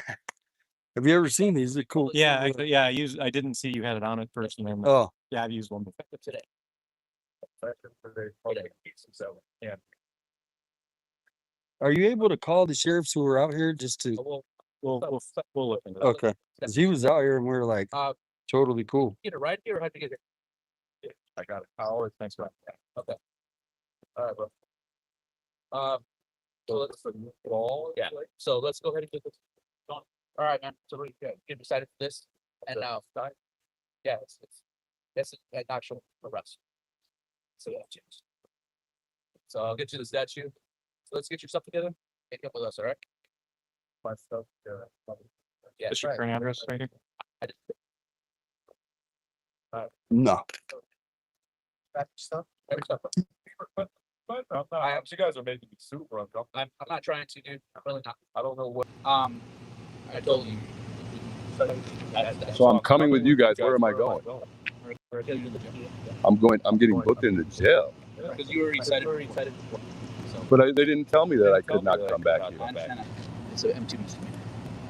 An M2 misdemeanor. So let's get your stuff together and come with us, all right? Get my stuff together and come with you guys. Yes. Right. What did I do wrong? I just told you what we did. So, all right. So, Grab your stuff. Can we request a supervisor? The fallout continues tonight after the Pima County Sheriff took action against 3 YouTubers he says disrupted a Catalina's Foothills neighborhood with unlawful behavior. Charges range from obstruction of highway or public thoroughfare to being a public nuisance. News 4 Tucson's Monica Garcia is live with us tonight. She's been following this all along from the beginning. She's now joining us from the newsroom with the latest on the enforcement action. Monica, what have you uncovered? Yeah, Sean, a lot happening here. We did learn of the stricter enforcement in an interview we have scheduled with the sheriff on Monday on a different story that we were doing. So that crackdown, the sheriff says, is happening in the neighborhood of Nancy Guthrie, the 84-year-old mother of Savannah Guthrie, who disappeared over 4 months ago. He says it follows numerous and constant complaints from people living in that neighborhood, claiming individuals are trespassing, blocking roadways, and disrupting the peace of the neighborhood. The sheriff says the calls and patrols in that area have been extensive, and his deputies have gone above and beyond to communicate with content creators there to help keep the peace, but to no avail. Nanos went on to say that he supports everyone's First Amendment rights, but says the behavior in that neighborhood has gone beyond that. And we started getting calls from the neighbors about actually a certain group of these, I'll use the word YouTubers, but the complaints got to be pretty egregious in that the behavior of those individuals was becoming pretty scary, pretty frightful to the neighborhood. And so the sheriff also tells us that he has the support of the Pima County attorney. We reached out to her and she sent us this statement on the charges. She says the sheriff was advised by PCAO of the potential criminal charges available involving misdemeanor public nuisance citations, given neighborhood reports of chronic challenges. These cases, like all other cases, must thoroughly be evaluated to see if they reach the threshold for prosecution in our office. And so, Sean, as for the 3 YouTubers accused in this case, they've all taken to their individual platforms disagreeing with the charges against them, accusing the sheriff of being unconstitutional. We will continue to follow the story. From the newsroom, I'm Monica Garcia. Back to you. KVOA's segment on Da Juice used 2 censor bleeps, so I pulled up the original video to compare. Listen for yourself, and let me know what you think in the comments. Here comes Sue Ellen. I couldn't find anything that justified those bleeps. No clear profanity, slur, or comment needing censorship. So why add them? Here comes Sue Ellen. We're told neighbors are constantly filmed and put on blast on the internet, some with their names, addresses. What a douche. What a douche.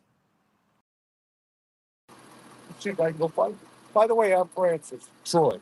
I go by the Deuce, so I'm on YouTube, so. Okay. Yeah. Well, I'll see you. All right. Let me know. Hopefully you find it. He's out there. Here comes Sue Ellen. All right, be safe. You too, brother. What is it? Are you from the neighborhood? No, I live on the Tucson National. You know where that's at? I don't. Hero and Yeah. Shannon. Gotcha. Say it again. He put you in your colleges? In Cotero? Well, it's actually Laguna. I'm not too sure. I think she's getting your plate. We're just chatting away. He's leaving right now. You're all right. She's getting your plate, but we're just chatting away, Sue Ellen. He's not here to park or anything like that. She's trying to take a picture of your plate, but she's having a hard time pulling up her phone. Why? Can't you stop for a second? Apparently, according to her, no. She doesn't like anybody stopping here. Yeah. Sorry, brother. It's scenes like this, a streamer live streaming himself using a portable toilet in the neighborhood and then appearing to dump its contents on the ground.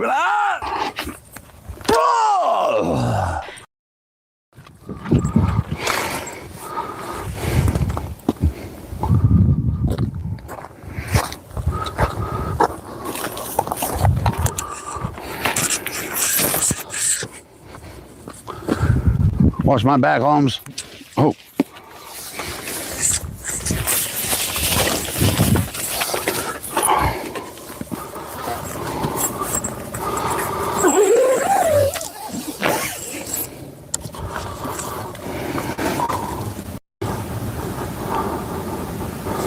Be cool.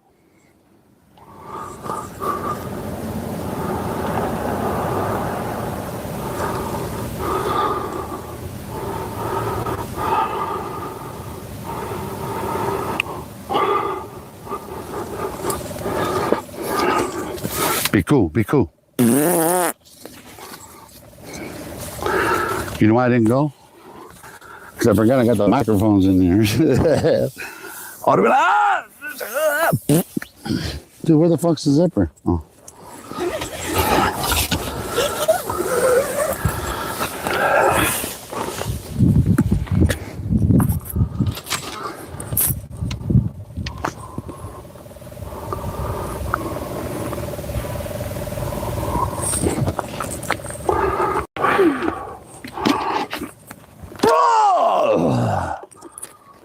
Yuck!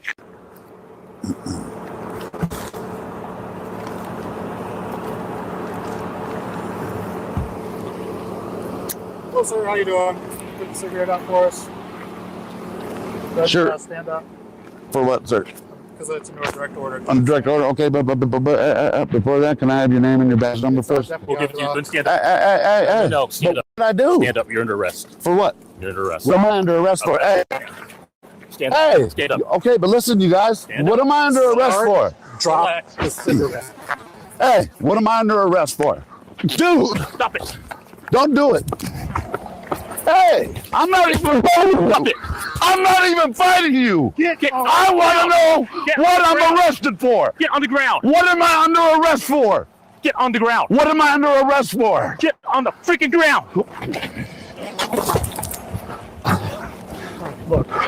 I didn't shove him down. Comply. What am I under arrest for? Comply. I will, but what am I under arrest for? Fucking ass. Don't twist me.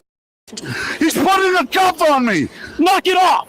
He's putting a cuff on me. Relax. Tell him you're putting a cuff on me.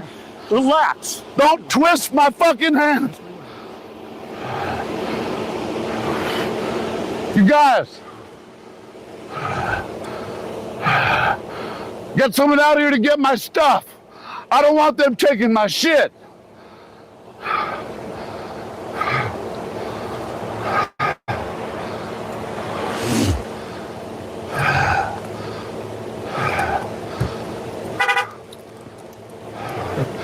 Sir, can you please make sure my stuff's picked up?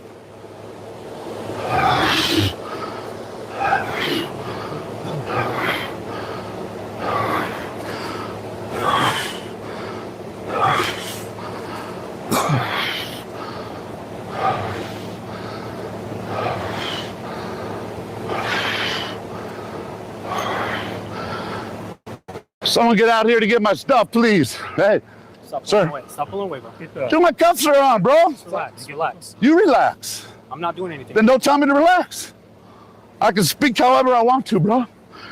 You're no bigger of a human being than I am, bro.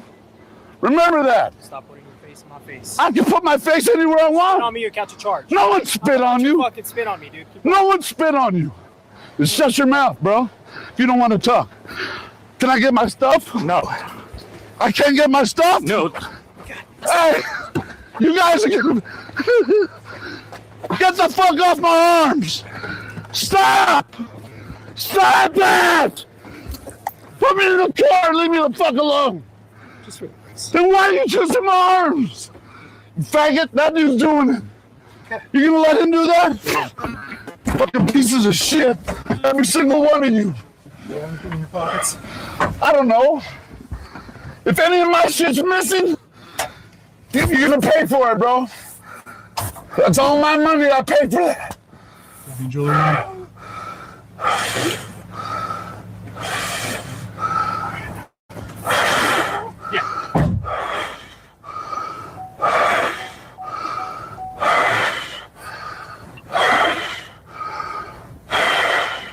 Juliet 914, Right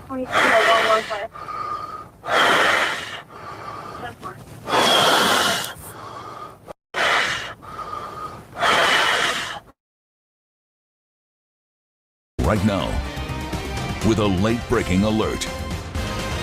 Thanks for joining us for 13 News. Live at 5, I'm Valerie Cavazos. We begin with late-breaking news. In the search for Nancy Guthrie, the FBI, in just the last hour, responding to media reports stating federal investigators believe ransom notes in the Guthrie case are fake. And to that, they say, quote, the FBI and its task force partners have received several ransom notes over the course of this investigation. Some have been deemed to be extortion attempts without legitimacy.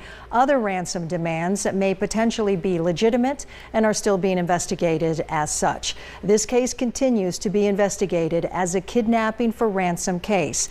The FBI has and will continue to offer all assistance possible in the investigation. However, local authorities remain the lead. Those local authorities, including the Pima County Sheriff's Department, 13 News anchor Brooke Wagner spoke exclusively with Sheriff Nanos today. She joins us live from the PCSD headquarters. Brooke, what did the sheriff tell you? Yes, Valerie, the sheriff reacting in very much the same way to those reports as what you just heard from the statement from the FBI, saying that every communication, every missive, every tip is taken very seriously. But I guess there's something out now that says, the FBI or the sheriff have dismissed notes. That is not the truth. What we know is we have a number of notes that we are actively looking at and will continue to actively investigate. And the sheriff says, make no mistake, this is still a very active investigation, with his team talking daily with the FBI and going over still incoming tips. He talked about DNA evidence and how branching out into genealogies can and has taken months. As for letters received, Nano says they're all handled seriously and with care, because this is not just a story or a case. This is a family in our community at the center. And for the Guthrie family, every communication brings the possibility of hope. When reached for comment, Savannah Guthrie told 13 News, "It is 5 months of agony and unending trauma for our family. There is not a moment that goes by that we aren't actively trying to find our mom. We thank the people of Tucson for holding her in their hearts, as well as both the FBI and the Pima County Sheriff's Department for their tireless work on behalf of our family. Bring her home." For the Guthrie family, every communication brings the possibility for hope. Hope that keeps the law enforcement team going every day. Oh my goodness, their energy level is still up here. They're still charged up. Nobody's like, oh my goodness, we're not. And that's positive feed for me to say my team is still in this. They don't need any more motivation. They're gonna find this person. And at 13 News, we have chosen not to broadcast other outlets reporting on this topic because we cannot independently verify it. And that's why our goal here at 13 News is to make sure that we are bringing you thoughtful, ethical, accurate coverage on this story from start to finish. We'll continue to work day and night with our sources to do just that. For 13 News, I'm Brooke Wagner at the Pima County Sheriff's Department. Valerie? Thank you. The biggest lead in the case remains video of a suspect from Guthrie's doorbell camera. Investigators say he's a man around 5'9" or 5'10" with an average build. The video shows him tampering with the camera, wearing what appears to be dark clothing, gloves, and an Ozark Trail hiker backpack that's sold at Walmart. Now, if you have any information on Nancy Guthrie's disappearance, Pima County Sheriff's detectives want to hear from you, and you can contact them at 520-351-4900, and you can also dial 1-800-CALL-FBI or use the QR code that you see on your screen, and we also have this. Well, folks, we just dropped in on the Nancy Guthrie case. It's about damn time. Fellas, you dropped your flag about a mile down on Campbell Avenue. Thanks, man. We appreciate it.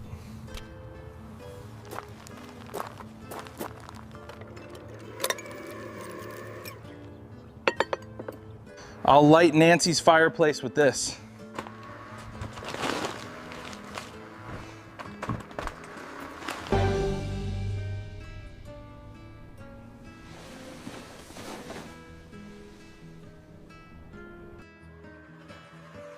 You startled me, Jacob. Yeah.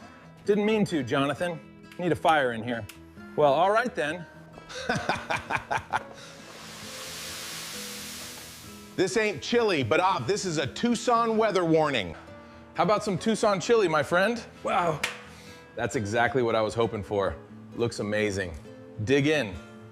Something smells really good. Yeah, what is that? I wonder what's cooking. Hey, guys like to try some Tucson chili? Oh, hell yes. I didn't come to fucking dance. I came to party.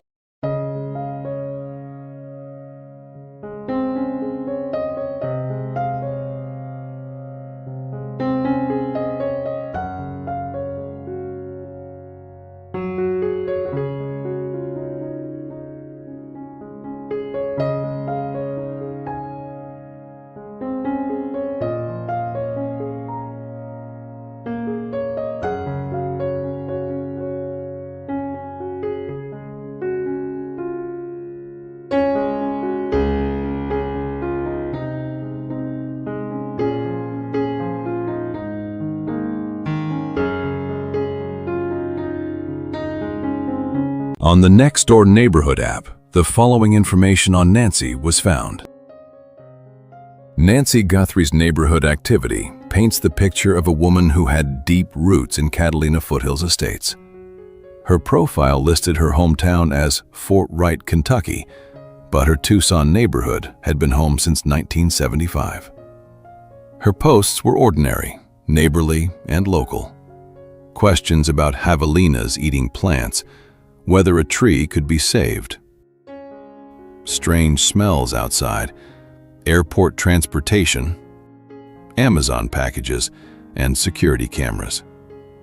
She also listed several Tucson favorites, including Firebird's Wood-Fired Grill, Village Bakehouse, and Guinea's French Cafe. One post that stands out came in November 2021, when Nancy asked neighbors about Ring or Nest doorbell cameras because she wanted to see animal activity at night. Another memorable post came in December 2020, when she recalled her first Christmas in Catalina Foothills Estates back in 1975, when people on horseback came to her door singing Christmas carols.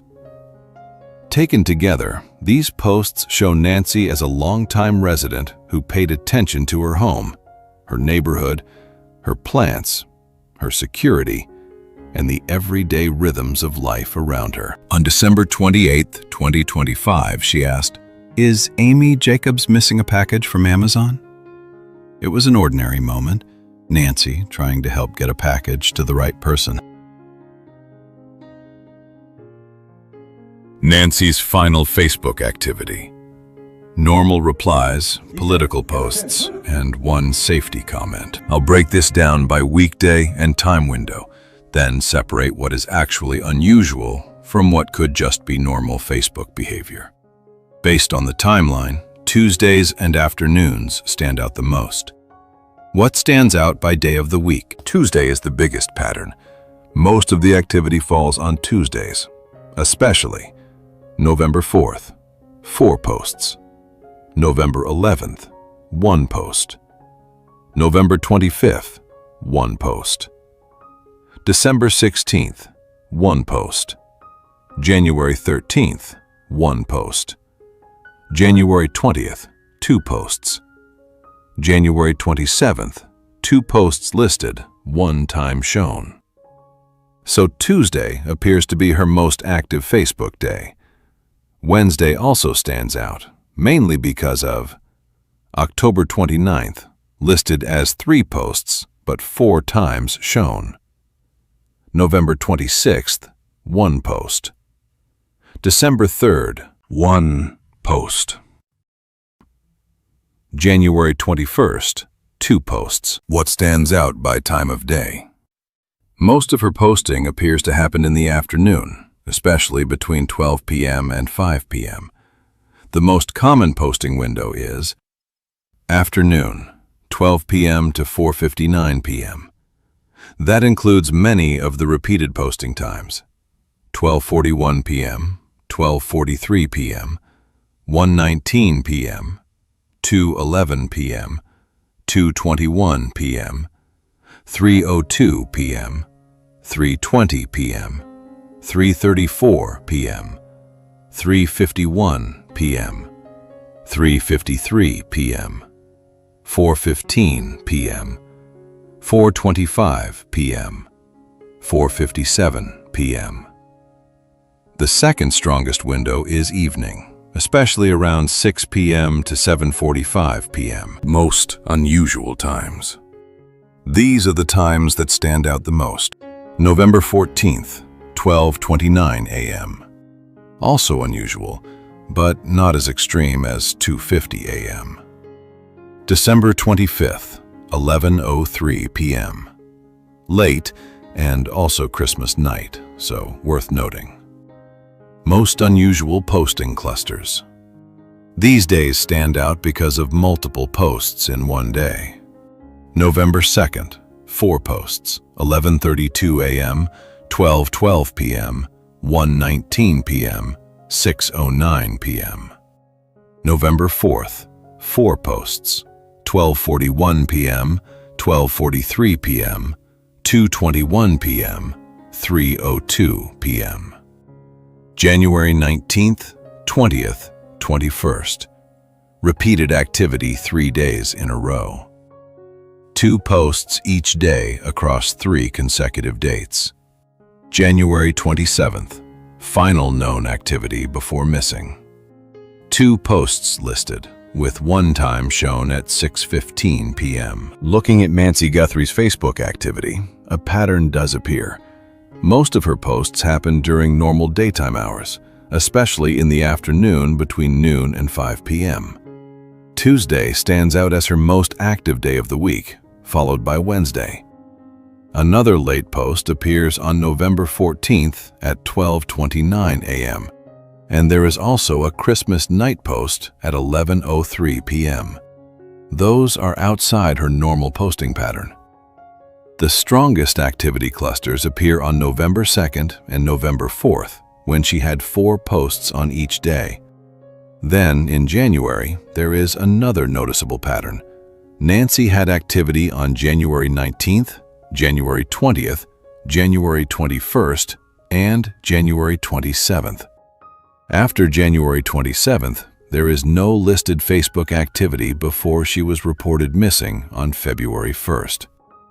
So the unusual part is not just one post.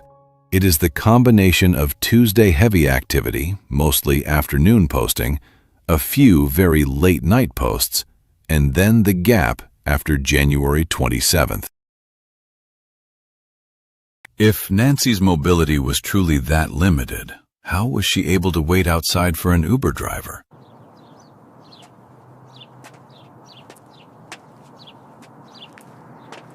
How was it easy for her to regularly going over to a friend's house for Sunday church services? Was Nancy having a good day that day? But if Nancy had severe back pain, limited mobility, and could not simply wander off, it raises a fair question. Was living alone still safe for her? Should there have been overnight care, live-in help, or a different living arrangement with family? This is not about pointing fingers. It is about understanding Nancy's vulnerability and whether she had the protection her condition may have required. This photo was taken about 2 years before Nancy disappeared, and even then her wrist and lower forearm appear swollen or thickened. Her hand looks thin, fragile, and veiny, suggesting this may have been a long-term health issue rather than something recent. We cannot diagnose her from a picture, but it does show visible signs of frailty and vulnerability. This next-door post also shows Anne Sion taking notice of an animal in distress. She posted about a cat stuck in a tree and followed up after contacting PACC. While neighbors reacted with concern and urgency, Anne later updated everyone that the owner was rescuing the cat. It shows a local resident paying attention, speaking up, and caring enough to alert the neighborhood when an animal appeared to need help.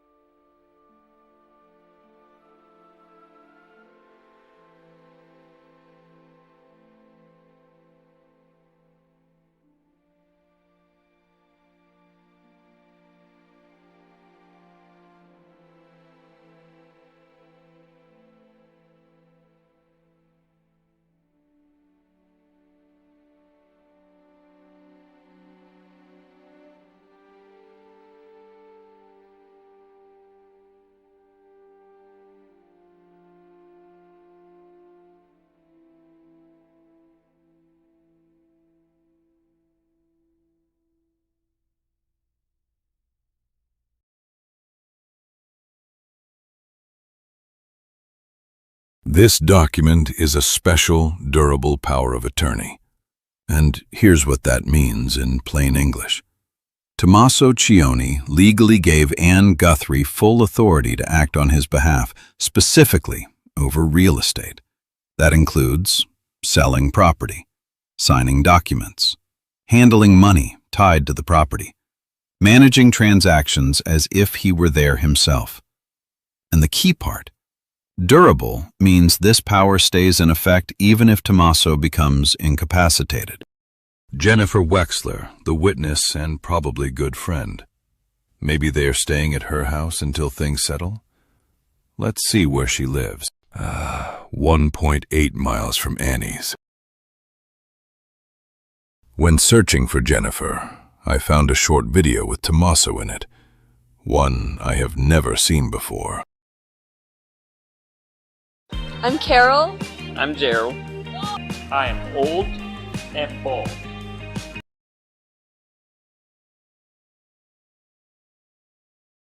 Let's start with Today's Show anchor Savannah Guthrie taking a love of Wordle to primetime television. NBC announcing she will host a new game show based on the popular word puzzle. It will feature teams competing to solve the 5-letter words. Yeah, the Wordle game show is not expected to premiere until next year. In the days that followed, multiple notes demanding payment were sent to various media outlets. The ransom notes or ransom requests came. Did you believe those to be real? There are a lot of different notes, I think, that came. And I think most of them, it's my understanding, are not real, and I didn't see them. Are you telling me you never looked at the ransom note? Is this what I just heard? I didn't see them, but, you know, the 2 notes that we received, that we responded to, I tend to believe those are real. Really? So you responded to notes but never looked at them. This is confusing me. I'm sorry. Cover! What do we got? You're up. Under. Show me. Let's give a big hand to the investigators, Ted and Mab. You both won a trip to Tucson, staying at Motel 6.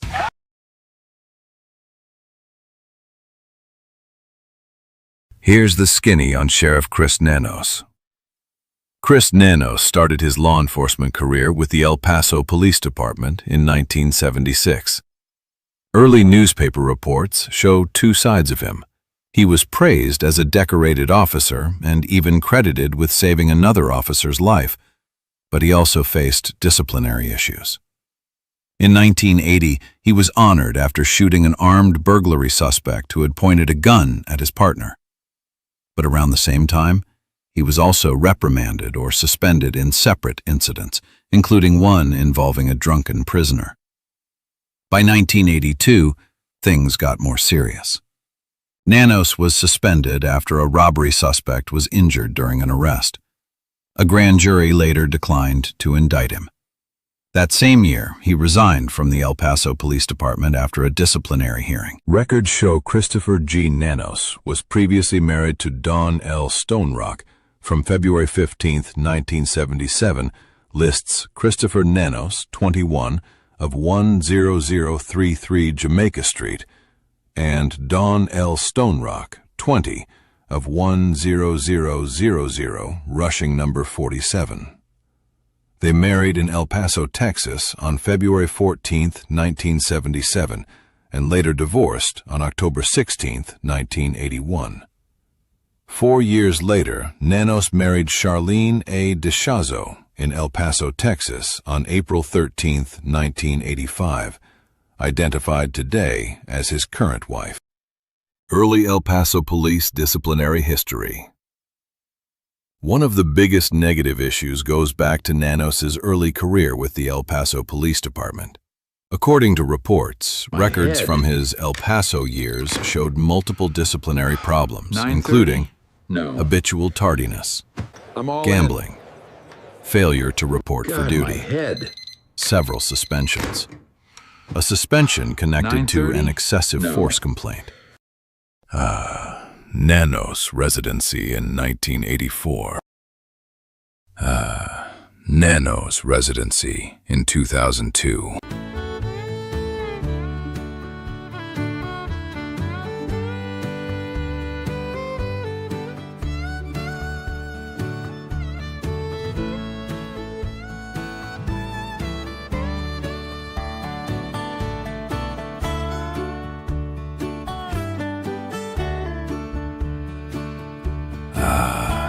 And the current address for Sheriff Nanos and Charlene is 9800 East Sabino Estates Drive, Tucson.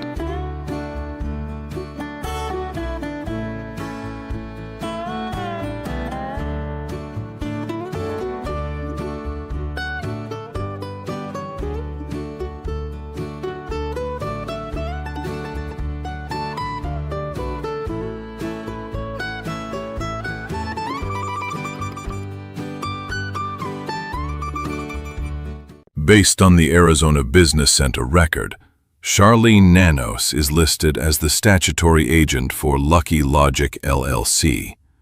I searched extensively, but so far, nothing. But it's still active. Finally, I found a picture of Charlene on Alex's criminal network page. According to People magazine in their discussion with the sheriff, he is no longer directly communicating with the Guthrie family and says those conversations are being handled by the FBI, which is interesting because remember initially it appeared that he was having communication with Savannah and with the Guthrie family, and he is technically in charge of the investigation still as the sheriff of Pima County. Remember, it was never handed over to the FBI. So the fact that he is acknowledging that he is no longer directly communicating with the Guthrie family and says those conversations are being handled by the FBI, you know, there's been a lot of curiosity. Is Savannah Guthrie, are the Guthries getting frustrated with the sheriff? We now turn to some breaking news. The Pima County Sheriff's Department has confirmed a Tucson YouTuber and volunteer search organizer has been arrested in a crackdown on unlawful behavior in Nancy Guthrie's Catalina Foothills neighborhood. PCSD says Alexander Zabel, who runs the true crime page Criminal Network, was taken into custody at his home before 6 p.m. Zabel faces 2 counts of obstruction of a highway or public thoroughfare. We're told he had been active in Guthrie's neighborhood since her disappearance, despite being cited before by police. And for continuing coverage, be sure and stay with us on News 4 Tucson, on air, online, and on our social media platforms. The 2 counts being discussed are not for Alex. That information belongs to Dodjuice, a.k.a. Troy Bradshaw. So let's be clear. Alex should not be tied to those 2 counts unless verified information proves otherwise. I'll use the word YouTubers. But the complaints got to be pretty egregious in that the behavior of those individuals was becoming pretty scary, pretty frightful. After months of neighbors complaining about unlawful behavior in Nancy Guthrie's neighborhood, the Pima County Sheriff says enough is enough. Tonight, Sheriff Chris Nanos announcing a crackdown on the problem, and News 4 Tucson's Monica Garcia joins us live from the foothills to explain. And Monica, I know this has been a big issue. What do they plan to do about it? That's right. We just spoke with Sheriff Chris Nanos, who says he tried to respect the public interest surrounding this case. A lot of people want to know what's happening, right, especially in the months after. And he's also trying to respect at the same time the rights of the people who live in this neighborhood. And let me just step aside, showing you what's still out here, Sean, these no parking signs. But now as we talk about going into the 5th month of this investigation, he says complaints about a small group of individuals has grown so significant that calls to 911 from this neighborhood have tripled. And now he says the warning period is over. So Sheriff Chris Nanos says his office first responded to complaints with education, warnings, and requests for people to respect those that live in this neighborhood. That didn't work. So deputies began issuing citations that carry fines. Well, now going into the 5th month of this investigation, Nanos says some individuals that continue the same behavior despite those citations, well, now they're going to be subject to arrest and possible jail time if their unlawful behavior continues. Take a listen. If somebody's just out there from one of our local media outlets or even a YouTuber and they've not been cited, then fine, we'll give you a citation and expect you to be reasonable with us and not come back. But if we happen to look at you and say, no, you've received a ticket, you've been cited for this same behavior, that didn't do you any good, you've upped the ante for me, so we're going to now take you to jail. Okay, so the sheriff says the new policy is aimed at what he calls habitual offenders. And he goes on to say that he has the support from the Pima County Attorney's Office in this latest move. We will have much more on this story. So coming up tomorrow, we speak directly for the first time from neighbors who live in this area. And they're going to talk to us about specifically what the sheriff was referring to, this unlawful behavior that they've had to endure for months. Live in the foothills, I'm Monica Garcia. Sean, back to you. All right. Thank you, guys. Thank you. Here we go. Hey, how you been? It's a hot one today, ain't it? You know, actually, it's not. I was thinking that it's not that bad with the umbrella and the. Shape, you're so cool. Yeah. You do the YouTube stuff too? Yeah, 857 Tucson. Okay. Yeah. Oh, thank you. Yeah, thanks for what you guys are doing.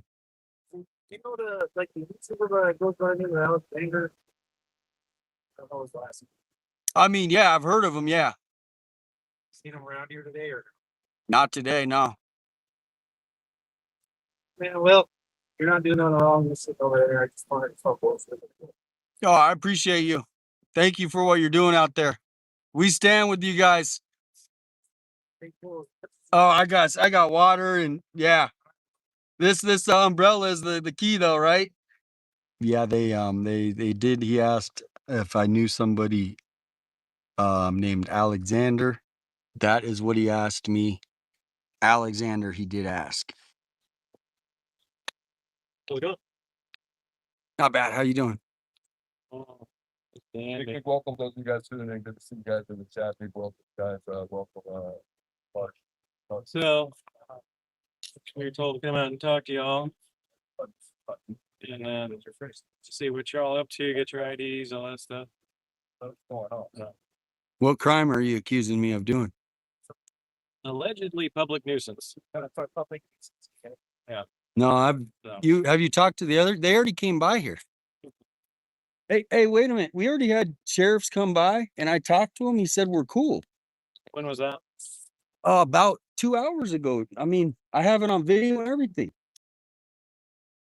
Man, well, you're not doing nothing wrong. Just sit over there.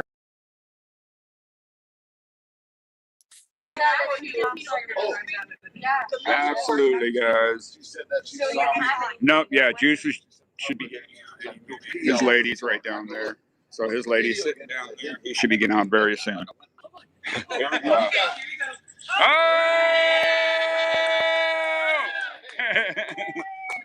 Got Juice. All right, he's out.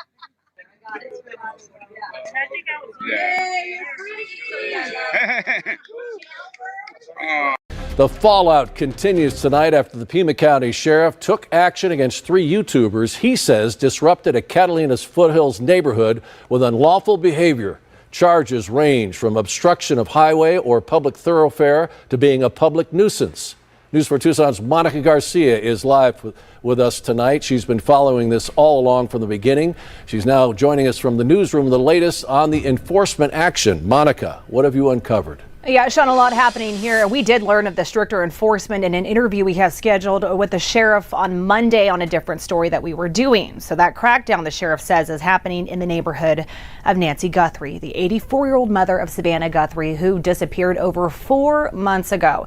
He says it follows numerous and constant complaints from people living in that neighborhood, claiming individuals are trespassing, blocking roadways, and disrupting the peace of the neighborhood. The sheriff says the calls and patrols in that area have been extensive, and his deputies have gone above and beyond to communicate with content creators there to help keep the peace, but to no avail. Nanos went on to say that he supports everyone's First Amendment rights, but says the behavior in that neighborhood has gone beyond that. And we started getting calls from the neighbors about actually a certain group of these, I'll use the word YouTubers, but the complaints got to be pretty egregious in that the behavior of those individuals was becoming pretty scary, pretty frightful to the neighborhood.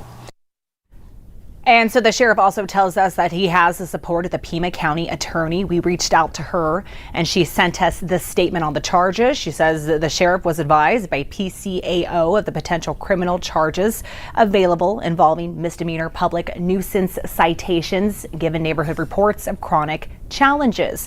These cases, like all other cases, must thoroughly be evaluated to see if they reach the threshold for prosecution in our office. And so, Sean, as for the 3 YouTubers accused in this case, they've all taken to their individual platforms disagreeing with the charges against them, accusing the sheriff of being unconstitutional. We will continue to follow the story. From the newsroom, I'm Monica Garcia. Back to you. KVOA's segment on Da Juice used 2 censor bleeps, so I pulled up the original video to compare. Listen for yourself, and let me know what you think in the comments. Here comes Sue Ellen. I couldn't find anything that justified those bleeps. No clear profanity, slur, or comment needing censorship. So why add them? Here comes Sue Ellen. We're told neighbors are constantly filmed and put on blast on the internet, some with their names, addresses. What a douche. What a douche. See if I can go find. By the way, I'm Francis. Troy. I go by the Deuce, so I'm on YouTube, so. Okay. Yeah. Well, I'll see you. All right. Let me know. Hopefully you find it. He's out there. Here comes Sue Ellen. All right, be safe. You too, brother. What is it? Are you from the neighborhood? No, I live on Tucson National. You know where that's at? I don't. Yeah. Shannon. Gotcha. Say it again. He put you in your colleges? In Cotero? Well, it's actually Laguna. I'm not too sure. I think she's getting your plate. We're just chatting away. He's leaving right now. You're all right. She's getting your plate, but we're just chatting away, Sue Ellen. He's not here to park or anything like that. She's trying to take a picture of your plate, but she's having a hard time pulling up her phone. Why? Can't you stop for a second? Apparently, according to her, no. She doesn't like anybody stopping here. Yeah. Sorry, brother. It's scenes like this, a streamer live streaming himself using a portable toilet in the neighborhood and then appearing to dump its contents on the ground.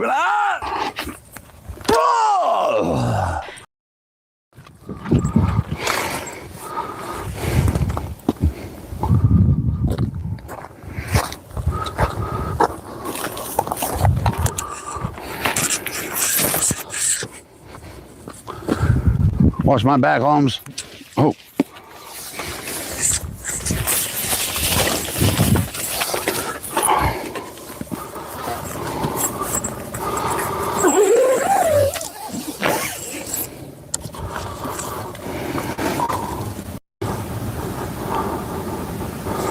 Be cool.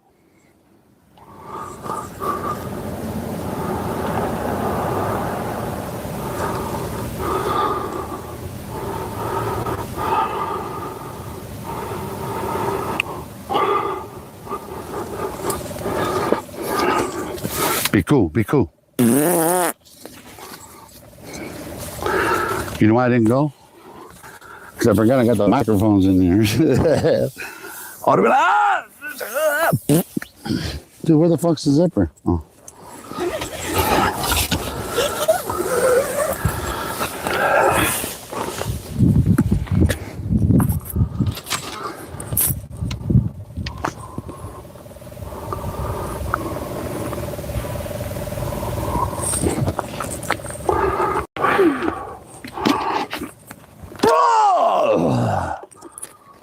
Yuck! Here we go. What you are looking at right now is exterior outside of Nancy Guthrie's residence. And today, the Pima County Sheriff's Department announced that they have officially arrested 3 individuals who identify themselves as social media streamers in the Foothills neighborhood, again, where Nancy Guthrie originally was reported missing. The Sheriff's Department has received numerous complaints about these individuals blocking roadways, trespassing, and disrupting the peace in this neighborhood.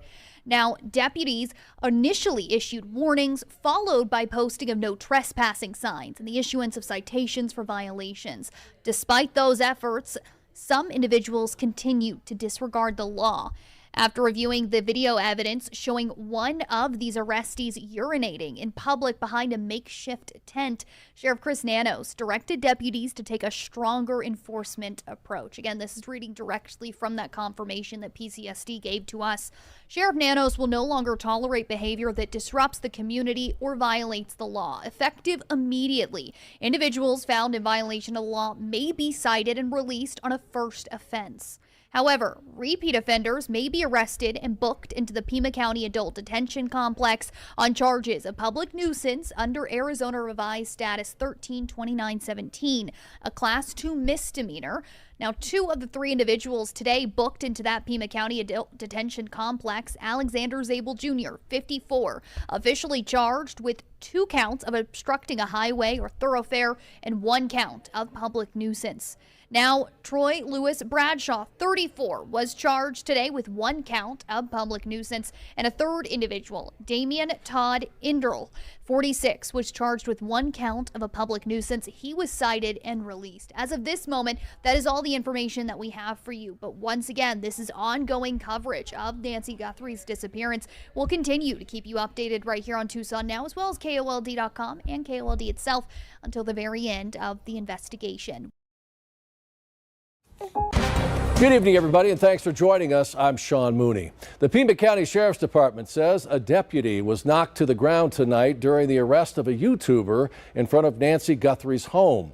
Now, that YouTuber, Alexander Zabel Jr., had already been arrested this week. That was following a crackdown by the Pima County Sheriff's Department in Guthrie's neighborhood after receiving complaints from residents there for weeks.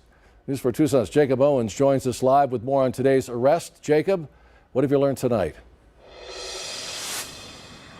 Sean, 54-year-old Alexander Zabel Jr. is now facing a charge of resisting arrest as well as a public nuisance charge. That's following this most recent arrest. We don't have specific information from the Pima County Sheriff's Department about why deputies were called out to the scene or why Zabel was live streaming in front of Guthrie's home. All the Pima County Sheriff's Department is saying tonight is that they had received multiple complaints about Zabel's behavior. So now we're going to show you the video of this incident from earlier. What I'm arrested for? Get on the ground. What am I under arrest for? You can hear Zabel asking why he's being arrested. Eventually, this is going to move out of the camera shot. I didn't shove him down. Comply. What am I under arrest for? Comply. I will, but what am I under arrest for? Eventually, the deputy ends up on the ground. He's putting a cuff on me. Knock it off. He's putting a cuff on Relax. me. I'm not even fighting you. I want to know what I'm arrested for. So now we're going to go to the statement from the Pima County Sheriff's Department they put out about this incident. What they're saying in part is at the time of the incident, Mr. Zabel was live streaming from outside the residence. Deputies made contact with him, and during the arrest process, a PCSD sergeant was knocked to the ground. Mr. Zabel was subsequently taken into custody without further incident and booked into the Pima County Adult Detention Complex. He is facing charges of resisting arrest, that's a felony, and public nuisance, that's a misdemeanor. Sean, Zabel, as we said, he was arrested earlier this week at his home, so he's facing other charges related to that other arrest that did not happen today. Those charges are 2 counts of obstruction of a public highway or thoroughfare and 1 count of public nuisance. We'll keep bringing you the latest in this case. Reporting live from the Pima County Sheriff's Department, Jacob Owens, News 4 Tucson. And at the same time, something else was going on, just not there. Please. Oh, is that him? Hey! I gotta go. Bye. It's Bye. him. Hey! Alex is out. Alex is out, everybody. He Alex is out. here. Look at this. Oh, a cigarette. So, yeah. Yeehaw. All right. Well, that's good. It's sooner rather than later. So he is out, guys. Here he is now. Look at that's going live there. Alex giving hugs. Juanita. All right. Call the phone. Tried watching it. AJ, look at that. AJ and Alex. All right, so and they're with each other. AJ and Alex just hugged each other. That is great to see. this is great. So When did the camera go up? I had the mic on when I went to film. So after that. And new to tonight, the YouTuber who was arrested twice this week, this time outside of Nancy Guthrie's home, is now responding to the charges against him on his Facebook page. 54-year-old Alexander Zabel Jr. is now facing charges of resisting arrest and public nuisance after his arrest yesterday. Zabel disputes claims about his behavior in the neighborhood and says he was exercising his First Amendment rights, saying in part, quote, "I was not there to threaten anyone. I was not there to cause trouble. I was there to exercise my First Amendment rights and keep public attention on a case that remains unsolved." He goes on to say, "If law enforcement believed I was resisting arrest, the reality is that I was demanding to know why I was being arrested for something I did not believe I had done. I never swung at anyone. I never injured anyone." Meanwhile, the Sheriff's Department says it received multiple complaints about Zabel's behavior before his arrest. Zabel has also been charged in a separate case earlier this week with 2 counts of obstruction of a public thoroughfare and 1 count of public nuisance.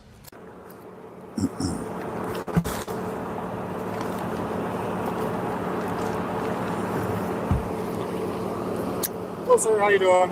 Get the cigarette out for us. Sure. Stand up, For what, sir?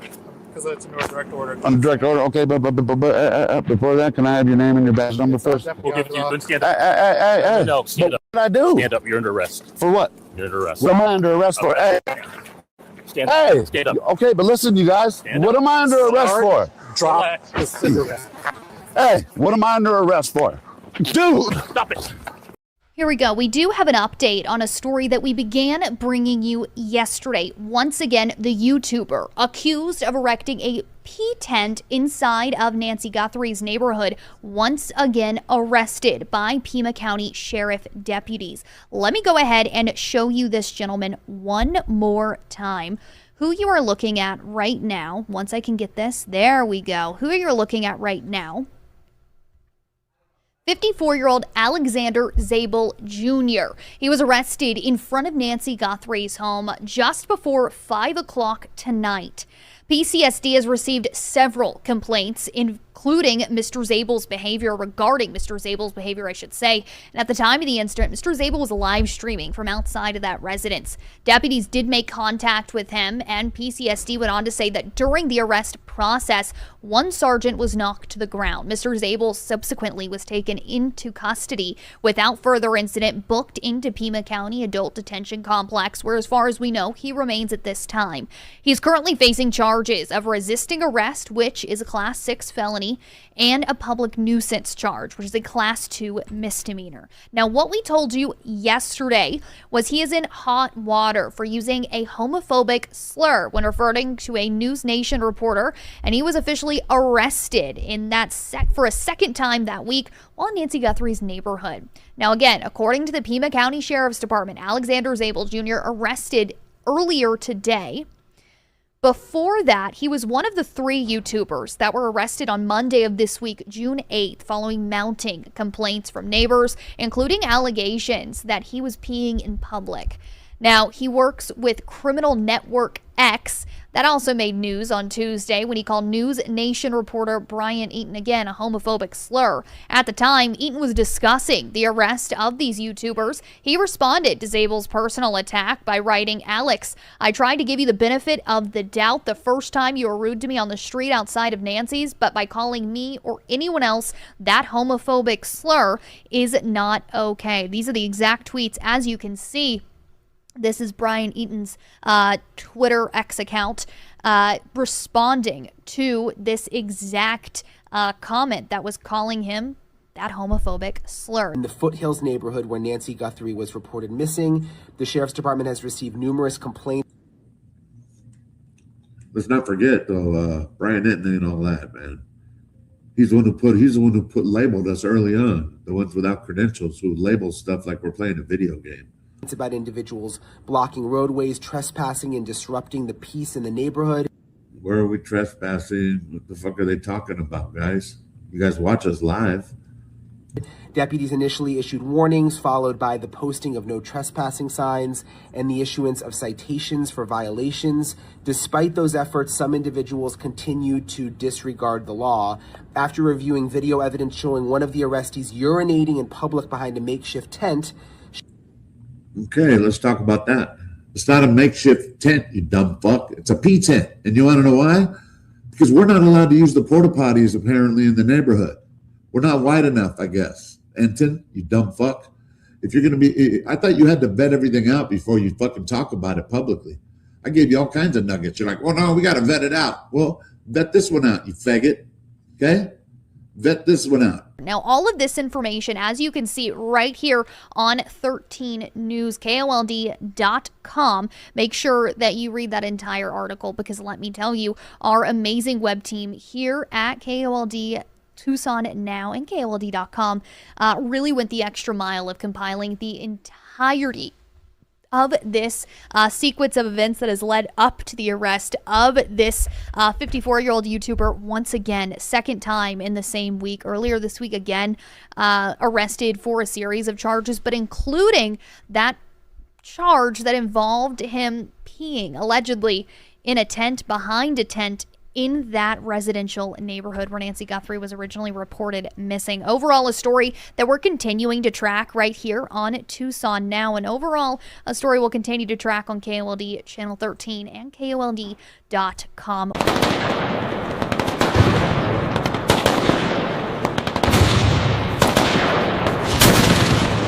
While I was en route, I was provided with the following information via call text. Who is the reporting party? Was driving by and a Hispanic male, late 40s to 50s, heavy set, shaved head, tattoos all over face and arms, black sunglasses, last seen wearing all black, was sitting in a chair in the middle of the roadway, recording or doing a video, and threw a cactus at vehicle. The subject appeared to also be holding alcohol in his hands. Just occurred. Sitting in a chair in the middle of the roadway? No. The only time he stepped into the middle of the road was when a car was passing, and he was simply crossing to the other side. You better watch Threw it. a cactus at a vehicle? No, that is not true. That is a false and defamatory accusation. Hell no. Holding alcohol in his hand? I can't confirm that either way. able to sit on this public street. Nobody can pull up here, whether it be a Pima County sheriff or a fucking neighbors, tell me that they own this motherfucking piece of land right here. So get the fuck out of here. Shit. Cop telling me I can't sit on the street. Gee, now you guys, you put the rocks, all these rocks here, guess what?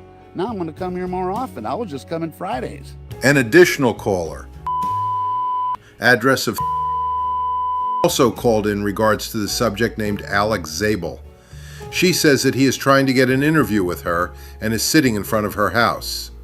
This has been an ongoing issue, and he has been speculating that she was involved with the kidnapping. Mrs.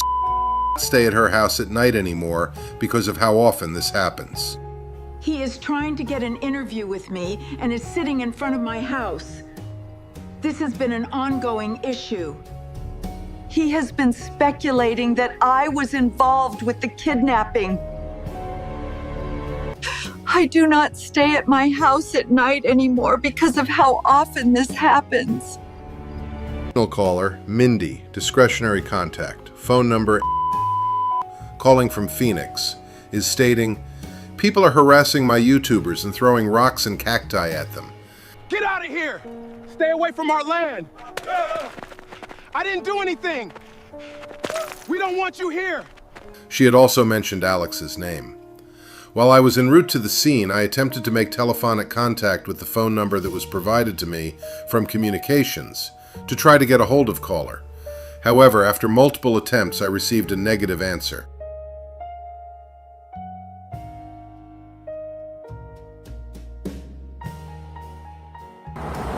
Okay, be cool, guys. When Deputy Duarte arrived, he found Alex sitting in a chair on the west side of the public road, matching the description from the call. Duarte told Alex the report involved a vehicle passing by and an allegation that Alex may have thrown a cactus at it. Alex denied throwing anything and said he had been live streaming from that location for about 43 minutes. Duarte also addressed the report that Alex may have had alcohol. Alex denied having alcohol and gave permission for his bag to be checked. No alcoholic beverage was found. Like I said, that's the only reason why I was at. No, I'm asking you to please wait. No, and I don't see any alcohol beverages there. The deputy asked if she had ring camera footage. She said yes, but also said she was shaken up and that it would take her some time to send the footage. The deputy told her not to worry and said he understood her frustration and concerns. The deputy explained that an Axon link would be sent to her by text message so she could provide the footage. He asked if there was anything else he could assist with, and she said no. The deputy then cleared the scene and returned to service.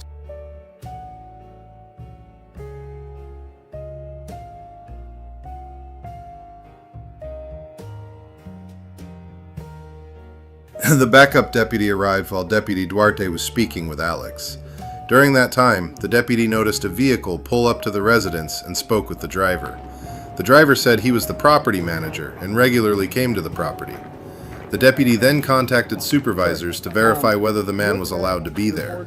After Sergeant Stivers confirmed with Savannah Guthrie that the property manager was authorized to be on the property, the deputy passed that information back to Sergeant Morales and Deputy Duarte. His body camera was active during the incident.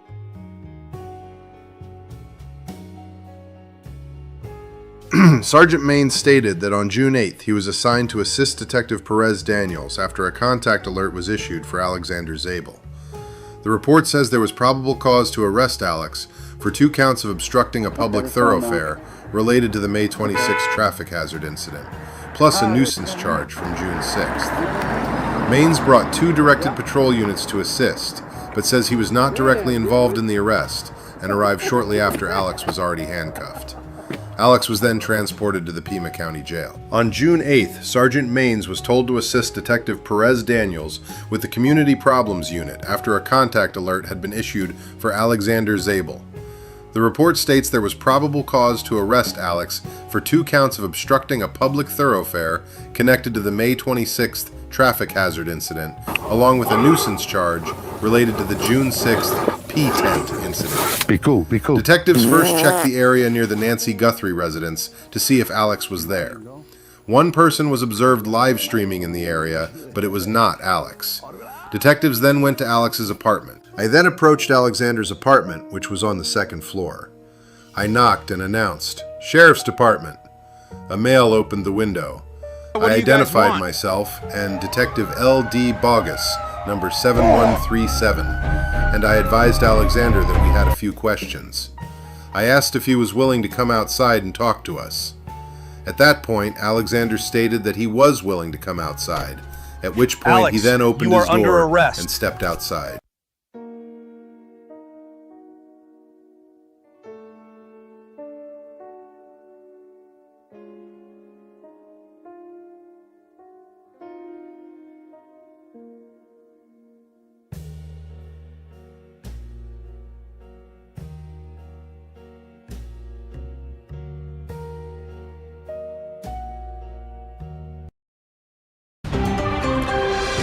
Going in depth tonight, for over 4 months now, a Catalina Foothills neighborhood says they've endured threats, intimidation, and overall bad behavior from content creators following the mysterious kidnapping of their 84-year-old neighbor, Nancy Guthrie. The trauma, many say, has been all too much, leaving them living in what they are calling a neighborhood nightmare. News 4 Tucson's Monica Garcia has been following those concerns all along and is asking questions now about what is being done to bring peace back to that neighborhood. Monica. Well, Sean, the neighbors we have spoken to in Nancy's neighborhood tell me that they have felt helpless. They felt scared and even targeted by certain streamers who have lingered in her neighborhood. And we do have to say this comes after the Pima County Sheriff's Department charged 3 YouTubers that had been broadcasting out there live for various misdemeanors and a felony, from blocking a public thoroughfare to being a public nuisance to even resisting arrest. The accused are publicly now disputing those charges, saying their First Amendment rights are being violated. Well, tonight we are taking a closer look at their rights, as well as the rights of the people living in that neighborhood. It's the latest chapter in a saga that began after the disappearance of their 84-year-old neighbor, Nancy Guthrie. Neighbors say they've since endured months of disruption. Yeah, I remember you. Intimidation and unwanted attention. She doesn't like anybody stopping here. Feeling like there's been little recourse to stop it. I'm not packing anything up. I'm hanging out right here, bro. Blocking the road. Early on, the county added no parking zones and no trespassing signs in the area. The sign is fraudulent, okay? It's not fraudulent. There were also discussions about gating the community. Some neighbors even considered seeking protective orders or pursuing civil action against certain streamers they felt were targeting them. But they say those options aren't quick or simple and can take years through the courts before any real protection is in place. Well, journalists or content creators have a right to be on public sidewalks, to be in public places, and to gather the news. We sat down with attorney David Bodney, who defends media in First Amendment cases. He says the law is clear, whether you're a traditional journalist or an independent content creator. The Constitution protects the rights to report and record in public places. It's federal minimum regulations. Laws of general applicability are applicable to content creators and journalists too, which means that they don't have a right to engage in criminal conduct or in conduct that might give rise to civil liability. It's kind of overwhelming now with them, continuing to come out on these false reports. I mean, these people are just calling the police for no reason. In other words, the First Amendment protects the right to record, report, and gather information in public, but it does not override laws that apply to everyone else. That means free speech protections don't shield someone if their conduct violates criminal or civil law, even if it happens while they are filming or reporting. Is there like a story or just a deadline now, like when you're going to complete it, or are you just going to keep it going? I mean, we're here for public awareness. The Pima County Sheriff says deputies did not start with arrests. He say they first tried to address concerns directly with content creators who remained in the neighborhood after larger media groups left, explaining where they could legally conduct their live streams. The road, so you need to leave. I'm sitting. You're going to get cited. In this encounter, a deputy speaks with a YouTuber without issuing a citation. The sheriff says the tougher response came only after months of complaints, warnings, and escalating behavior. We've given you tickets. We've asked you not to do this. You've pushed the envelope.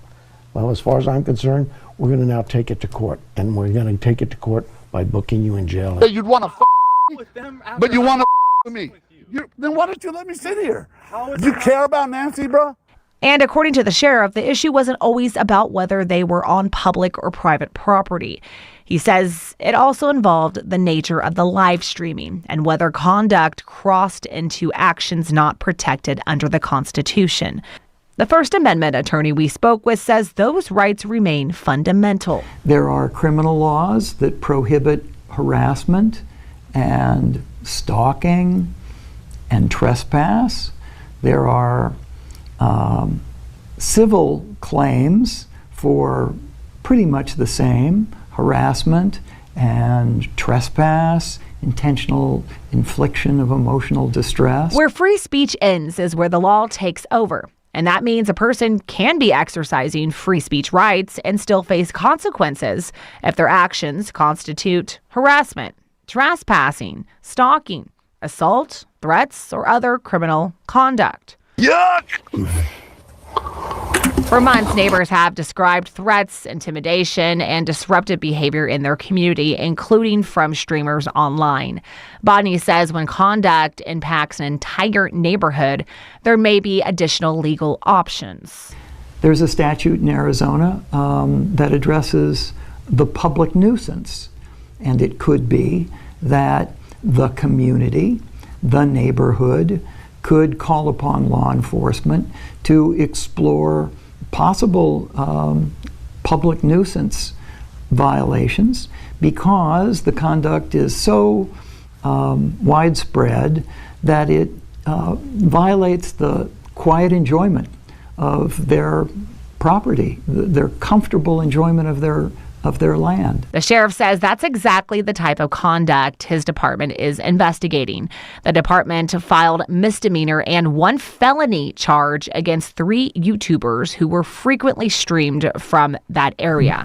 But the complaints got to be pretty egregious in that the behavior of those individuals was becoming pretty scary, pretty frightful. The sheriff says the county attorney's office has been in contact with his department as the case moves forward, after both law enforcement and neighbors raised questions. I have to be concerned for all the citizens. So as we just heard, and we know, the First Amendment protects speech. Whether the conduct in this case has crossed legal lines, that is a question for the courts to decide. Live in Midtown, I'm Monica Garcia. Sean, back to you. Going in depth tonight. For over 4 months now, a Catalina Foothills neighborhood says they've endured threats, intimidation, and overall bad behavior from content creators following the mysterious kidnapping of their 84-year-old neighbor, Nancy Guthrie. The trauma, many say, has been all too much, leaving them living in what they are calling a neighborhood nightmare. News 4 Tucson's Monica Garcia has been following those concerns all along and is asking questions now about what is being done to bring peace back to that neighborhood. Monica. Well, Sean, the neighbors we have spoken to in Nancy's neighborhood tell me that they have felt helpless. They felt scared and even targeted by certain streamers who have lingered in her neighborhood. And we do have to say this comes after the Pima County Sheriff's Department charged 3 YouTubers that had been broadcasting out there live for various misdemeanors and a felony, from blocking a public thoroughfare to being a public nuisance to even resisting arrest. The accused are publicly now disputing those charges, saying their First Amendment rights are being violated. Well, tonight we are taking a closer look at their rights, as well as the rights of the people living in that neighborhood. It's the latest chapter in a saga that began after the disappearance of their 84-year-old neighbor, Nancy Guthrie. Neighbors say they've since endured months of disruption. Yeah, I remember you. Intimidation and unwanted attention. She doesn't like anybody stopping here. Feeling like there's been little recourse to stop it. I'm not packing anything up. I'm hanging out right here, bro. Blocking the road.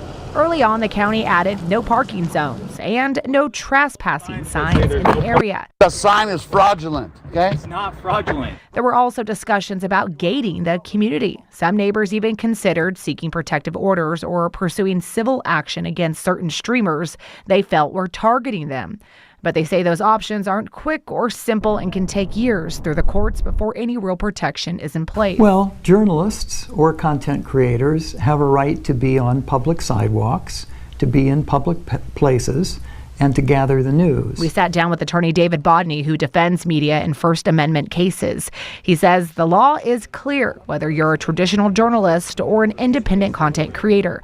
The Constitution protects the rights to report and record in public places. It's federal minimum regulations. But laws of general applicability are applicable to content creators and journalists too, which means that they don't have a right to engage in criminal conduct or in conduct that might give rise to civil liability. It's kind of overwhelming now with them, continuing to come out on these false reports. I mean, these people are just calling the police for no reason. In other words, the First Amendment protects the right to record, report, and gather information in public, but it does not override laws that apply to everyone else.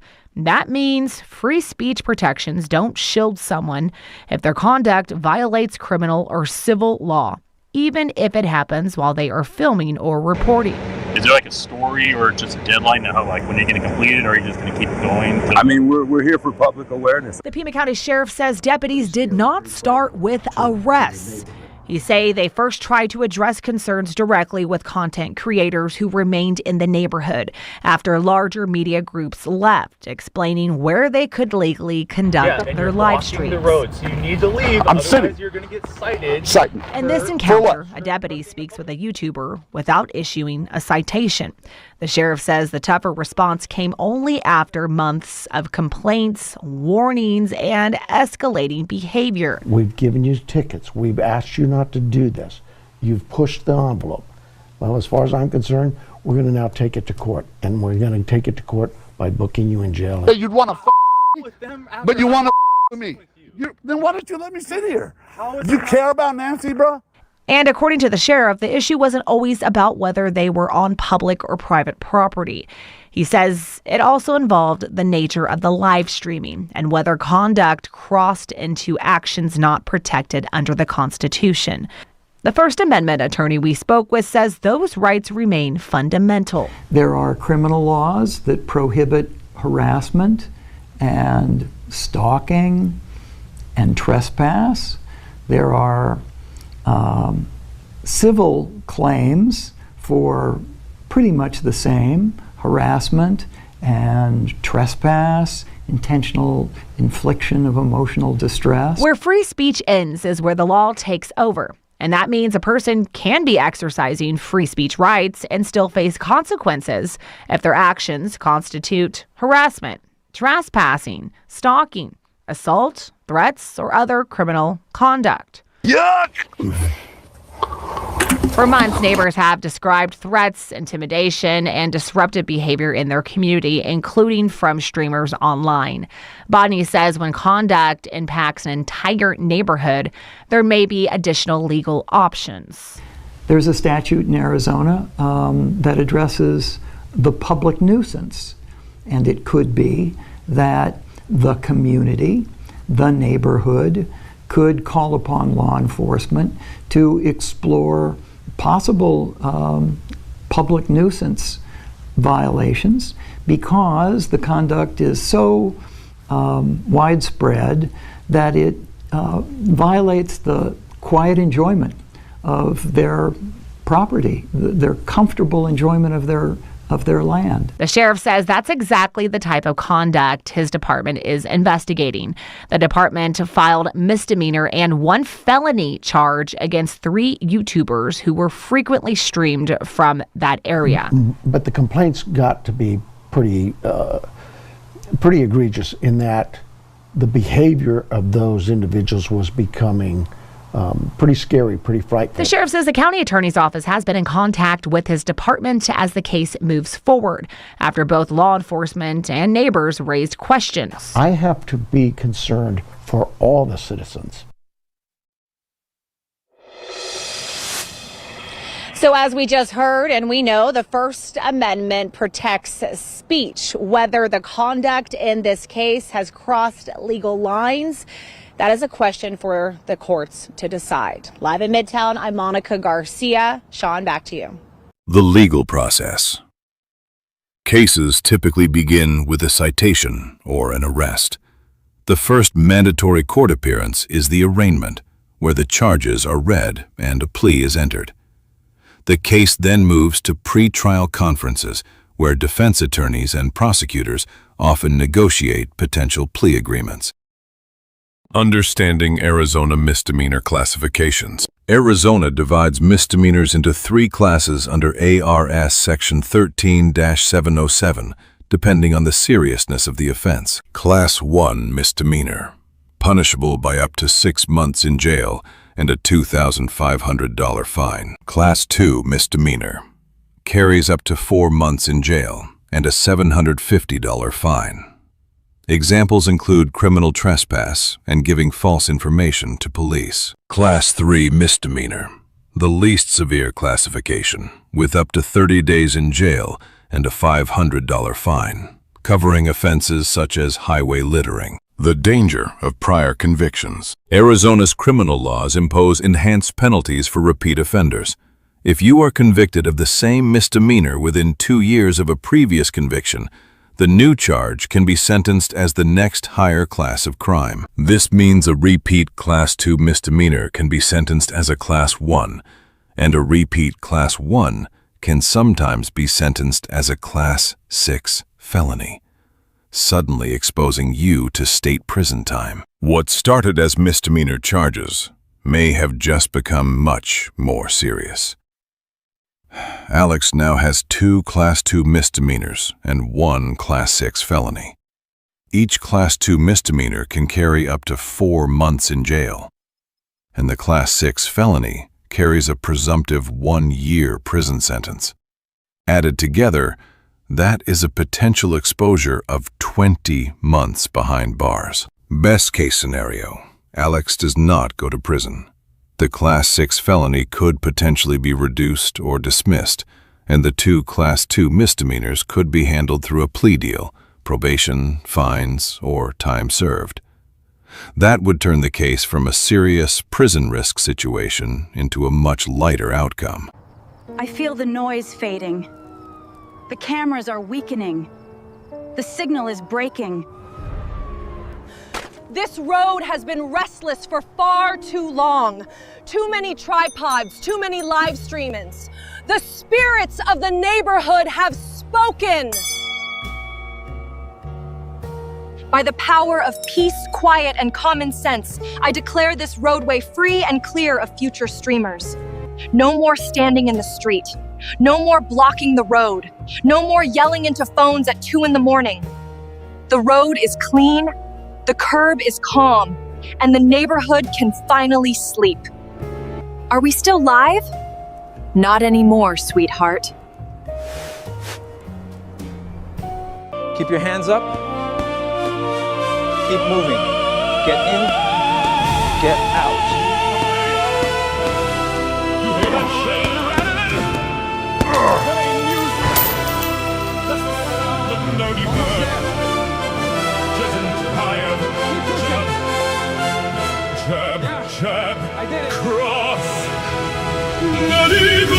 Neighbor, flap them little wings. Talk real loud, but you don't do a thing. Project on the back, Nedry on the side, Ted's in the gym, and I'm taking back pride.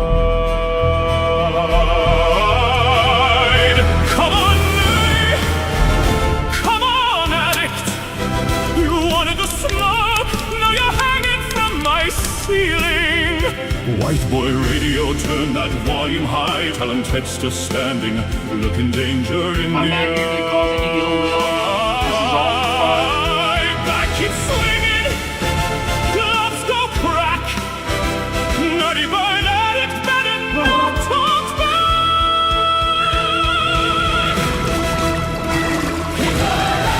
Make it swing, Ted's the king. I'm ready for you. Anywhere, anytime, any place. Ted, you better bring more than talk when you come to Florida. Take this dirty bird. You see, I don't chase birds. I don't argue with birds. I train. You want a I piece sweat, of me, white boy? I punch. Come and get it. And when the bell You better start training, white boy, to keep up with me. ain't no joke. Keep your hands up. Nerdy bird, feathers on the floor. Get Talked all night, now you're begging for more. Addict on the leather, mafia in black. Ted hits once and the whole bag snaps. Jab, jab, body shot. Stay up, nerdy, don't fold on me now. We got 3 more rounds and a long way down. White boy radio, call it blow by blow. Ted's got a rhythm and the punch is gonna show. Left hand thunder, right hand rain. Nerdy bird addict, gonna remember my name. Make it swing. Ted's got fire. Ted's the king. Nerdy bird. Nedry too. Addict on the canvas when this round is through. White boy radio, let it play. Ted came back the hard way. Right on the floor. Loves attack. Nerdy bird addict, don't hit back. Ted lands one final punch. The bag swings wildly. Ted, breathing hard. Yo, nerdy. Keep pushing. Round 2 tomorrow. Yeah, I did it. Bring extra feathers.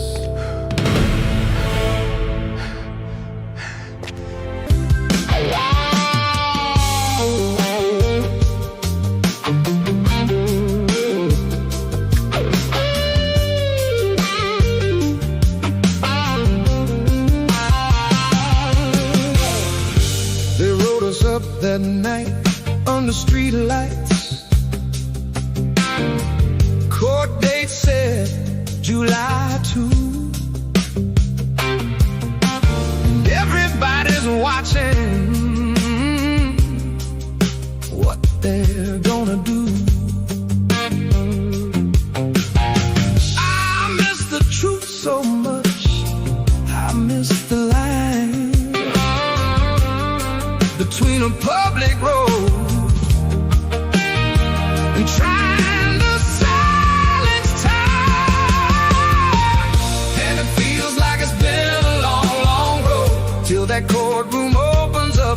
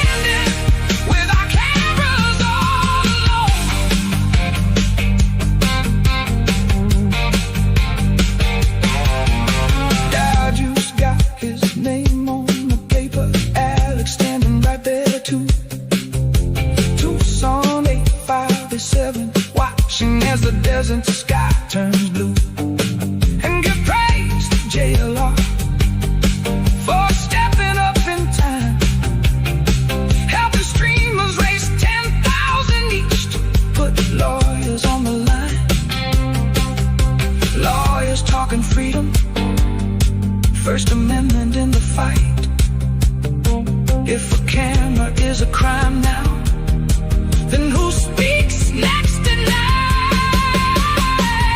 And it feels like it's been a long, long road till July 2nd comes and the truth is known. We're not the men they tried to make it home. Oh, no, no, no. We're the live streaming, fighting for the right to stand alone. And it feels like it's been a long, long road. Feels like it's been a long, long road. Feels like it's been a long, long road. Feels like it's been a long, long road. Feels like it's been a long, long road. Come on in, everybody. Welcome to the greatest investigators on Earth. We have Ted Investigates, Dad's Gone Live, Alex 857, and many more. Let's go inside. Dun dun dun! Welcome everyone to the greatest show under the sun. And now, the climactic swing. Wait, what's that? It's the clue. He caught it. He caught it. Unbelievable. We have the proof. This is my side job from investigating. This is fun, people. Woohoo! Let's ride! Yeah! There we goes. go! My boys! Now, for our next act, dun dun dun! Start talking, or I'm aiming for the evidence board next. Behave yourself.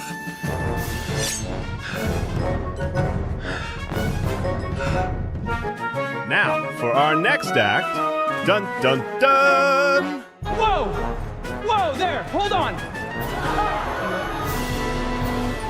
Oh, no. Not again. Whoa! Whoa, wait a minute! Ah, not like this! Whoa, hold on. Ah, help, help, help. Oh, goodness. Not according to the script. Help, help. I'm slipping! Somebody grab me! Oh, no! Now, for our next act, dun dun dun!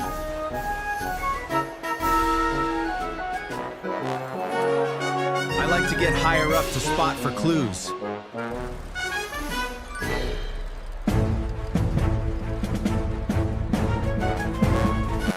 Now, for our next act, dun dun dun! If the clues won't come to me, I'll jump to them.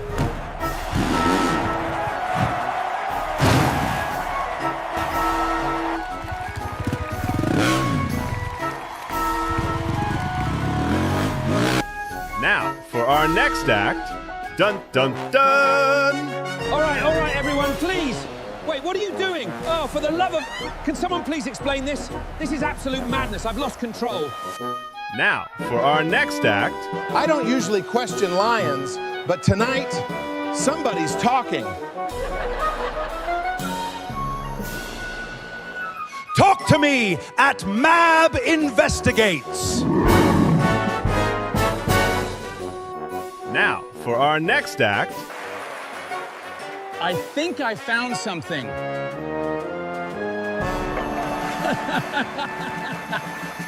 To know more about this, watch me at AJW News on YouTube. There goes my boys!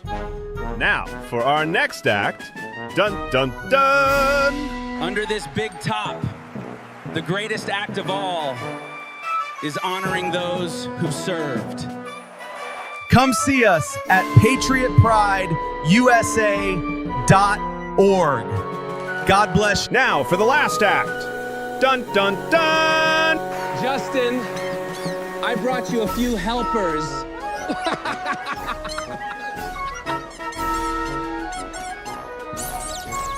Catch this one. I got it. Look at them jumping. This is amazing. I'd like to thank all the help and support on my channel. They are amazing. They inspire me in creating this. And I'd especially like to thank dun dun dun! John, Sharon 3, and Ginny and Cap, and the thousands of others. Thank you! And Pedro. And Mark the Shark. I'll get you next time. And Devil Dog. I'll get you next time too. Sorry.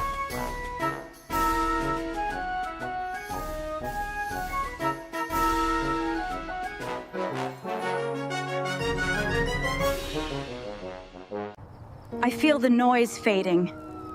The cameras are weakening. The signal is breaking. This road has been restless for far too long. Too many tripods, too many live streamings. The spirits of the neighborhood have spoken. By the power of peace, quiet, and common sense, I declare this roadway free and clear of future streamers. No more standing in the street. No more blocking the road. No more yelling into phones at 2 a.m. The road is clean, the curb is calm, and the neighborhood can finally sleep. Are we still live? Not anymore, sweetheart.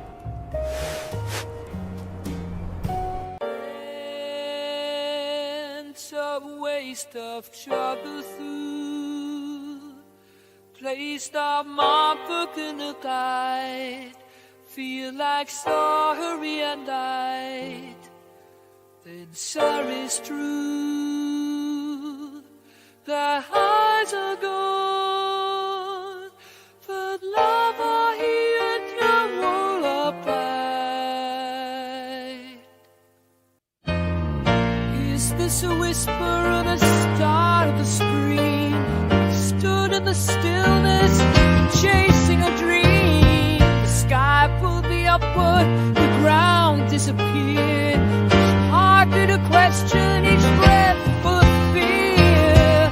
I reached the silence, tried to hold on, but truth is a thread that unravels when gone. Is this a warning or just fate's disguise?